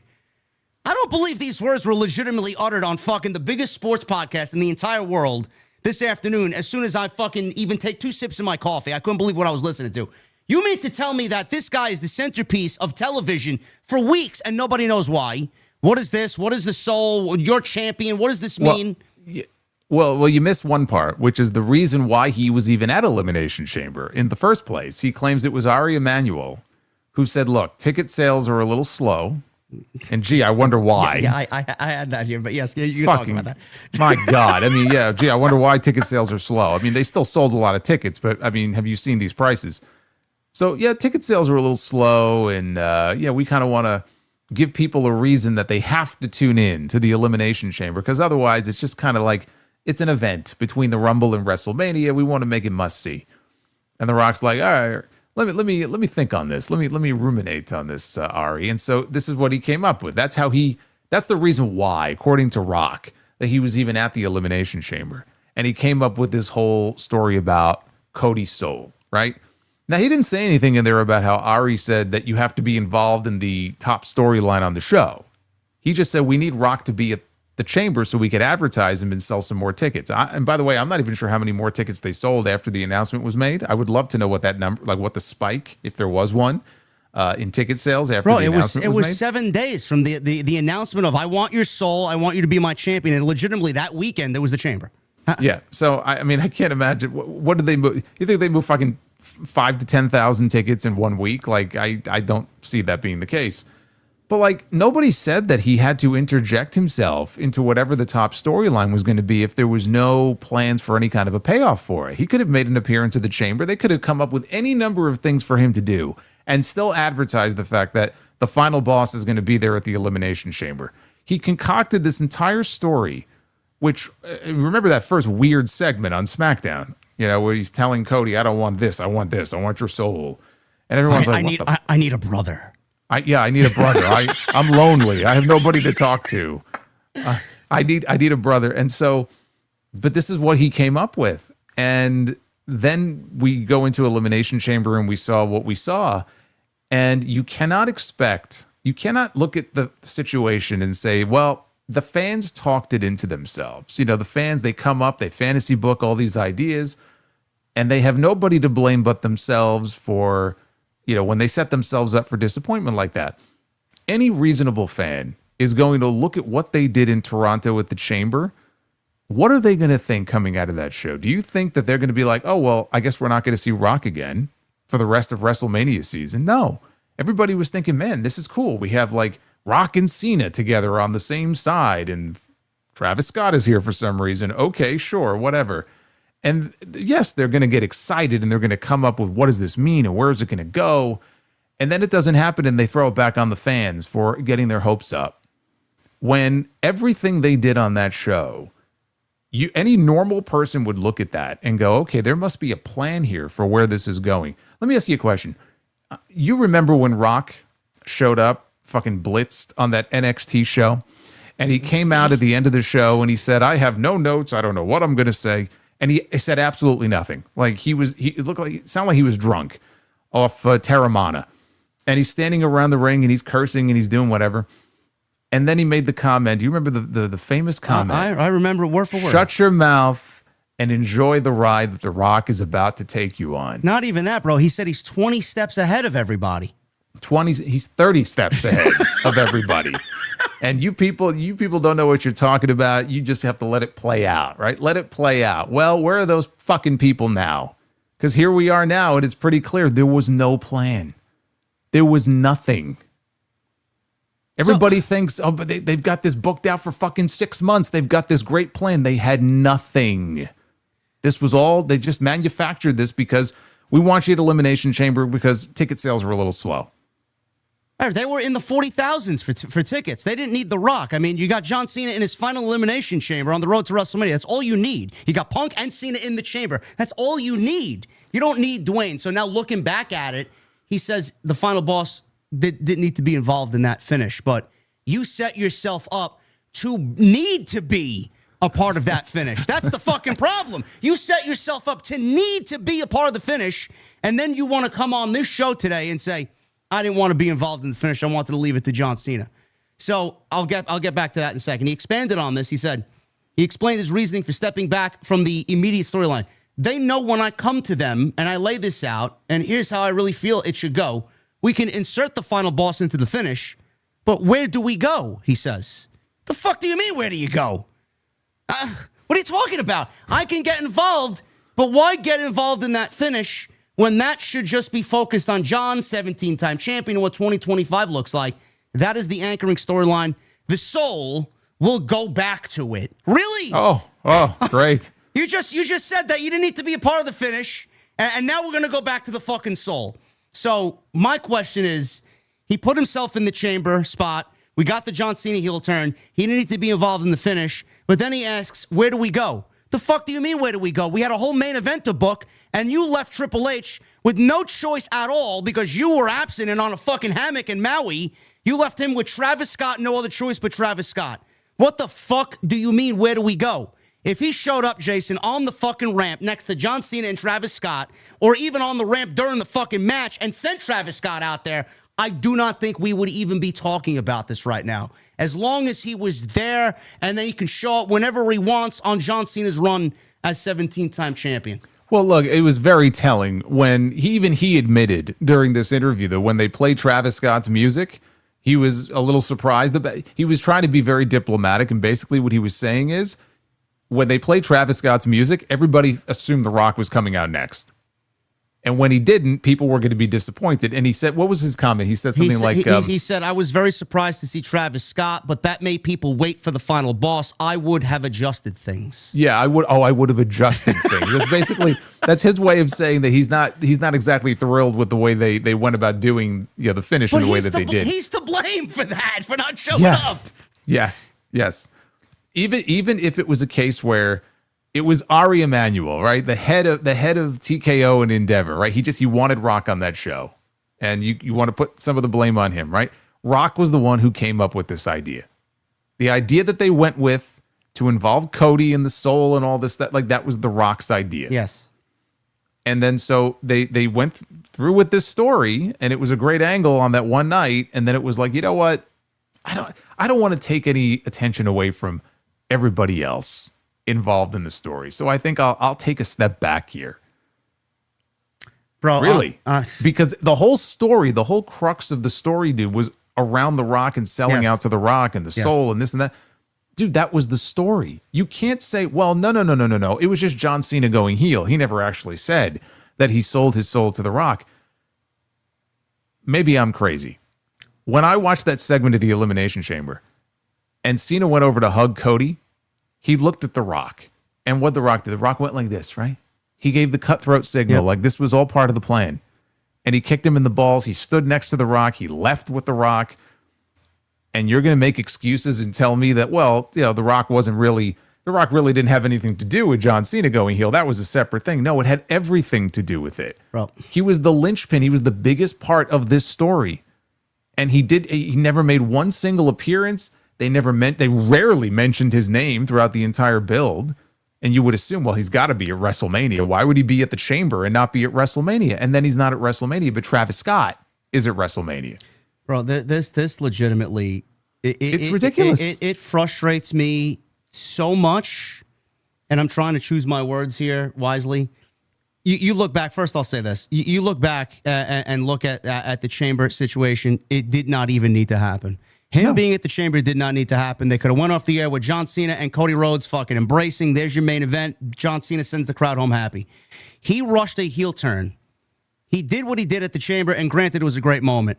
But if I could take it all back, I swear to God I would. I would end the Chamber with Cena and Cody hand in hand, friends, WrestleMania main event. And The Rock fucked everything up to a point where we are now looking back at how to change things. Imagine if The Rock wasn't involved. The whole WrestleMania main event would have been completely different. Cena could have turned heel on Cody in the main event of night 2 by kicking him in the balls after Cena congratulated Cody for a great match, took number 17, and then the shot heard around the world, and we go off the air with fucking... Imagine WrestleMania night 2 going off the air this year with Cody fucking being blasted by John Cena after John Cena turned heel in the final moments of that show. This is what The Rock took away from us. And then he says, I wouldn't have had Travis Scott go out there. I think the final boss work is done. Motherfucker, the work is just beginning. Like Jason said, he's the focal point of this story, and he opted to not show up. Meanwhile, he has the balls to show a picture of himself sitting in a hammock on his island somewhere on Sunday night. You weren't filming no movie. Where were you? Why couldn't you show up? I don't understand why you weren't there. Your inclusion is the most important part of this story, and he fucked everything up. And I'm going to say this, and this has nothing to do with Jason's opinion. This is my opinion and my opinion only. And I'm going to put my conspiracy theory cap on. I honestly think The Rock has sabotage created for Triple H so that Triple H takes all the heat, and The Rock is fucking getting away scot-free because this was nothing more than damage control. I honestly think The Rock knew exactly what he was doing, and he forced Triple H to have that fucking bullshit happen on Sunday night where no other decision could have possibly been made except for Travis Scott. I think there was one of two decisions made. Send Travis Scott out there because he was a part of the fucking story on February 1st, or we have John Cena just cheat to win and win the championship. And at that point, if that was the best decision, I would have went with that because Travis Scott fucked everything up.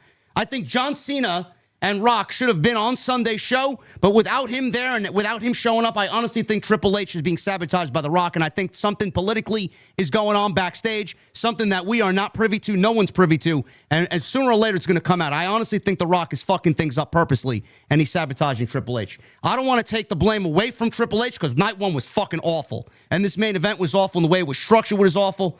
Bobby Roode, I think, was the producer for this match. It was fucking terrible. Triple H is not, innocent.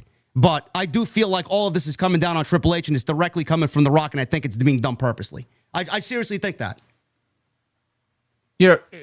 Travis Scott's mere presence there, it was a no-win situation because you're not going to see him and not expect The Rock, not to be there. So the minute that happened, and then The Rock wasn't there, obviously, the minute that happened, you were setting people up for disappointment. I don't know how they put this together and structured it in the way they did and didn't think that there would be disappointment and backlash to it. Like, it's almost shocking to me that this is the finish of your night 2 main event of WrestleMania, and they put this down and this was the plan. They went over it and they said, yeah, you know what? This is a good idea. Maybe they looked at it as a way to tie up a loose end with Travis Scott. Maybe we're not going to see him again. Maybe it was like, all right, we did this thing at the Elimination Chamber. Rock's not here. We'll have Travis go out there. He'll eat a crossroads and play a role in it. Maybe that was their way of tying up a loose end. I don't know. It just doesn't make sense to me that they looked at this and thought that this would be a good idea. It just doesn't make any sense. No, to me. I say exactly what I said. How does anyone in that company look at this the way it played out and think, yeah, that's a great way to close the show? Yeah. There's no fucking way that you're gonna look me dead in the face and say you thought that was a great idea to end WrestleMania 41 and John Cena's last main event. There's no way. There's no way anybody said, yeah, that's the way we're going to go off the air, man. We're going to go with that. Yeah. No, his hand was absolutely forced. No doubt about it. And that's what's sad about it is that it was his last WrestleMania match. And he did break the record and he won number 17. And it's a big celebratory thing, but that's how people are going to remember it. The way it went down, it sucks, that it had to go down the way that it did because it went down in the worst possible way. I mean, like you said, if they would have saved the John Cena heel turn for that main event itself, it would have been this huge shocking moment and it would have led directly into number 17. You would have had back-to-back like big moments there. Yeah. And the only reason I was against that, like holding it off until WrestleMania, is because I really didn't have the appetite to see babyface John Cena and babyface Cody Rhodes building up to this match. I just think the build would have been boring. Yeah. But I mean, as it turned out, we only got Cena for a handful of times anyway. So I don't really think it would have made that much of a difference from what we got, but the moment itself would have meant so much more if they would have done it that way. And we wouldn't really be having this conversation right now. It would have been this monumental thing. Holy shit, he's so desperate to win number 17, he did the unthinkable. We got the one thing we never thought we would see. We got a John Cena heel turn out of desperation, kicking Cody in the balls and winning the championship. And then off he goes, right? Off he goes on this heel run. And, hindsight being what it is, but that would have worked so much better and been so much more effective. But The Rock's involvement in this, looking back at it now, completely unnecessary. He can, map it out, lay it out any way he wants to. It felt like damage control to me, honestly. Him, this is how this happened and this is why that happened. And because he sees all the reaction. He's had days now to look at all the I would have adjusted it differently. Motherfucker, you were the one who caused the ending to be the way that it was. What the fuck are you talking about adjusting it differently? You know how you adjust it differently? Show the fuck up. Honestly. I mean, if you're not going to show up, I said this, and LaGreca said it too on Busted Open. He went fucking more ballistic than I did, believe it or not. If you aren't going to show up, then don't show up. I can't have this hot, cold, one foot in the fucking pool and the other not. Yeah. Bro, if you are going to show up, commit to showing up. If you are going to fuck with us, go away and do Moana or Fast and Furious 16 or whatever the fuck he's doing with Leonardo. Go away. I'm done. Everything that should have been booked did not come off the way that it needed to, and he is to blame. 100%. But dude, it goes back to the beginning of the year when we think about that Netflix Raw when he was out there. He wasn't out there as The Rock, though, right? He was out there as Dwayne, the board member, and he's putting over Cody. We complain. He's putting over Cody. But dude, I'll take it back even further than that. Bad blood. Yeah. Bad blood. What was the point of that? I'm going to throw 3 in the air and then disappear for another 3 months. What was the point? What was the point of him showing up at Bad Blood? Based on everything he said today in this interview, this only came together in the weeks before the Chamber because Ari needed to sell tickets. There was no plan in place to do anything, so the Bad Blood thing was a complete fucking waste of time. Well, Elimination Chamber isn't selling too well, Dwayne. We need you there. Motherfuckers, the reason why they're not selling well is because to take a family of 4, it's a fucking down payment on a house. The fuck you talking about? Well, yeah, they're not going to change their ways when it comes to that. But yeah, like even looking back at the Bad Blood thing, and then Cody, being put over by The Rock at the beginning of the year, and they're shaking hands. Let's drink Terramana and toast each other and everything. And it's like to then have him go on NXT and say the things he said, just to go back to that, and him be like, enjoy the ride The Rock's going to take you on, 20 steps ahead. All this, it was all bullshit, feeding us constant bullshit. And now it just feels like, okay, we have to explain this, and I don't want to take the heat for this because everyone's coming down on me. So let me explain to you what really happened here. And we'll get back to that soul stuff at some point, but it came off so badly. It came off so badly. It doesn't change what happened at the end of the show. It was a terrible finish. Thankfully, in a lot of things, they hit the reset button on Raw last night on some things anyway. And I thought that was a great show last night, but as the WrestleMania main event goes, it was ruined. And it didn't have to be that way. If you were to list out 5 things that we could do here, or 5 ways that we can do it, they chose the worst possible way. Bro, they chose the one thing that nobody even thought was even fucking possible. Who the fuck is Travis Scott? Like, what does he have to do with anything? He's a nobody in this realm. This is 2 years in a row now that WWE has had The Rock fuck things up. Thankfully, they fixed it last year. They could not fix it this year because I genuinely believe his hands were tied, Triple H. Listen, by the time... Do you think maybe The Rock is so insistent on Cody turning heel because at some point, let's say Cody gets the belt back, he goes heel, that he wants to beat Cody for the belt and then drop it to Roman? Bro, listen, I wouldn't even put it. I was gonna say I wouldn't even put it past. And that you mentioned it, I would not put it past Dwayne because that's the match he wanted to do. I mean, that's why he came back. He wanted to wrestle his cousin. I swear to God, I don't want to be a conspiracy theorist. I really don't, bro. I'm stuck on this fucking. I think he's sabotaging everything. I wouldn't be surprised if The Rock fucks this thing up so badly that Triple H takes all the fucking blame and they get Triple H out of creative, or there's a decision made to remove him. And he's the one who's in charge and puts Gewurz in charge. And by the time we get Roman and Rock, his team is in charge because he doesn't want anybody else booking the fucking match. You know what? It's at this point, nothing would shock me. You're more of the conspiracy theorist than I am, but it's just, how do you explain some of these things? Like it doesn't make sense. It just doesn't. I don't know. Can you imagine Cody going heel and him taking the title from Cody? I'm telling you, the thought occurred to me. He's so insistent. Cody's got to go heel. Cody's got to go heel, and we still haven't gotten that Rock and Roman match. Maybe that's the play. I don't know. I don't know either. This was today's news, guys. Thank you. Listen, we have 5,000 people in here, and we've been on the air for now 4 hours. You believe that? We're only growing in viewers on this Tuesday night. Thank you guys. Well, we had a lot. There was a lot that went on this weekend, so we knew it would be long. But that's fucking crazy, guys. Thank you so much. 5,000 large in here. We got almost 2,000 likes. Hit that thumbs up. We are 80 likes away from 2,000. If you guys can hit that for us, we would really appreciate it. We're gonna get into your super chats now in just a second. Again, if you guys enjoyed the discussion, you know where to find us. I linked Jason's Twitter and YouTube down below. You guys know where to find me. We appreciate everything. This was the biggest and best WrestleMania season for both of us. We were discussing it before we went live on the air. Without you guys, we're not doing this. And from me to you, and as I'm sure Jason feels the same way, you guys make everything worthwhile. You make it fun. And you have allowed us to live the life that we are living right now. It's all thanks to you guys. And there's no possible way that we can repay you. And we enjoy spending our Tuesdays with you. And basically every night we're live, we enjoy spending it with you guys. We thank you very much. Thank you, man. Let's get into it. Super chats. There's many. Michael Krause with the 2 TNT after Mania. Let's go. Yeah, thank you, Michael. Undertaker. What's up, brother? Haven't seen you in a while. Cena really wanted to ruin pro wrestling. He should have put the title in a briefcase. Never be seen again. It's been a while. Hashtag OTS for life. You know, some people were saying that John Cena is going to do what Jon Moxley did with the WWE title. I don't think we need another Death Rider story. Oh, that'd be great. Yeah. That's what we need. No. One Death Rider story is not good enough. We need 2 of them. No. Gabriel Boss, thank you, brother. Monet and Athena match received the same praise like Io, Bianca, and Rhea, and they didn't need to hit every shot in their arsenal to make it memorable. It was a good match. It wasn't better than the triple threat match at WrestleMania. And he also says Io, Rhea, Bianca gave all that they had, but Monet and Athena only scratched the surface. Wait till they meet at a pay-per-view. Monet killed it again at high stakes. Yeah, I didn't see what she did over in the United Kingdom. I believe she wrestled at Rev Pro. Yes. I don't know what is going on with Monet and Athena. I do think that Mercedes is going to win the Owen and go to wrestle Tony at All in Texas. So that's what we're looking. We didn't even get to AEW.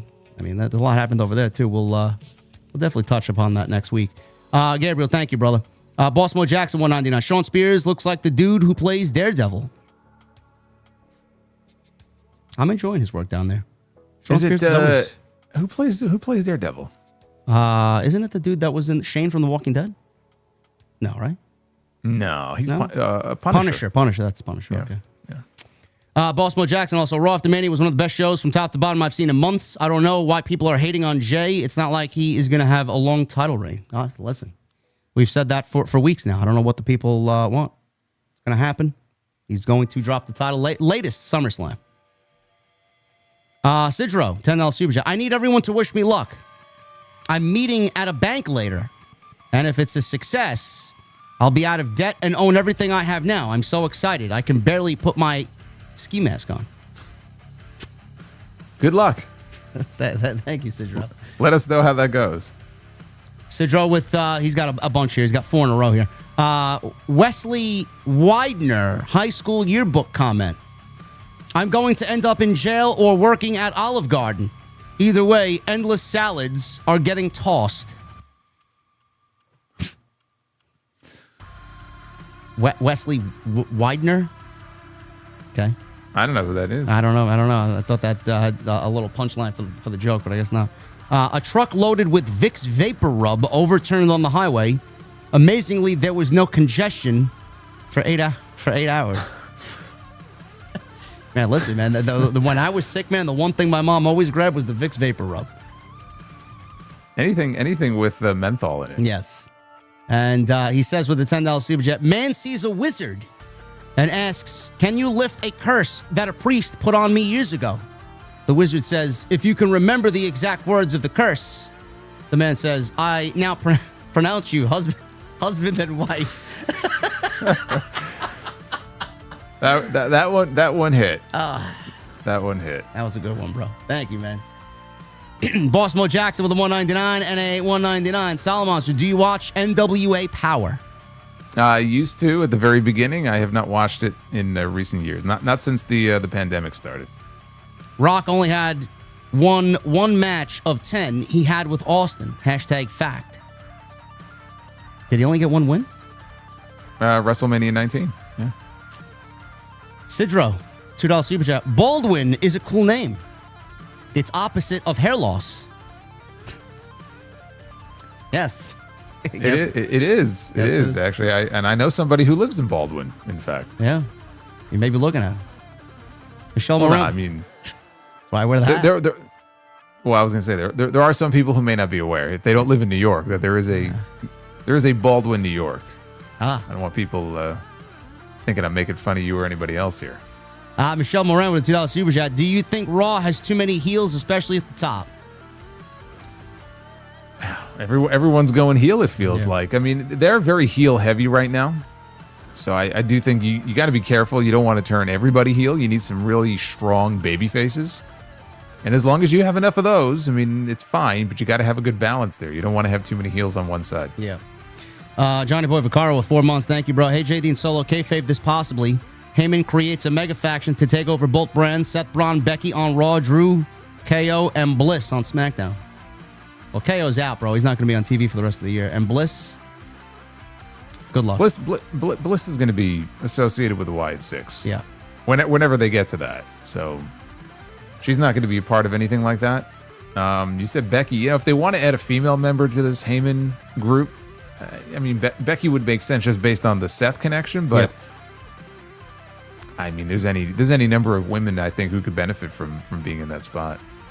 Trey the Trillist with the 24 months. Imagine the story Cena and Cody would have told without The Rock. Yeah, we just talked about that, bro. I mean, imagine the heel turn didn't happen to the Chamber. We went off the air happy. Cena and Punk fucking, ends the show. Cody comes out, shakes his hand. We get the heel turn at Mania. I mean, Rock fucked everything up, bro. I said, it could have been the story about I have to win number 17. If you really focus on 17 and Cena talking about how this is it. This is my last shot. I've been on this horrible losing streak, which he mentioned, right, on the Netflix debut. And I may not have another shot at it. And you guys have given me so much over these 25 years, and I've got to win 17, and made that the story. And then done the match, and again, he's trying everything, all these attitude adjustments and everything, and then he's so desperate, then the kick comes. And it's like, holy shit. Yeah, I don't understand it. I don't know. I hope that they know they fucked up. I don't even think they give a shit. They really don't. All the money they made. Yeah, I mean, as long as but they just said it was the most successful that's all they WrestleMania of all time. So I mean, they don't give a shit. Jamel with a 499. Which was worse, the Mania main event or Dynasty main event? Meaning the endings. I'm gonna go Mania 100%. Mania was worse. It was it was obviously the most disappointing because of what it meant. Dynasty, it's just us hating on the John Moxley shit because it needs to fucking end. But the Mania main event ending was much worse. Yeah. Johnny Boy Vaccaro with a 20. Motor City Machine Guns need a classic DIY New Day team tension being losers. Sabin and Shelley have been a team for 20 plus years, and now on the big stage they can't handle it. We need one-on-one feuds to give fans some emotional connection. Listen, I think Friday's a start. If they can't get people to pop for them during that ladder match, I don't know what the fuck they're doing wrong. We'll see what happens there. M. Mills again with the $100 super chat. We thank her for the huge generosity here today. Thank you, M. Mills. M. Mills was with me this weekend for WrestleMania, and she's awesome. Tone C with a 2. Stephanie Vaquer, heart emoji. Listen, bro, don't get me started. Blue never looked as good on Monday night. Blue's my favorite color. Yeah, she wears it well. Benjamin with a 100. Thank you again, Benjamin, and congratulations on your success. Thank you for being here, brother. Sidro with a 2. He drank so many broken skulls he could have gotten one. I wonder how many beers he really did drink before he went out there. He definitely had a few. I was going to say, yeah, the Rock telling everybody a few months ago, like, enjoy the ride The Rock is going to take you on. That ride went about as well as Austin's ATV ride did the other night into the fucking barricade. And people were so stunned to hear his music, and then he didn't come out for like fucking 3 minutes. It's like, now we know why. He missed the ramp. Where was he? He missed the ramp. It's like missing, like you have a exit that you have to take, and you drive past the exit, and then you stop and have to back up so that you can go out over the proper exit. That's basically what he had to do. I'm like, where is he? Is he coming out? Like, where? And then he finally drove out. I had no idea he missed the ramp onto the stage. Boss Mo Jackson with a 199. Predictions for Heyman's new group, JD and Solo. We talked about that tonight, brother. We went over a bunch of names. Johnny Boy with a 20. Women's Intercontinental and Women's United States titles won't be completely useless. It is created for the NXT women like Julia, Stephanie, Zarya, Grace, Perez, Ruka, and etc. Not all will be at the top of the mountain. I don't know if all those women are going to be on the same on the roster at the same time imminently, but yes. If WWE could keep a solid division on both Raw and SmackDown, yes. Sidro with a 2. Picture this someday. Rusev versus Jacob Fatu. Oh, I can believe it, brother. That's definitely one of the matches I'd love to see from Rusev in this return. Oh, yeah. Our guy David Thiering here with a $10 super chat. For those who don't know, can you guys give a rundown of House of Glory Isolation on Friday? I'll let the commissioner do it. Well, we have the Alpha. Konosuke Takeshita is coming in to wrestle Mike Santana, who's had himself a hell of a run as the HOG World Champion. So that's the main event. That's the key attraction on the show. And tickets, if you are local, tickets are still available. You can go to hogwrestling.net, cheap plug. But it'll be airing live on Triller TV Plus as well. Yep.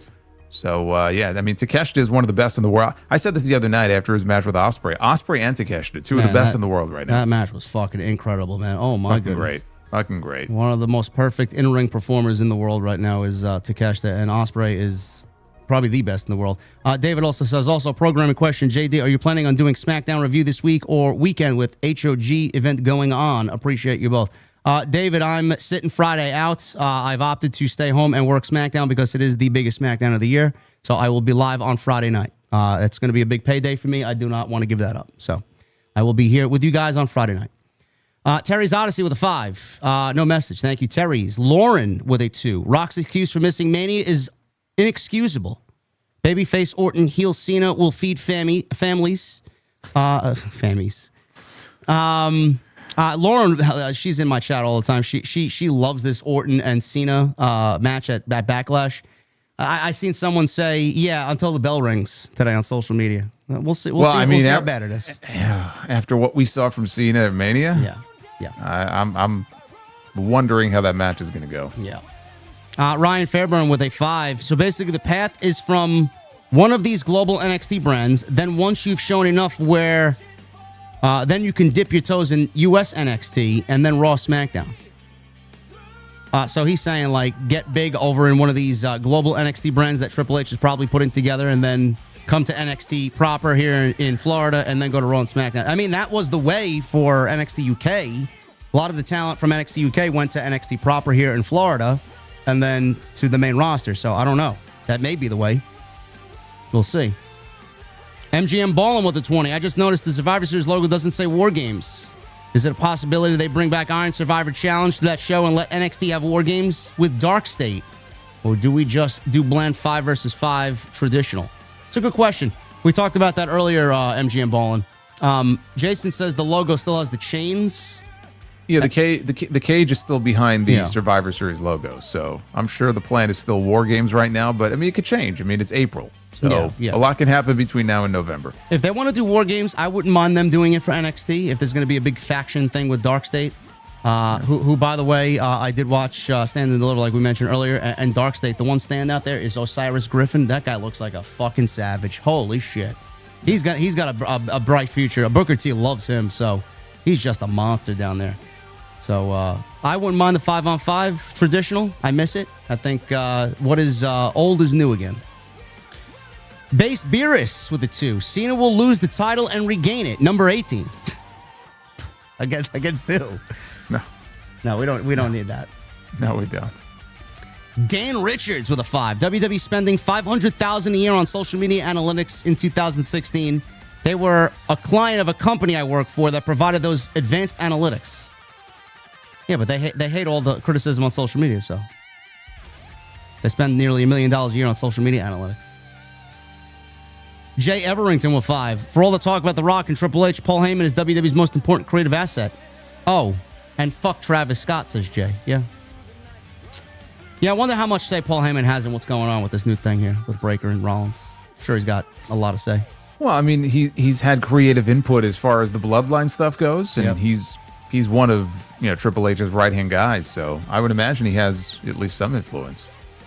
Matt Scales with an 8. Hey, JD and Solo, I was thinking Andrade needs to move to Raw. I wonder if his divorce has anything to do with him not being on TV. I don't think so.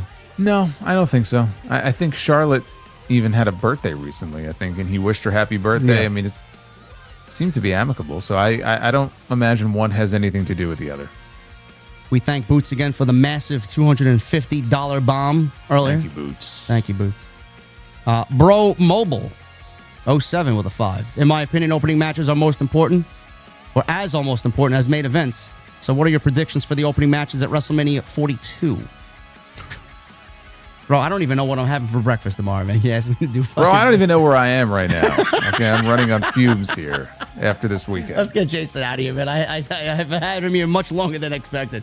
Australia is OTS for life. Thank you, bro. Chaotic with a 499. Best Mania sets.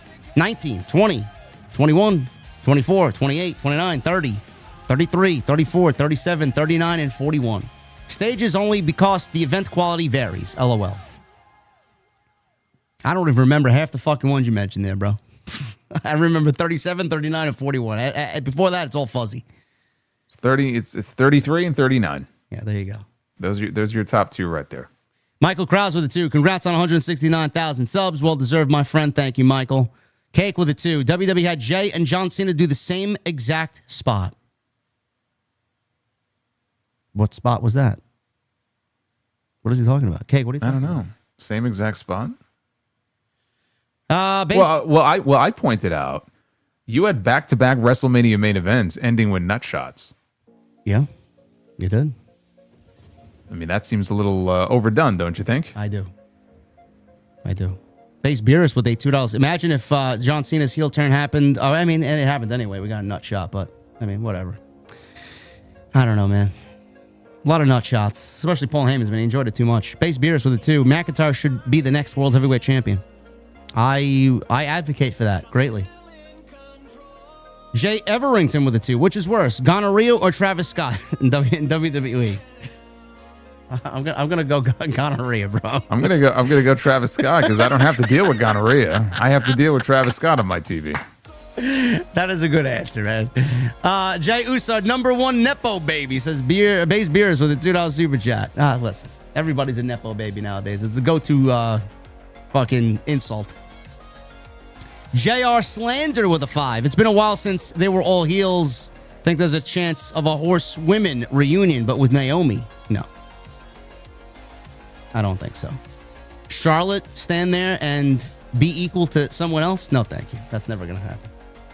Hollywood guy with a 2. JD or Solo, what are your top 5 Mr. Perfect matches? Anything with Bret Hart? Yeah, I mean, the two matches with Bret, so SummerSlam 91, King of the Ring 93, those are really the two standouts. The career-ending match, the Loser Leaves Town match on Raw with Ric Flair, that was very good, too. That was good, too. Yeah. Hollywood guy with a 2. Thank you, brother. Michelle Moran with a 2. Why does Rock want Cody to turn heel so bad? For the reasons that Jason mentioned. So he wins the title. Rock as a babyface beats him and then drops it back to Roman. The Anoa'i family needs all the gold. Base Beerus with a $2 super chat. I feel like we always wish for TLC and Stips on TV. No, we only ask for Stips and TLC matches on TV because the feuds don't have any story. So the next best thing we go to is fucking Carnage. Hollywood guy, JD, Stephanie Vaquero looked hot in blue. Bro, come on, man. You ain't telling me nothing I don't already know. Ryan Fairbairn with the 2. Put Rusev with the New Day. The new Rusev Day. No.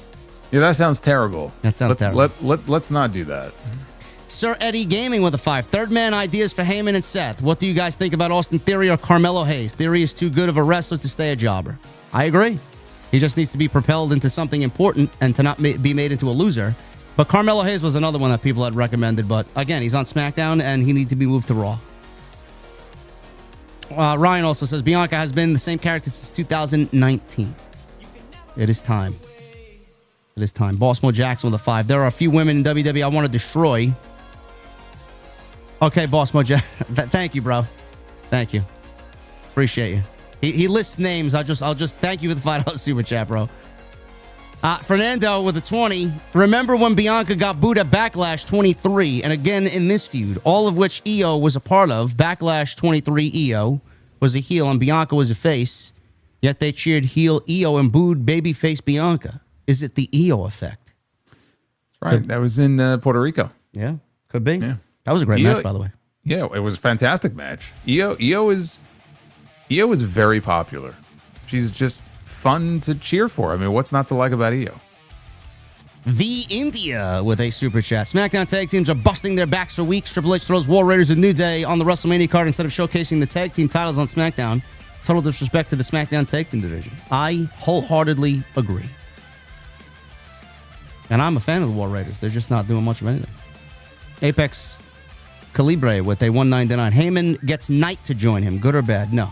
LA Knight stays a babyface. Nima, $5. Do you think Rusev will go to his KOK gimmick where he lets everyone smash his wife? Oh, man. No, they're not going to allow that. That's not going to happen in Triple H's era. Base Beers with it, too. The Hendry match should have been competitive. Sure. Randy Orton thinks otherwise. Devil Jinx with a 5. Charlotte Flair, a woman whose ego is matched only by the amount of artificial ingredients she is injected herself with. God. You guys are fucking losing it, man. Thank you, Devil Jinx. Base Beers with a 2. Buy or sell. World Elite or League of Nations? What is the World Elite? I don't know, but I'm going to go with League of Nations. Are you buying on them? I guess so, yeah. I'm buying on League of Nations, too. Jamel Turney with a $4.99. Think about this. Charlotte has just as many title reigns as Randy Orton in his 23rd year. Listen, bro. You're going to anger me at this late hour? No. Please. Walker Stubbs, $5. Hey, Mr. JD and Solo. Just wanted to see what the discussion is about. Have a good rest of the week. Well, thank you, Walker. Appreciate it. It's about everything. Yeah. Base Beers with it, too. Vader powerbomb on a cinder block. Darby Allin. Are you advocating for Darby Allin to take a Vader powerbomb on a cinder block? He probably would. He'd probably be the first to recommend it. No, but yeah, I saw the photos. Darby was doing his expedition there, and that was what he's alive. He is, yeah. This good. was like I don't know, 10 days ago, whatever. I haven't seen any updates since, so I don't know how much progress he's made, but apparently he's on his way. He's on the mountain. Base Beers with it too. Who wins in a shoot, Nunzio or Hook? I'm gonna go Hook. I'm gonna go Nunzio. Okay. Base Beers also with it too. Can we get a Kiss reunion at WrestleMania? Gene Simmons at WrestleMania. I'm surprised that never happened. That hasn't happened before, even in the early days. No, that's crazy. I'm more interested in Shannon Tweed at WrestleMania. Yes, absolutely. Gary with a 615. Hey JD, with The Rock's bullshit excuse as to why he didn't show up at WrestleMania 41, was it still a good idea turning Cena heel with how things turned out? Gary, we discussed that several minutes ago.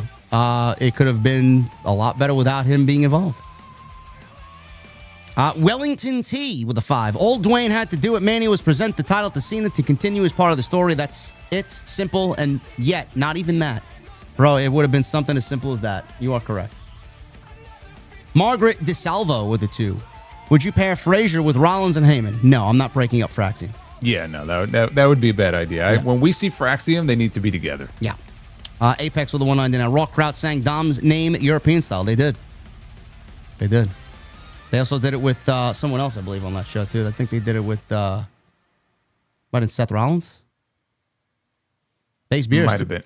Yeah, it might have been. Yeah. Base Beers showcased. He looked like a jabroni. Oh, you mean Joe Hendry? Yeah, listen. It's 3 minutes, man. It's the best 3 minutes of his life. Major fell for Wrestle votes. Thank you for the 199. Project Libertad with a 5. I noticed most people complaining about Hendry losing to Orton are type to defend the one-sided New Japan and AEW partnership. Listen, bro. They don't know what they want. Nobody knows what they like or what they don't like, man. A lot of complaining for no reason online. Ryan Matthew Russo with a 5. My buddy bought a finally The Rock has come back to Vegas t-shirt at Mania. Laughing my ass off. Dwayne the Ghoul Johnson. He ghosted us. He did. That's a good nickname for him for sure. We're gonna have a new faction. It's gonna be the Ghoul faction. Goldberg and the Undead Rock. Oh my God, that's fucking hilarious. Thank you, Ryan. That was hilarious, man. Rome collected with it too. Nerd voice. JD, Batman is DC, not Marvel. I'm sorry, man. I can't tell the fucking difference. Who gives a shit, really? I'm sorry. I should know that. I'm a big Batman guy, and so is this guy. He would have been the first one to correct me. Yep. Juliet, 316, $2 super chat. The Universal title is officially, finally dead. I don't know what took them so long. Finally. Blue Jay was only created to make Roman's reign even more impressive. So, and end Roman as the final Universal Champion. Blue Jay with 199. Rock saying he wasn't needed at Mania. Why do it? We're all asking that. Cake with a 2. Cody paralyzed KO with an Alabama slam for less. His injury did not happen there. Kevin Owens said that injury. I mean, it didn't help, but he didn't get injured there. Well, what's weird is he probably got hurt in the match he had with Rey Mysterio, which was on TV in January, and so Owens missed Mania, and then Rey Mysterio was supposed to be in Mania, and he got hurt, and he missed Mania. Yeah.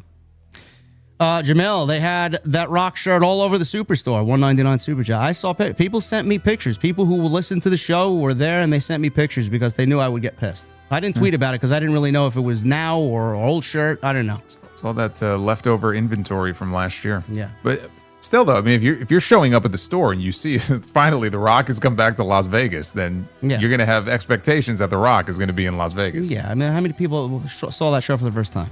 Many. Major with a 199. 70% of the Andre winners get released. Good luck, Mello. Mello ain't getting released. Come on now. Red Hood with a 5. Why is Bale... You mean Bailey? You forgot the why. Bailey always getting disrespected. Why does it feel like she isn't even a horsewoman and more of a cheerleader? I don't know. Maybe listen, man. It's just one of those things where the company just kind of passes you by, and the companies use you to a point where they just feel like there's nothing left for you. I don't know.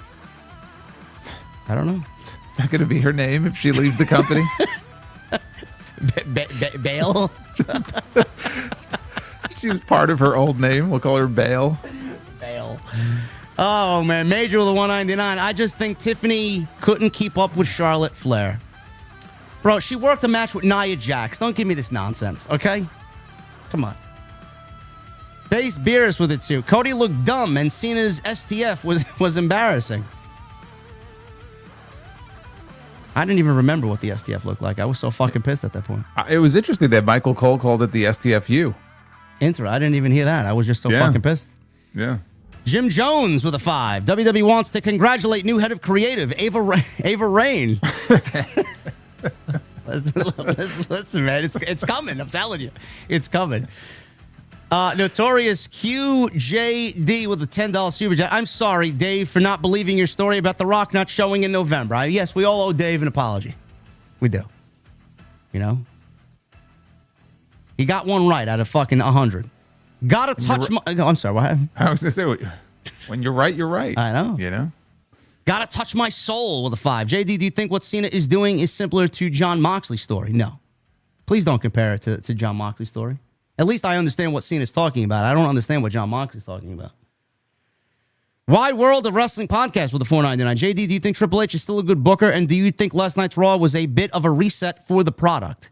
Well, the Raw after Mania is usually a reset show, Wide World. And do I think Triple H is a good booker? How much worse can we get coming out of Vince McMahon?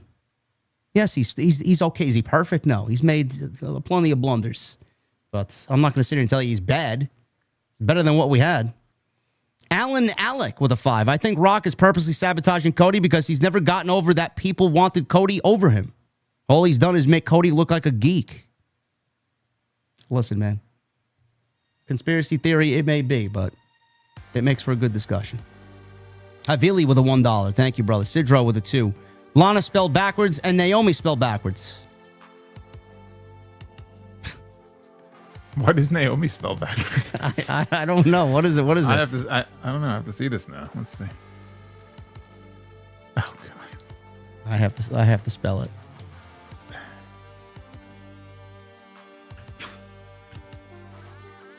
Oh, okay. Thank you, Sidro. I appreciate you, bro. Thank you. Havili with a 2. Best Benoit 3-way match at Mania, 16 or 20? 20. 20. Yeah, 20 is this. I don't like 20 as much as some people do. Some people think it's like top 3 greatest Mania main event of all time. It's an excellent match, but I don't rank it as high as some people do. Yeah, I'm taking the WrestleMania Night 1 main event this year over that. People are like, well, it's better than Benoit, Triple H, and HBK. Yeah. I'm taking it. Brent Amania with a 2. Will Rock and Roman happen anymore? Oh, it's going to happen because Rock wants it to happen. It'll happen on his time when he gets complete creative control. Nightmares Adventures with a 5. I stayed up all night wondering where the sun went, and then it dawned on me. Thank you, Nightmares. Mark of Cain with a 10. JD, I have to correct you. Fast and Furious is up to 17. Oh, excuse me. I didn't even think it was up to that. Are they really up to 17? Please have your... Oh, no, he's kidding. Okay. No. Elizabeth, you could have fooled me. I think they're up to 10 or 11. He says he doesn't even know what the number is. It's probably much higher than that. I think they're up. Wait, I think they got to be up to 10, 11. Yeah, I think you're right. Yeah, no, it's 10 or 11. It's not 17. Spirit Enigma with a $10 super chat. That finish reminded me of Bayley being afraid to use a kendo stick, which kills her babyface run. Cody hesitating would have made sense if Cena was still the hero. Then Cena cheats like Austin at 17. Yeah, now it's funny looking back at how things should have been now with The Rock not being involved. Mark of Cain with a 10. JD, I'm with you on the Rock conspiracy. I know Salamonster's brain doesn't work like that on conspiracy theories. He needs it certified by CNN. But that's why you two are together. Complete the full picture. Okay. Thank you, Mark of Cain. Drew McIncock with a 199. Ah, my boy. He says JD from NY is greater than JD McDonough. I don't listen, man. I'm not going to put myself over JD McDonough. You know what? I don't know if he could take a bump like he took. No. And live to tell about it. That was scary.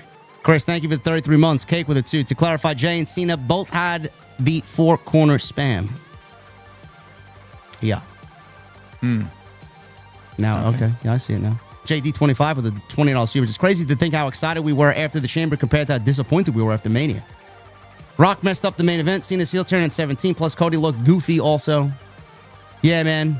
It's going to be one of those things. It's going to be one of the bigger what-ifs of the modern era for sure. Alex with a 5. Brother JD and Solo 4 hours in and 20 more to go to make it a full 24-hour live stream. One of these days. I feel like I've already done it. Like it's been nonstop, continuous wrestling now since last week. Cozy with a 299. SummerSlam, CM, Punk, Cena, Braun Breaker, Jey, Seth, Reigns, Drew, Cody. Oh, he's doing Cena, CM Punk, Braun, Jey, Seth Reigns, Drew, Cody. I like it. I could see it. Triple M with a 2. Oblivion Remastered is peak. Enjoy your nights, guys. Yes, I saw everybody's playing that today. They remastered Elder Scrolls today. Thank you, brother. Sidro with a 5. Remember this joke, Solo? Made Solo crash on this one. Where do bad rainbows go? To Prism.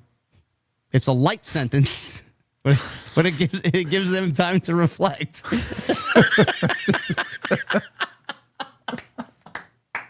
Oh my God, man. I gotta get out of here, man. I need a fucking beverage. I need to go relax on the couch. Sidro, you're fucking crazy, man.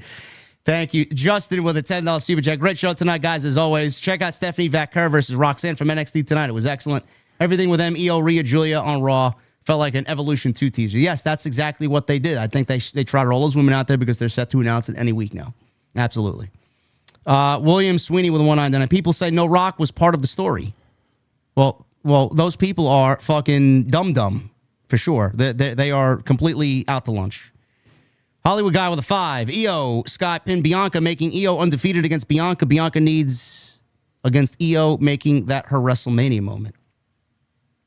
Yeah. EO is everybody's, EO's the bane of everybody's existence. William Sweeney with a 199. Cena said we get nothing, so no Rock? No, it doesn't. We both said it on our shows. It doesn't work that way. No. Big Hoss with a 499. Thoughts on Julia, Andrade, and Theory as Heyman's group. Factions can help WWE's creative and bloat issues. Julia is not getting called up, bro. If they're going to call up anybody, they're going to call up Stephanie before Julia. And Drew, again, Jason. I was just going to say, Andrade does need somebody with him, though. Yes. He does need a manager desperately. I don't know that the Heyman group is necessarily the best fit, but he needs to have somebody with him. Let's bring in our guy, Jose, the assistant. That'll work. That works. But he needs somebody there to be by his side and to assist when it comes to promos. And I think he'll get more promo time that way, but he needs to have somebody with him. That's why the pairing with him and Zelina works so well in NXT. I did. I missed that. And this is the last one before we get out of here. Drew McIncock with a 199. You want to fight? Let's glow. That's it. No more glow. She has new music now. No more glow. I like it. Jason, sound us out of here. Sound us off on what was a tremendous episode 92 and the support that you guys showed tonight. William Sweeney with the 199. They keep coming in. I agree with you. Rock is all bullshit. I agree, brother. We had 5,000 plus, 2,100 likes plus now. And the super chats, you guys fucking absolutely killed it. Like Rock killed the main event on night 2. Jason, sound us off, man. And like Austin killed that barricade at WrestleMania Sunday. Yeah, I just want to say thank you. I mean, it's been a very busy weekend for both of us on our respective platforms, but you guys came out in full force this weekend. You guys came out in full force tonight. So it's been a lot of fun. Even the parts of WrestleMania that weren't necessarily fun. You guys made it fun. Thank you so much. Thank you to everybody who helped get me over 86,000 subs on my channel. I appreciate it. And you guys are awesome. This is probably the best TNT we've done yet. This is the biggest and best. Absolutely killed it tonight, guys. You guys are great. We will be back next week. Episode 93. Hopefully we'll be coming down from our post-WrestleMania highs and lows. And we'll get back to a normal week next week. We got Dynamite tomorrow. Jason will be live on his channel covering Dynamite. Looks like a great show. And I know it doesn't stop. It doesn't stop. And we will definitely be back with you next week. Thank you guys again. Episode 93 next Tuesday, same time, same channel. Have a good night, guys.